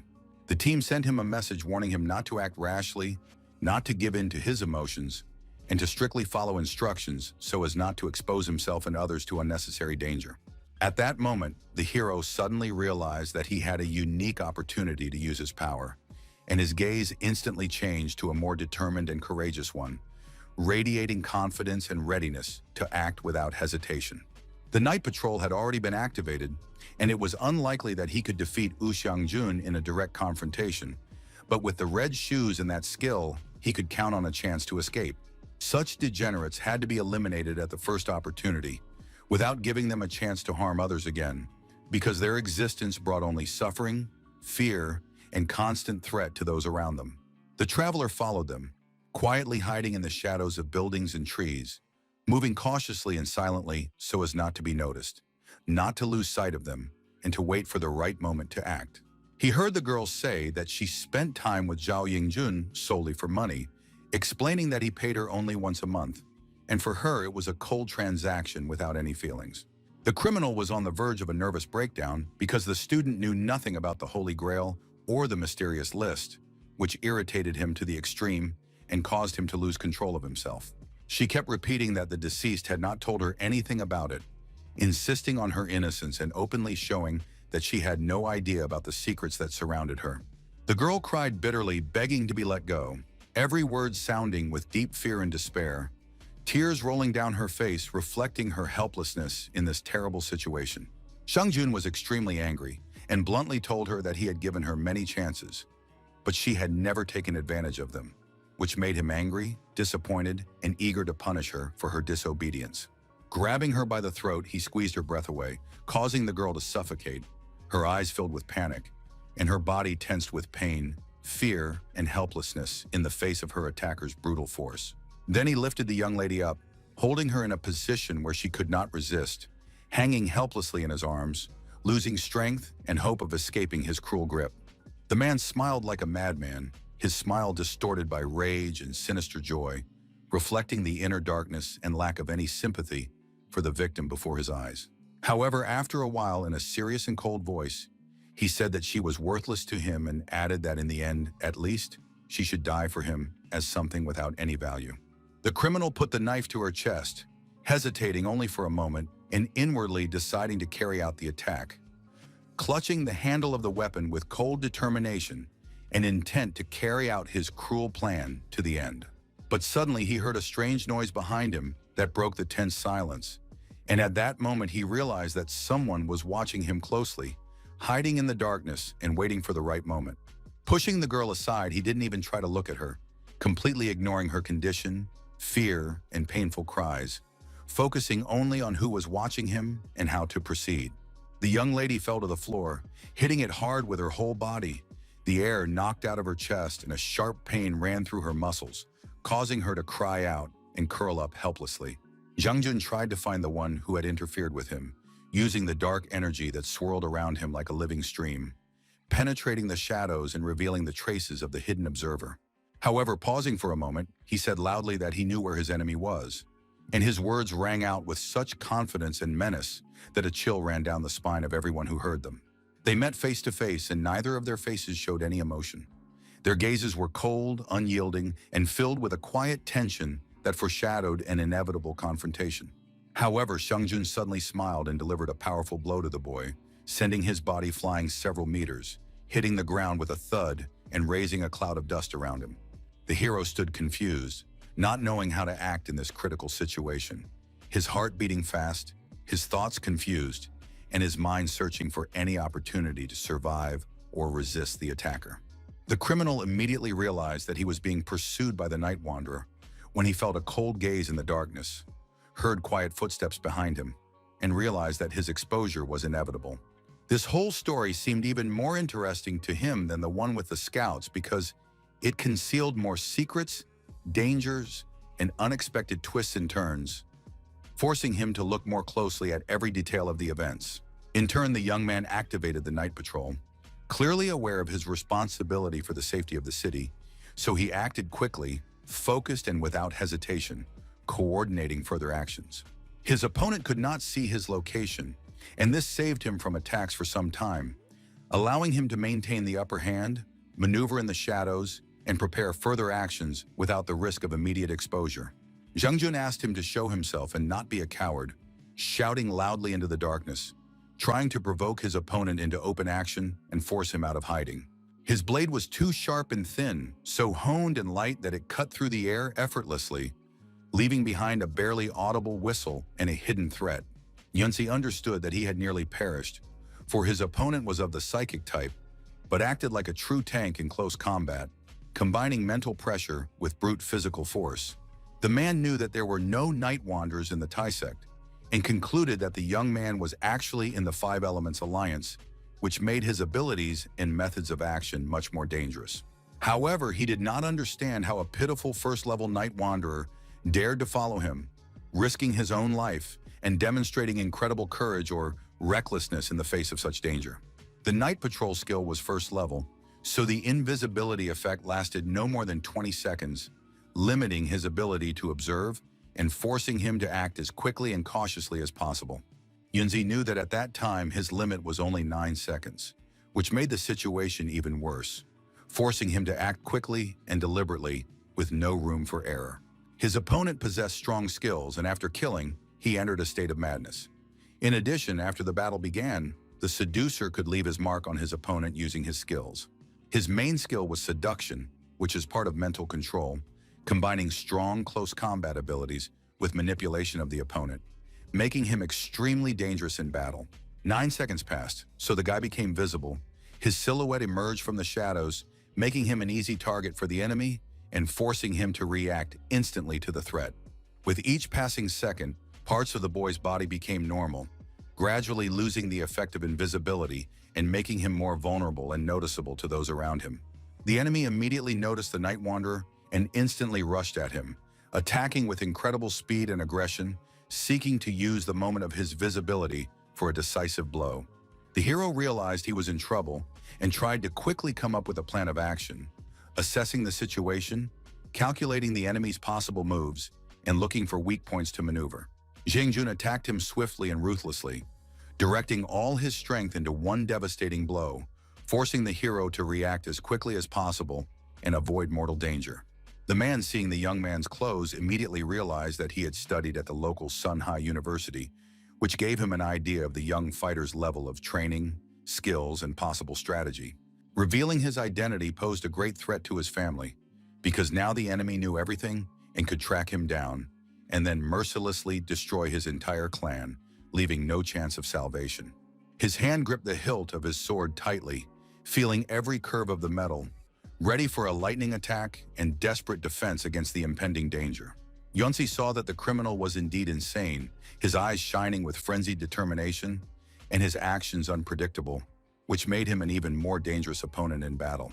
He couldn't hide forever, and if he couldn't finish off the enemy with one precise strike, there would be no point in trying to attack him again. The hero would have enough for about 2 uses of night patrol, after which he would have to flee, because if he did not eliminate the enemy right there and then, his entire family would inevitably face mortal danger. The enemy possessed 3 skills: seduction, rage, and mark. The first could be disregarded without killing, and the mark had probably already been applied, but the artifact was still hiding its effect. In fact, the player understood that he had to beware of his close combat abilities, assessing the strength of his blows, the speed of his attacks, and the potential danger that his opponent could pose in direct contact. The best time for the young man to attack was at night, when his abilities were fully revealed, but at that moment it had not yet come, which greatly complicated the choice of the right strategy. Yunzi had no choice but to use his shoes, relying on their speed and maneuverability to gain a few precious seconds and avoid the enemy's deadly attack. The criminal was already waiting for him, standing calmly with his feet on someone else's car, demonstrating his audacity and complete confidence in his own superiority and the inevitability of the upcoming confrontation. He had to wait a little longer, just 3 seconds, and the student in front of him would appear, stepping out of the shadows, ready for confrontation and forcing the criminal to react quickly. The man was completely confident in his own strength and had no doubt that he could easily eliminate the young man, considering him a weak opponent who was incapable of serious resistance. But his gaze was drawn to something else entirely, something unexpected and disturbing that instantly forced him to shift his focus and be on guard against an unknown threat. Red shoes suddenly appeared in front of Xiangjun, causing him to become confused and momentarily lose his concentration on the fight and his assessment of the situation. He immediately realized that this was an artifact, aware of its extraordinary value and potential power, which could radically change the course of events at any moment. The shoes then invited him to dance together, and to agree he had to step in place, demonstrating his willingness to obey their rules and accept the magical interaction. The man did not pay attention to the shoes, simply thinking that they were an ordinary item whose price was insignificant, and did not even imagine that they could have a much stronger essence or meaning. A broad smile spread across his face, reflecting his inner joy and satisfaction with what was happening around him, without hiding his emotions. The criminal was extremely confident and cold-bloodedly said that just one drop of blood from the tip of his tongue would destroy the object he was guarding so closely, without a doubt. However, the red shoes remained motionless, standing in silence and waiting for their time to dance, as if they themselves sensed the magic and movement that was about to come. Xiangjun continued to smile, looking directly into the face of danger, demonstrating incredible courage and calmness that nothing could shake, even in the most dangerous moment.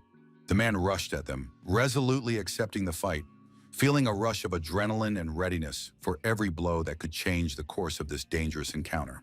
But he was surprised to see that they suddenly began to move in smooth, dance-like movements, as if the whole atmosphere around them was filled with magic and rhythm that captivated the eye. A second later, the object attacked him, delivering a powerful blow to his ribs that pierced his body with pain and made him feel the full danger of the situation that had unfolded in an instant. The next blow came to his face, causing sharp pain and slowing his movements, forcing him to feel how every part of his body reacted to the dangerous force that had struck instantly. Soon the man was lying on the floor, writhing in unbearable pain, every breath and movement echoing with the sensation of the blows he had just received, completely paralyzing his body. The killer came to the bitter conclusion that he had misjudged the true power of the artifact, realizing too late that he had underestimated its dangerous magic and unpredictable nature. He couldn't understand how a first-level night traveler could possess such a powerful item, capable of exceeding his own expectations and changing the balance of power in this situation, which completely threw him off balance. The whole situation enraged the criminal even more, filling his heart with burning rage that made his actions more impulsive and dangerous. The man rushed towards the red shoes, trying to get rid of them by any means necessary, feeling despair and irritation that forced him to act recklessly and hastily. The situation around him was tense, every movement and sound heightening the sense of danger, creating an atmosphere of anxiety and anticipation of unpredictable developments that made his heart sink. The moment Xiangjun was about to strike, the object counterattacked him with even greater force, making him feel the full power of the attack and the unexpectedness of the situation. Wanzi stood by, doing nothing, just watching the battle, shocked by how rapidly it was unfolding, filling his heart with fear and incredible surprise at the same time. Artifacts such as the conditional object were truly impressive in their power. The pursuit of the red shoes was impossible to interrupt, and the victim could only desperately try to fight off the relentless pursuer, feeling fear and helplessness. Even if Xiangjun overcame his shame and started dancing, the hero could intervene and prevent him from performing the movements correctly, because the red shoes never forgive mistakes and punish the slightest deviation from the rhythm. The seducer was truly impressive, because until that moment he was still able to hold on and resist the incredible power of the red shoes, demonstrating an unbreakable will and the ability to control himself even in a dangerous situation. As soon as the man realizes that he can only passively accept the blows, he will most likely feel fear and despair and will seek to escape at any cost to avoid inevitable pain and danger. Yuanzi decided to strike unexpectedly before the enemy had time to hide, because his goal was to detain the monster and prevent him from escaping. The artifact mercilessly struck the enemy, hitting different parts of his body with incredible speed and force, leaving him with minimal chance to defend himself or avoid pain, completely controlling the situation. When the enemy bowed his head, covering it with his hands, the night traveler realized that this was his chance to act, to exploit the enemy's weakness and turn the tide of battle in his favor. He quickly approached him, each step filled with determination and tension, feeling his heart racing and ready to take advantage of any opportunity to attack. The night patrol helped him remain invisible at that time, providing cover and camouflage in the darkness so that the enemy would not even notice his approach and would not have time to counteract. Pulling out his dagger, Yuanzi decided to attack from behind, taking advantage of the enemy's complete inattention to deliver a decisive blow and give him no chance to resist. Everything around him sparkled with different colored lights, shimmering from delicate pink hues to deep blue tones, creating an extraordinary hostile atmosphere. The killer spoke to the young man in a cold and ominous voice, warning him that he was too relaxed, emphasizing that any carelessness could cost him his life. Taking the object in his hand, he felt its strange energy and immediately realized that it was no ordinary thing, but an ancient artifact filled with mysterious power and unknown magic. Zhang Jun enveloped himself in a glowing protective sphere that shimmered with bright hues and firmly repelled all enemy attacks, creating an impenetrable shield of energy around him. He continued to smile, his confidence unshaken, radiating calm and determination, as if the storms and difficulties of the night could not in any way shake his inner steadfastness. The dagger did not penetrate the strong shell, bouncing off it and thus failing to inflict any damage, leaving the enemy unharmed and the attack futile and ineffective. With the help of his magic shoes, the traveler sought to deprive the enemy of protection, activating their hidden power to destroy the energy barrier and weaken the opponent's defenses. In a moment he succeeded, and noticeable cracks appeared in the protective sphere, quickly spreading across the surface, indicating the weakening of the barrier and its imminent destruction. The enemy continued to stand in the middle of the battlefield, unyielding and focused, despite the chaos and destruction around him, radiating cold determination and readiness for any blow. At that moment, Yuanzi decided to retreat cautiously to avoid serious damage, assess the situation around him, and prepare a new strategy. The man finally saw him in front of him. His heart skipped a beat in surprise and his eyes filled with astonishment and anxiety. For the presence of this man meant the beginning of unpredictable events. A tempting thought was already spinning in his head, weighing on his mind and making his heart beat faster, pushing him to make decisions on which the future and fate of those around him depended. The enemy penetrated the young man's consciousness and began to mercilessly order Yost to drop his weapon and offer no resistance, imposing fear and a feeling of helplessness in order to completely subjugate his will. He endured the attacks of the boots until the very end, gathering all his willpower and deliberately did not use his protective artifact, hoping to withstand the enemy's onslaught and find a moment for a decisive counterattack. The traveler's impatience and lack of experience made him easy prey, and under the influence of the killer's cunning thoughts, he made fatal mistakes that ultimately ruined his chances of survival.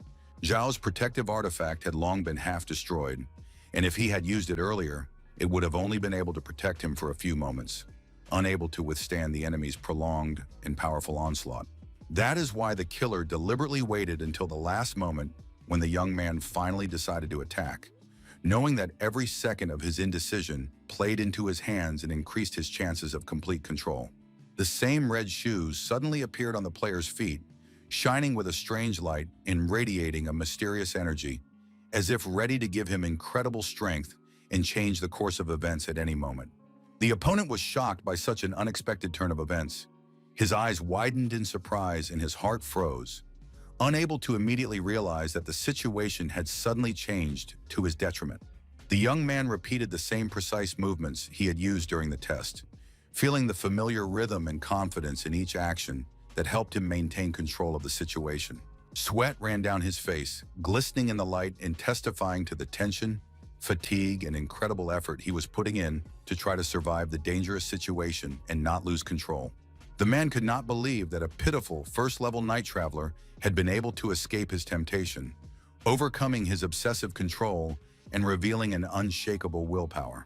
Wanzi then sharply thrust his sword into his opponent's chest, feeling strength and determination in every movement, and the blade cut through the armor, leaving a trail of blood behind and finally changing the course of the battle. This attack proved to be extremely effective and completely unexpected, catching the opponent off guard, forcing him to react too late and feel a sudden loss of control over the situation. Blood spattered everywhere, flooding the ground and surrounding objects, creating a horrific and gruesome picture of chaos that emphasized the brutality and consequences of the battle. Shang Jun did not want to give up, repeating resolutely each time that this was not the end, and his voice sounded confident, instilling hope and unshakable faith in his own strength even amid the most dangerous attacks. Summoning all his strength and determination, he struck the young man sharply in the face, forcing him to lean back, feeling pain and losing his balance under the unexpected force of the blow. The criminal was so enraged that his eyes seemed to flash with lightning, radiating fury and uncontrolled hatred, which distorted his gaze and caused him to lose what remained of his sanity. The hero leaned back from the force of the blow and barely remained on his feet, feeling sharp pain in his body and tension in his muscles, but still trying to maintain his balance and not fall. After another powerful blow, he finally lost his coordination. His consciousness clouded, and his body involuntarily staggered backward. The night traveler landed right on his feet, which were wearing red shoes, and at that moment, they flashed with a faint light, softening the blow, helping him maintain his balance and avoid falling. Only determination remained in his gaze as the student reactivated his invisibility skill, focusing entirely on the fight and pushing aside the fatigue, pain, and doubts that could hinder his next move. His opponent could no longer see him in front of him, staring blankly into empty space, not understanding where his opponent had disappeared to, feeling the tension and danger growing with every passing second. The man sought only to kill people and obtain their fresh blood, after which he planned to break out of the underground parking lot and stage a real bloodbath on the premises. Using the bloodthirsty nature of the seducer, he was able to heal his wounds in an instant and turn death itself back, twisting its power to his advantage and defying the inevitable end. Shang Jun shouted loudly across the entire territory that he would never lose, and his cry echoed around, filled with rage, despair, and frenzied confidence in his own strength and inevitable victory. The enemy suddenly rushed towards the unconscious girl, moving quickly and aggressively, taking advantage of her defenseless state and trying to seize the moment without resistance. However, the bright red shoes still lay on the battlefield, silently reminding of recent events, amid the dust, broken weapons, and traces of struggle that had not yet disappeared. They followed the man and quietly watched his every move, keeping their distance, coordinating their actions, and reacting attentively to the slightest changes in his behavior.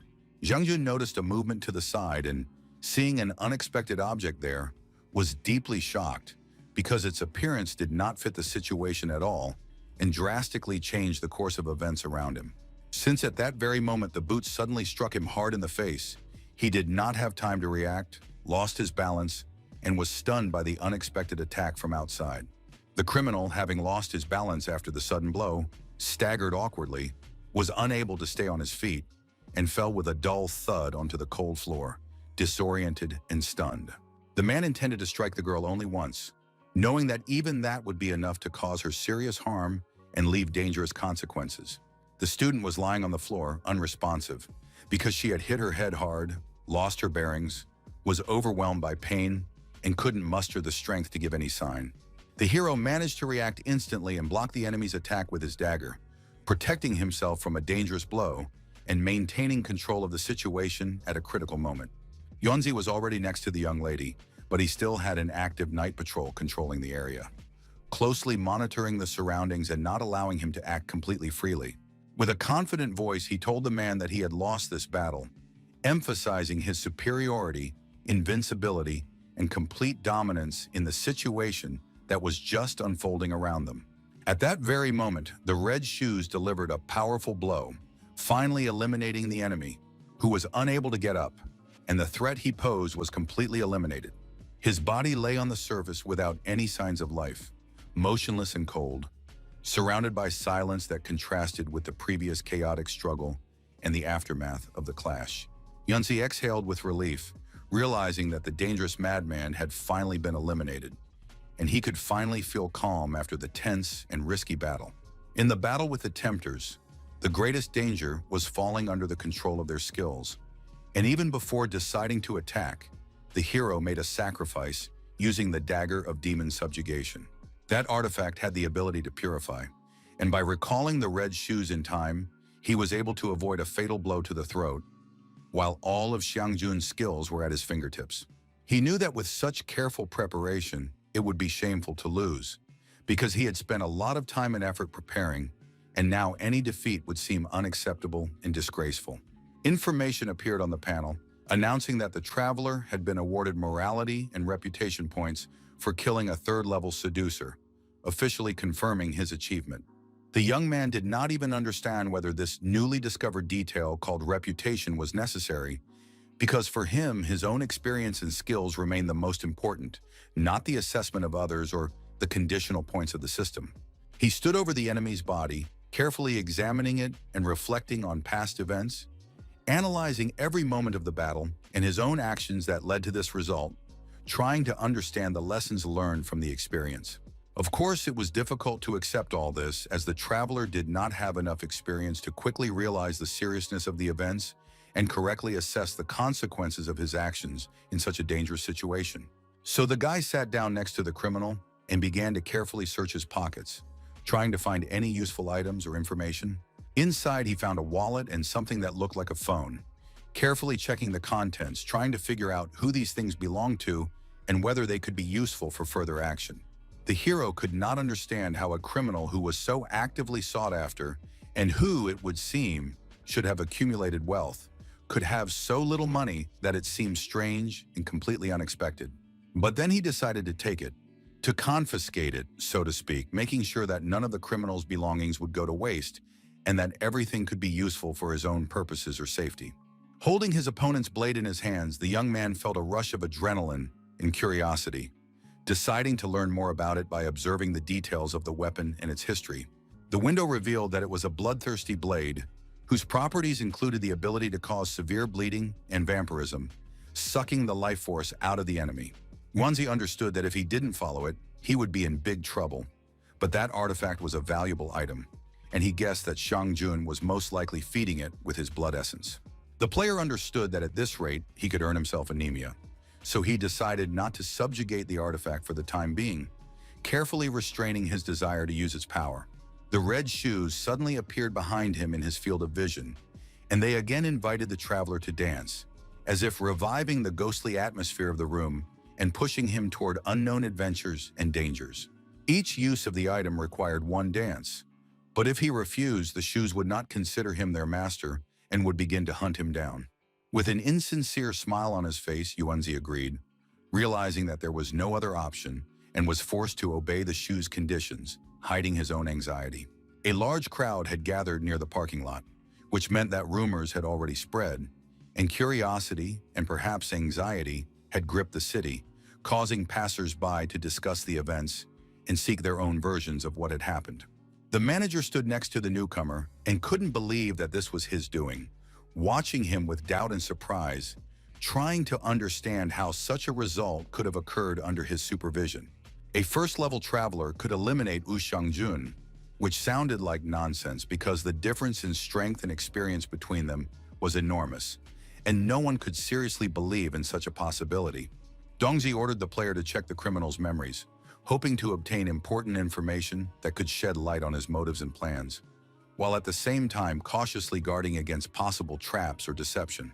Shangjun had been defiled by an evil force, and they were not sure if his spiritual body had remained pure. Moreover, Yuanzi might not be able to withstand such an attempt, which made Guanya feel deeply anxious and tense.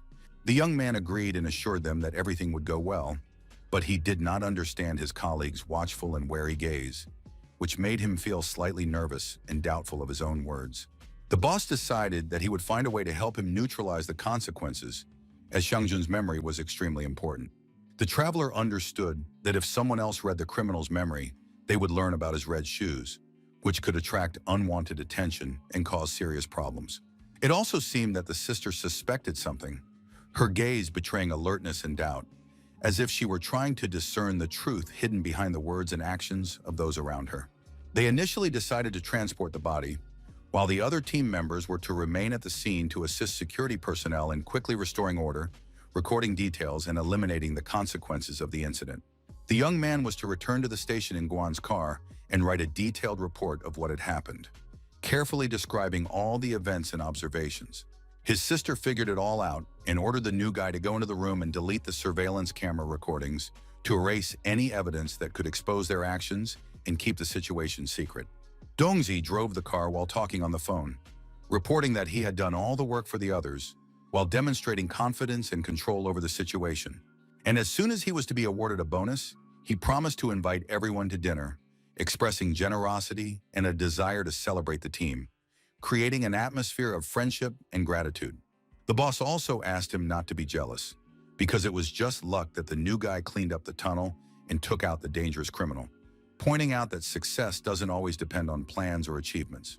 The man disconnected from the group call because he had to call Mr. Fu and tell him everything that had happened, describing the events and consequences in detail to provide complete information about the situation. So, after dialing the right number, he answered the call, waiting attentively for a response, and preparing to clearly explain all the details of what had happened. The man on the other end of the line said that he had studied Jiang Jun's file and was trying to calculate his trajectory by analyzing his past actions and possible plans in order to predict his next steps. But Dongzi quickly reported that the criminal was already dead, nullifying all the calculations and plans the man had made regarding his movements and forcing his interlocutor to urgently reassess the situation. After these words, the man felt quite good, as his employee had performed such a difficult task, demonstrating dedication and competence, which greatly alleviated his own responsibility. Mr. Fu, not believing his words, even brought the phone closer to his ear, trying to verify the truth of what he had heard and make sure that the information was indeed accurate. He then asked where they had found him, trying to understand the circumstances of the incident and get a clear picture of the place and conditions in which it had occurred. In response, the chairman learned that the enemy had been eliminated at Sun Hai University, where he was trying to find out the location of the Grail and the list from a female student, but she knew nothing. The man praised the scout, saying that his team had done a good job and decided to submit a request to the Council of Elders for their reward. But Dongze interrupted him and pointed out that the target had not been killed by them. The man thought of one of the elders of the Water God Palace, who was at the university, and decided to thank him for his work, acknowledging his contribution to the cause. However, the team director confidently stated that the criminal had been eliminated by the newcomer, Yuan Shitianzu, the very traveler he had recently recruited. The commander was shocked to learn all the information about the case, as the details exceeded his expectations and revealed unexpected circumstances that radically changed his understanding of the events and the roles of the participants. Mr. Fu replied that in any case the work was good and asked for a report to be brought to him so that he could familiarize himself with the events and results in detail, confirming his assessment of the mission. A deep silence reigned near the police station, reminiscent of the calm before a storm, and nothing disturbed the peaceful atmosphere around. Not even a light breeze made a sound. Inside, the team stood by the morgue door, patiently waiting for everyone to arrive, exchanging anxious glances and feeling the tense atmosphere that hung in the air. The leader stood in the ward with the newcomer, explaining in detail that absorbing a spiritual body significantly increases the level of experience, but with prolonged use of this skill, the mind is inevitably defiled. If the guy had already tried to increase his level in this way, he knew very well what was going on and could foresee all the consequences associated with using this dangerous skill. Yuanzi agreed and explained that excessive use of this method could not only cause anemia, but also completely exhaust oneself, leaving one without any vitality. The young man took his hands out of his pockets and implored the leader not to mock him and his mistakes, showing sincere anxiety and fear of the possible consequences. Handing Duns a dagger, the traveler asked him to stab him somewhere in his thigh the moment he began to lose his mind, hoping to avoid complete defilement of his consciousness and control over himself. Moving closer to the criminal's body, he carefully began the process of absorption, feeling the energy gradually transfer into his own body, filling him with strength and tension. The whole process proved to be extremely difficult and exhausting, taking a tremendous amount of strength and energy, forcing his body and mind to work to their limits. Yancy found himself in the middle of the empty parking lot, where they had been earlier, surrounded by silence and the dim light of the street lamps, feeling devastated after all he had been through. There he also noticed the red shoes, which only confirmed his guess, making his heart beat faster from the realization that his suspicions had been correct. But then his attention was drawn to a voice that said that, despite his status as a seducer, he had quite pure energy and considerable potential, which made him particularly valuable in the future. The stranger asked him to drink wine from the Holy Grail, after which he would become his slave, And every half-month he would have to drink this drink because even the gods could not save him from the consequences. The man had to remember the name of the stranger, who, judging by his ominous eye, evoked a feeling of fear and a sense of danger that hung over his every word and action. Yuanzi heard all the conversations from his memories but could not recognize who all these people were, feeling confused and sensing a foreign story unfolding before his eyes.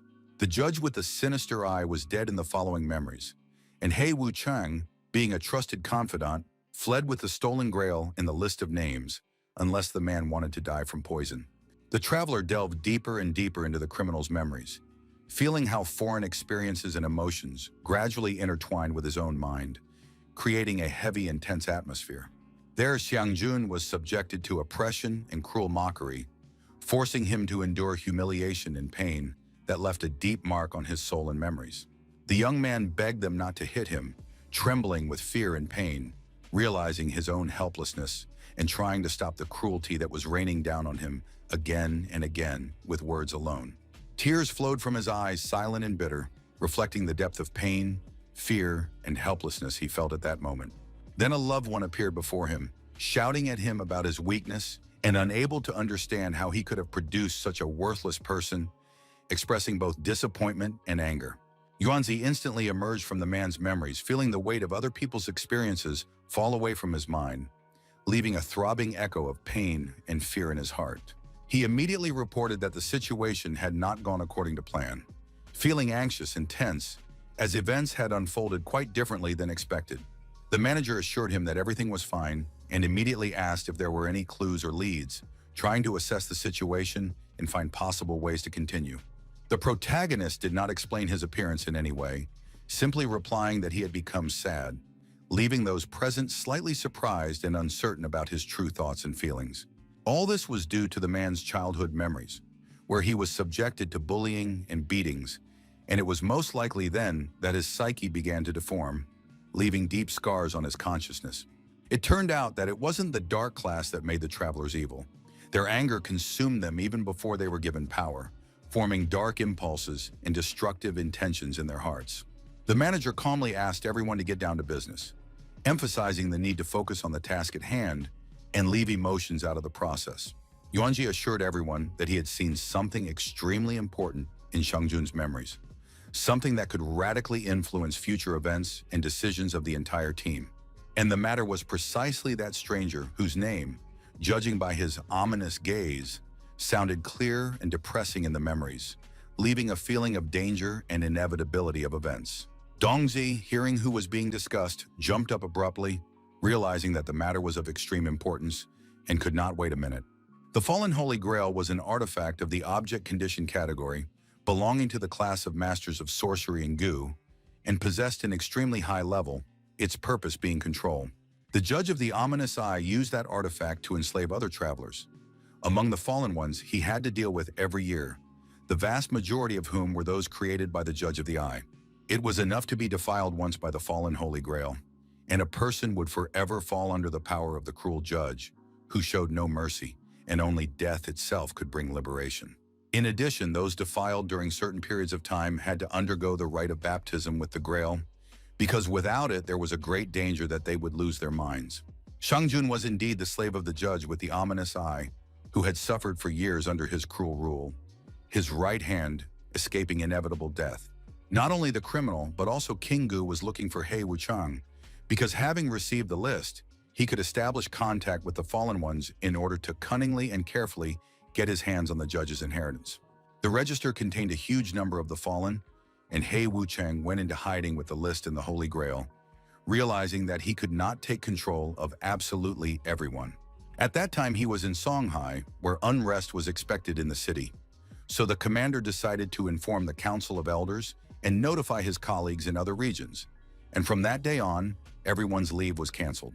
In the case of Xiangjun, Guanxi performed a tremendous feat, and all the results were entirely due to his tireless efforts, while the group of veterans proved to be much less effective than the newcomer.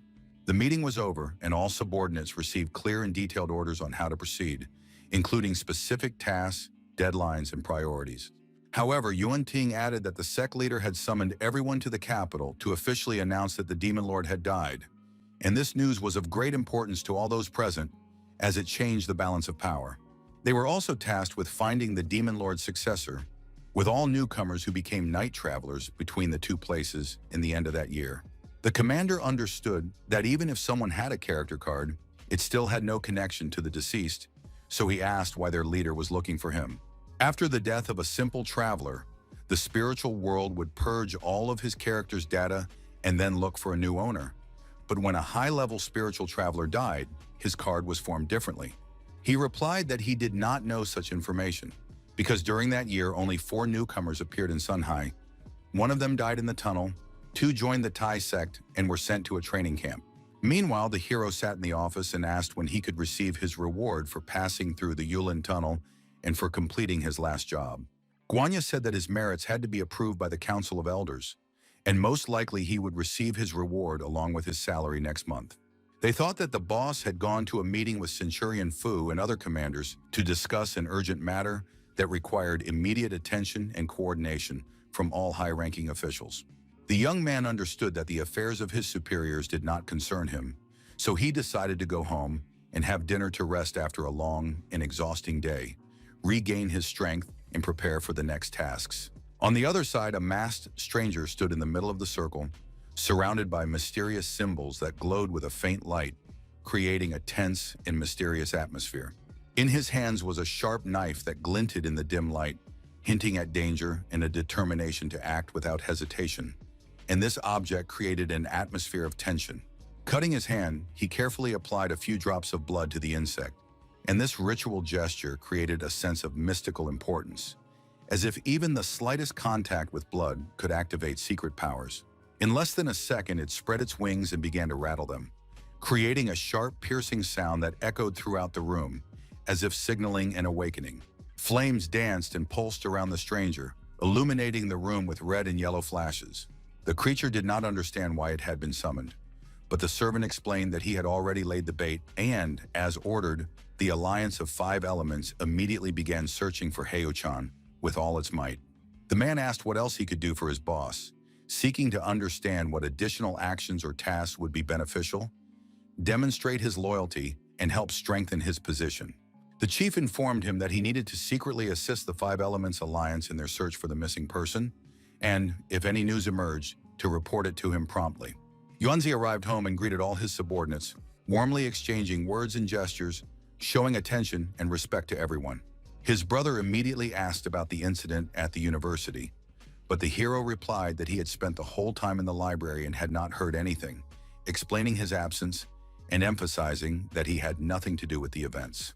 The traveler understood that the person they thought was the murderer was standing right in front of them, and this unexpected situation caused him confusion because reality contradicted everything. The young man asked where his aunt was, who should have returned by then, worrying about her delay and possible danger because her absence caused anxiety. At that moment, the girl walked through the door, saying that she was so tired that she could barely move her legs, her face pale from exhaustion, so she asked for something to eat. The grandmother did not understand what was going on and why they had to serve her, her face expressing surprise and confusion, as she saw no reason for such treatment. Yunzi, assessing the situation, noticed the presence of a baby spirit clinging to his aunt's leg, and his heart was filled with anxiety because such a supernatural attachment could be dangerous. This was not surprising, as the hospital where she worked had long been home to a large number of ghosts, and their presence was familiar and almost imperceptible to the traveler. The woman did not understand why her nephew was watching her movements so closely, her face expressing surprise and slight concern because she saw no reason for such close attention. The boy denied noticing anything, but he himself thought that the guy was trying to possess her, feeling anxiety and tension. As soon as his aunt sat down at the table, she began to eat quickly, devouring her food with such greed as if she had been hungry for a long time or was trying to make up for lost time, and her rapid movements caused surprise among those present. But suddenly she stopped and asked her grandmother if she had forgotten to salt the duck, and the old woman replied that she had bought it in a store, which caused everyone to smile in slight surprise. So the girl could not smell or taste anything, and food seemed completely bland to her, as if all the aromas and flavors had disappeared, leaving only an empty texture. The hero continued to observe the spirit of the baby, closely following its movements and behavior, trying to understand its intentions and nature. Its little hand reached for the table, and the traveler thought that the spirit of the baby wanted to eat something.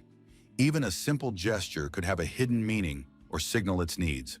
This was indeed the case, for the little ghost flew up to the plate of meat, its movements quick and light, as if trying to take a piece unnoticed, and the boy watched with cautious curiosity. But in a second, the baby started crying, and Yuanzi concluded that it was making too much noise, which was annoying, forcing him to hide his emotions from everyone present. His nephew asked everyone to continue eating and not to wait for him, as he wanted to go to the bathroom, while trying not to attract unnecessary attention and quickly complete his task. Standing in the hallway, he held the baby in his arms and asked him not to cry. But the spirit replied that the smell of roast duck was so appealing and delicious that he couldn't resist. The power of the night traveler was a great delicacy for the wandering spirits, who sensed it from afar, reaching out to him through the shadows and silence, greedily feeding on his presence in the unquenchable breath of darkness. Most likely the baby followed his aunt home because she retained the aura of the young man, which left a warm trace and became a real magnet for them, attracting them with an invisible force through space and time. The boy stood in the hallway and concentrated on reading an article about the spiritual body, slowly absorbing complex concepts that opened up a new vision of human nature to him. It became known that the level of the night traveler was increasing. He was gaining the ability to grow ghosts, and in battles with travelers of the spiritual world, his style could switch flexibly. That child ghost was an incredibly valuable spiritual servant, because if he had already awakened special abilities, then he was a full-fledged servant, capable of consciously carrying out orders. The boy decided that it was necessary to make a contract with this spirit, because only in this way could he secure the connection, gain control over its power, and ensure mutually beneficial cooperation between them. Their contact was immediately established, as if both sides had been waiting for this moment for a long time, and the connection between the boy and the spirit became stable, deep, and filled with mutual understanding and calm trust. A window appeared, detailing the spirit servant, describing its origin, level of development, all available skills, conditions for their growth, and clear ways to activate them in different situations. The hero decided to call it Xiaodubi, choosing this name as a symbol of a new beginning, a special connection, and recognition of the spirit as an integral part of his own path and future achievements. The next day, the whole team was already sitting in the police station, discussing the latest events, planning further actions, and waiting anxiously for the situation to finally begin to clear up. The leader called Yuanzi to him because the night traveler from the Tai sect had important questions for him that required explanations, clarifications, and quick decisions so as not to leave uncertainty between the parties.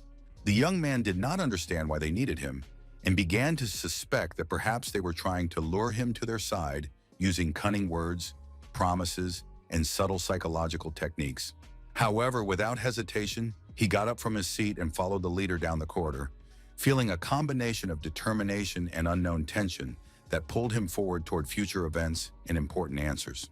Dongzi knocked on the office door and announced that the newcomer had arrived, his voice sounding confident and clear, reflecting the importance of the event. Yunting was the captain of the Tai sect in the Kanyang area and a third-level night traveler, a true elite among the elites of their organization, whose authority and power commanded respect and caution in everyone. Yuanzi said that as soon as he saw him, he felt a sense of home and some kind of inexplicable warmth, thinking that it might be the same feeling of belonging that a person seeks throughout their life. But the captain assured him that there should be no sense of kinship among the night travelers, emphasizing the strict rules of their organization and cold discipline. The hero concluded that it was this man who evoked a warm feeling in him and realized that he had incredible personal charm that attracted attention, inspired trust, and left a feeling of security and admiration at the same time. Yuan immediately understood that the guy in front of him was not simple, noticing in his gaze a rare determination, inner strength, and quiet confidence that betrayed experience and potential. The manager asked the newcomer to sit down, as he had important business that required his full attention and serious attitude, and his every action could have significant consequences for the further development of the situation. The young man immediately warned that he was not going to move anywhere because he liked his job, He valued the stability and comfort it provided and did not want to risk what he had already grown to love and get used to. The man said that Centurion Fu held him in high regard and that even he himself could not have imagined such a thing, and then added that elder son did not believe in the young man's ability to clear the tunnel. Many in the sect expressed dissatisfaction because they believed that Yuanzi had enormous potential and could even become a saint in the future, which caused envy, anxiety, and caution. The captain explained that he was a fairly sociable person, and in an attempt to establish a more friendly rapport, he offered the newcomer cigarettes, but the latter politely declined.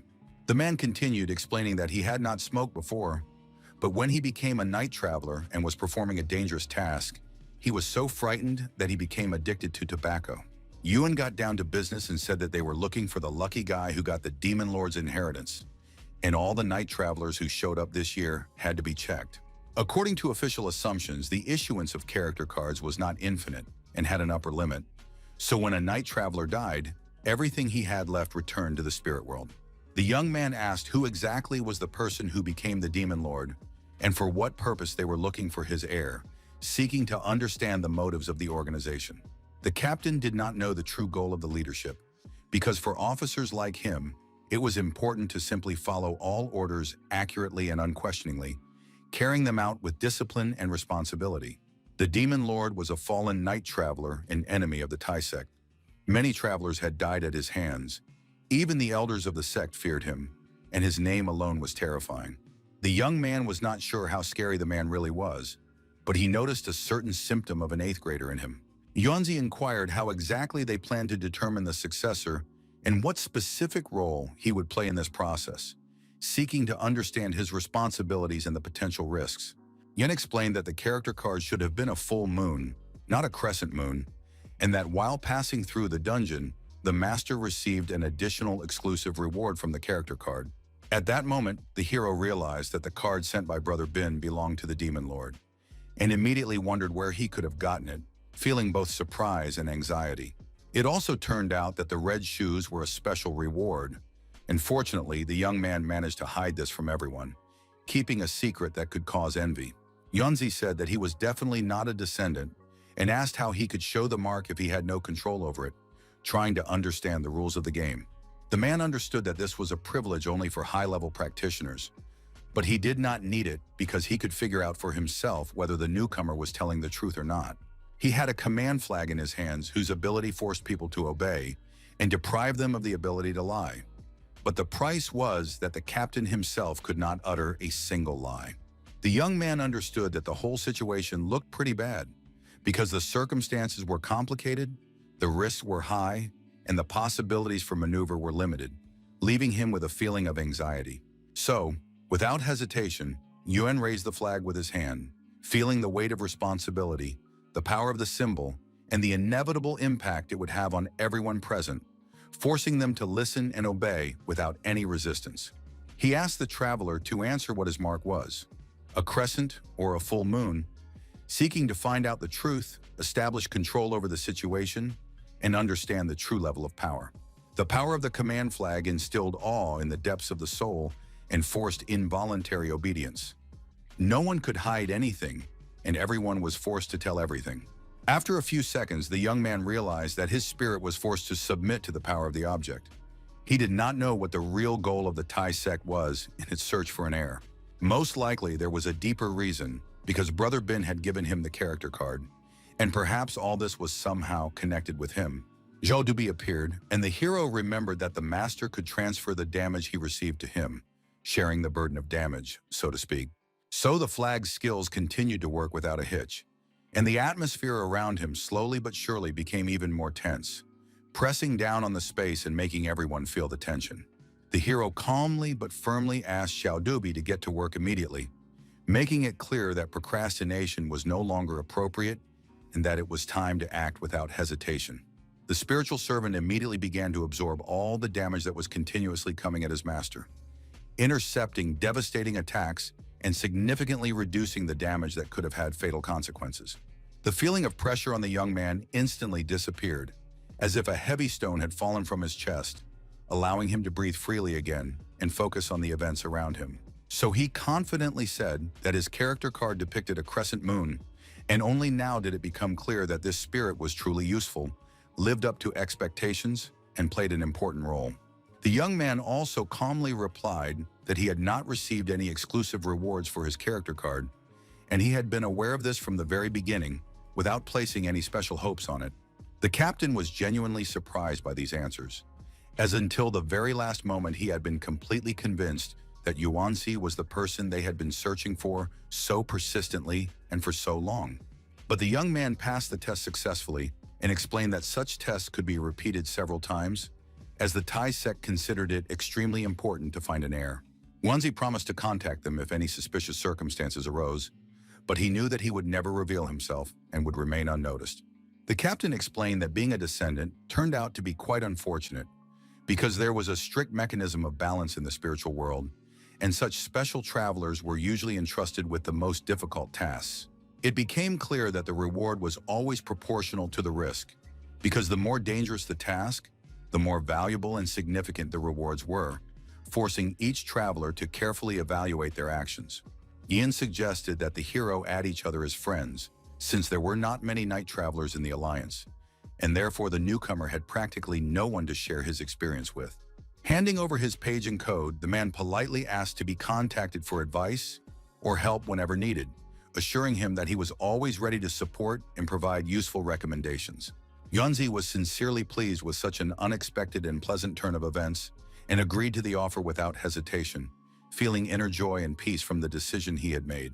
However, his elated mood instantly disappeared when the captain explained that he would have to pay for the consultation and assistance, causing Yuanzi to feel slightly disappointed and the need to consider the cost. He was also informed that in the coming weeks, new night travelers would most likely find themselves in a competition of the spiritual realm, which could be an important test of their skills. The hero decided to ask one more question that was free but extremely important to him, as the answer could radically affect his future actions and plans in a dangerous and unpredictable world. Yuanzi asked if the night traveler had been given the skill of the divine power of the sun, and in response he heard that this was indeed the case, but the exact time of its appearance remained unknown. The novice had no further questions and politely said goodbye to the captain of the Thai sect, thanking him for his advice and the information he had received before leaving the room. Later, the young man turned to Dongze with a request to find out how Lei Yibin's case was going in Jiangnan province, as well as to obtain detailed information about his movements. The man agreed, but the young man also mentioned his aunt's hospital, where something extraordinary was happening, and suggested that some traveler might be conducting experiments there to create spiritual servants. After listening carefully, the leader agreed that such freaks should be eliminated immediately, and added that if these guesses turned out to be true, he would personally finish off the traveler. Meanwhile, the young man had already read the spirit's memory and decided to apply for a solo mission, wanting to practice a little, test his abilities, and gain experience without outside help. Dongze agreed, but only on the condition that Guanya accompany the newcomer, as her combat skills and marksmanship were exceptionally high. The hero was sincerely pleased with this conclusion, and without hesitation, decided to immediately go in search of his sister, feeling that meeting her could be an important step in his future adventures.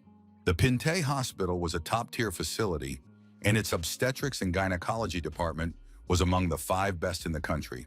The car was already slowly approaching the parking space, smoothly maneuvering among other cars and preparing to stop without unnecessary noise or surprises. Guanya and Yuanzi arrived at their assignment in the hospital building, carefully surveying their surroundings and preparing for possible dangers and surprises that might await them inside. The hero asked how exactly they should act as a team, seeking to understand the distribution of roles, the strategy of interaction, and the effective order of actions for the successful completion of the task. The woman explained that first they had to find the target, then establish their identity, make contact with them, and if the target turned out to be weak, immediately take control of them, and if not, immediately report this to their supervisor. They had to act cautiously, carefully checking rumors about the ghost and old records to find out if there were any accomplices and if it would be possible to establish the true identity of the spirit in this way. The young man realized that his partner had already developed a plan, and this was where the strength of intelligence lay, because strategic thinking in advance allowed them to anticipate events and act effectively in difficult situations.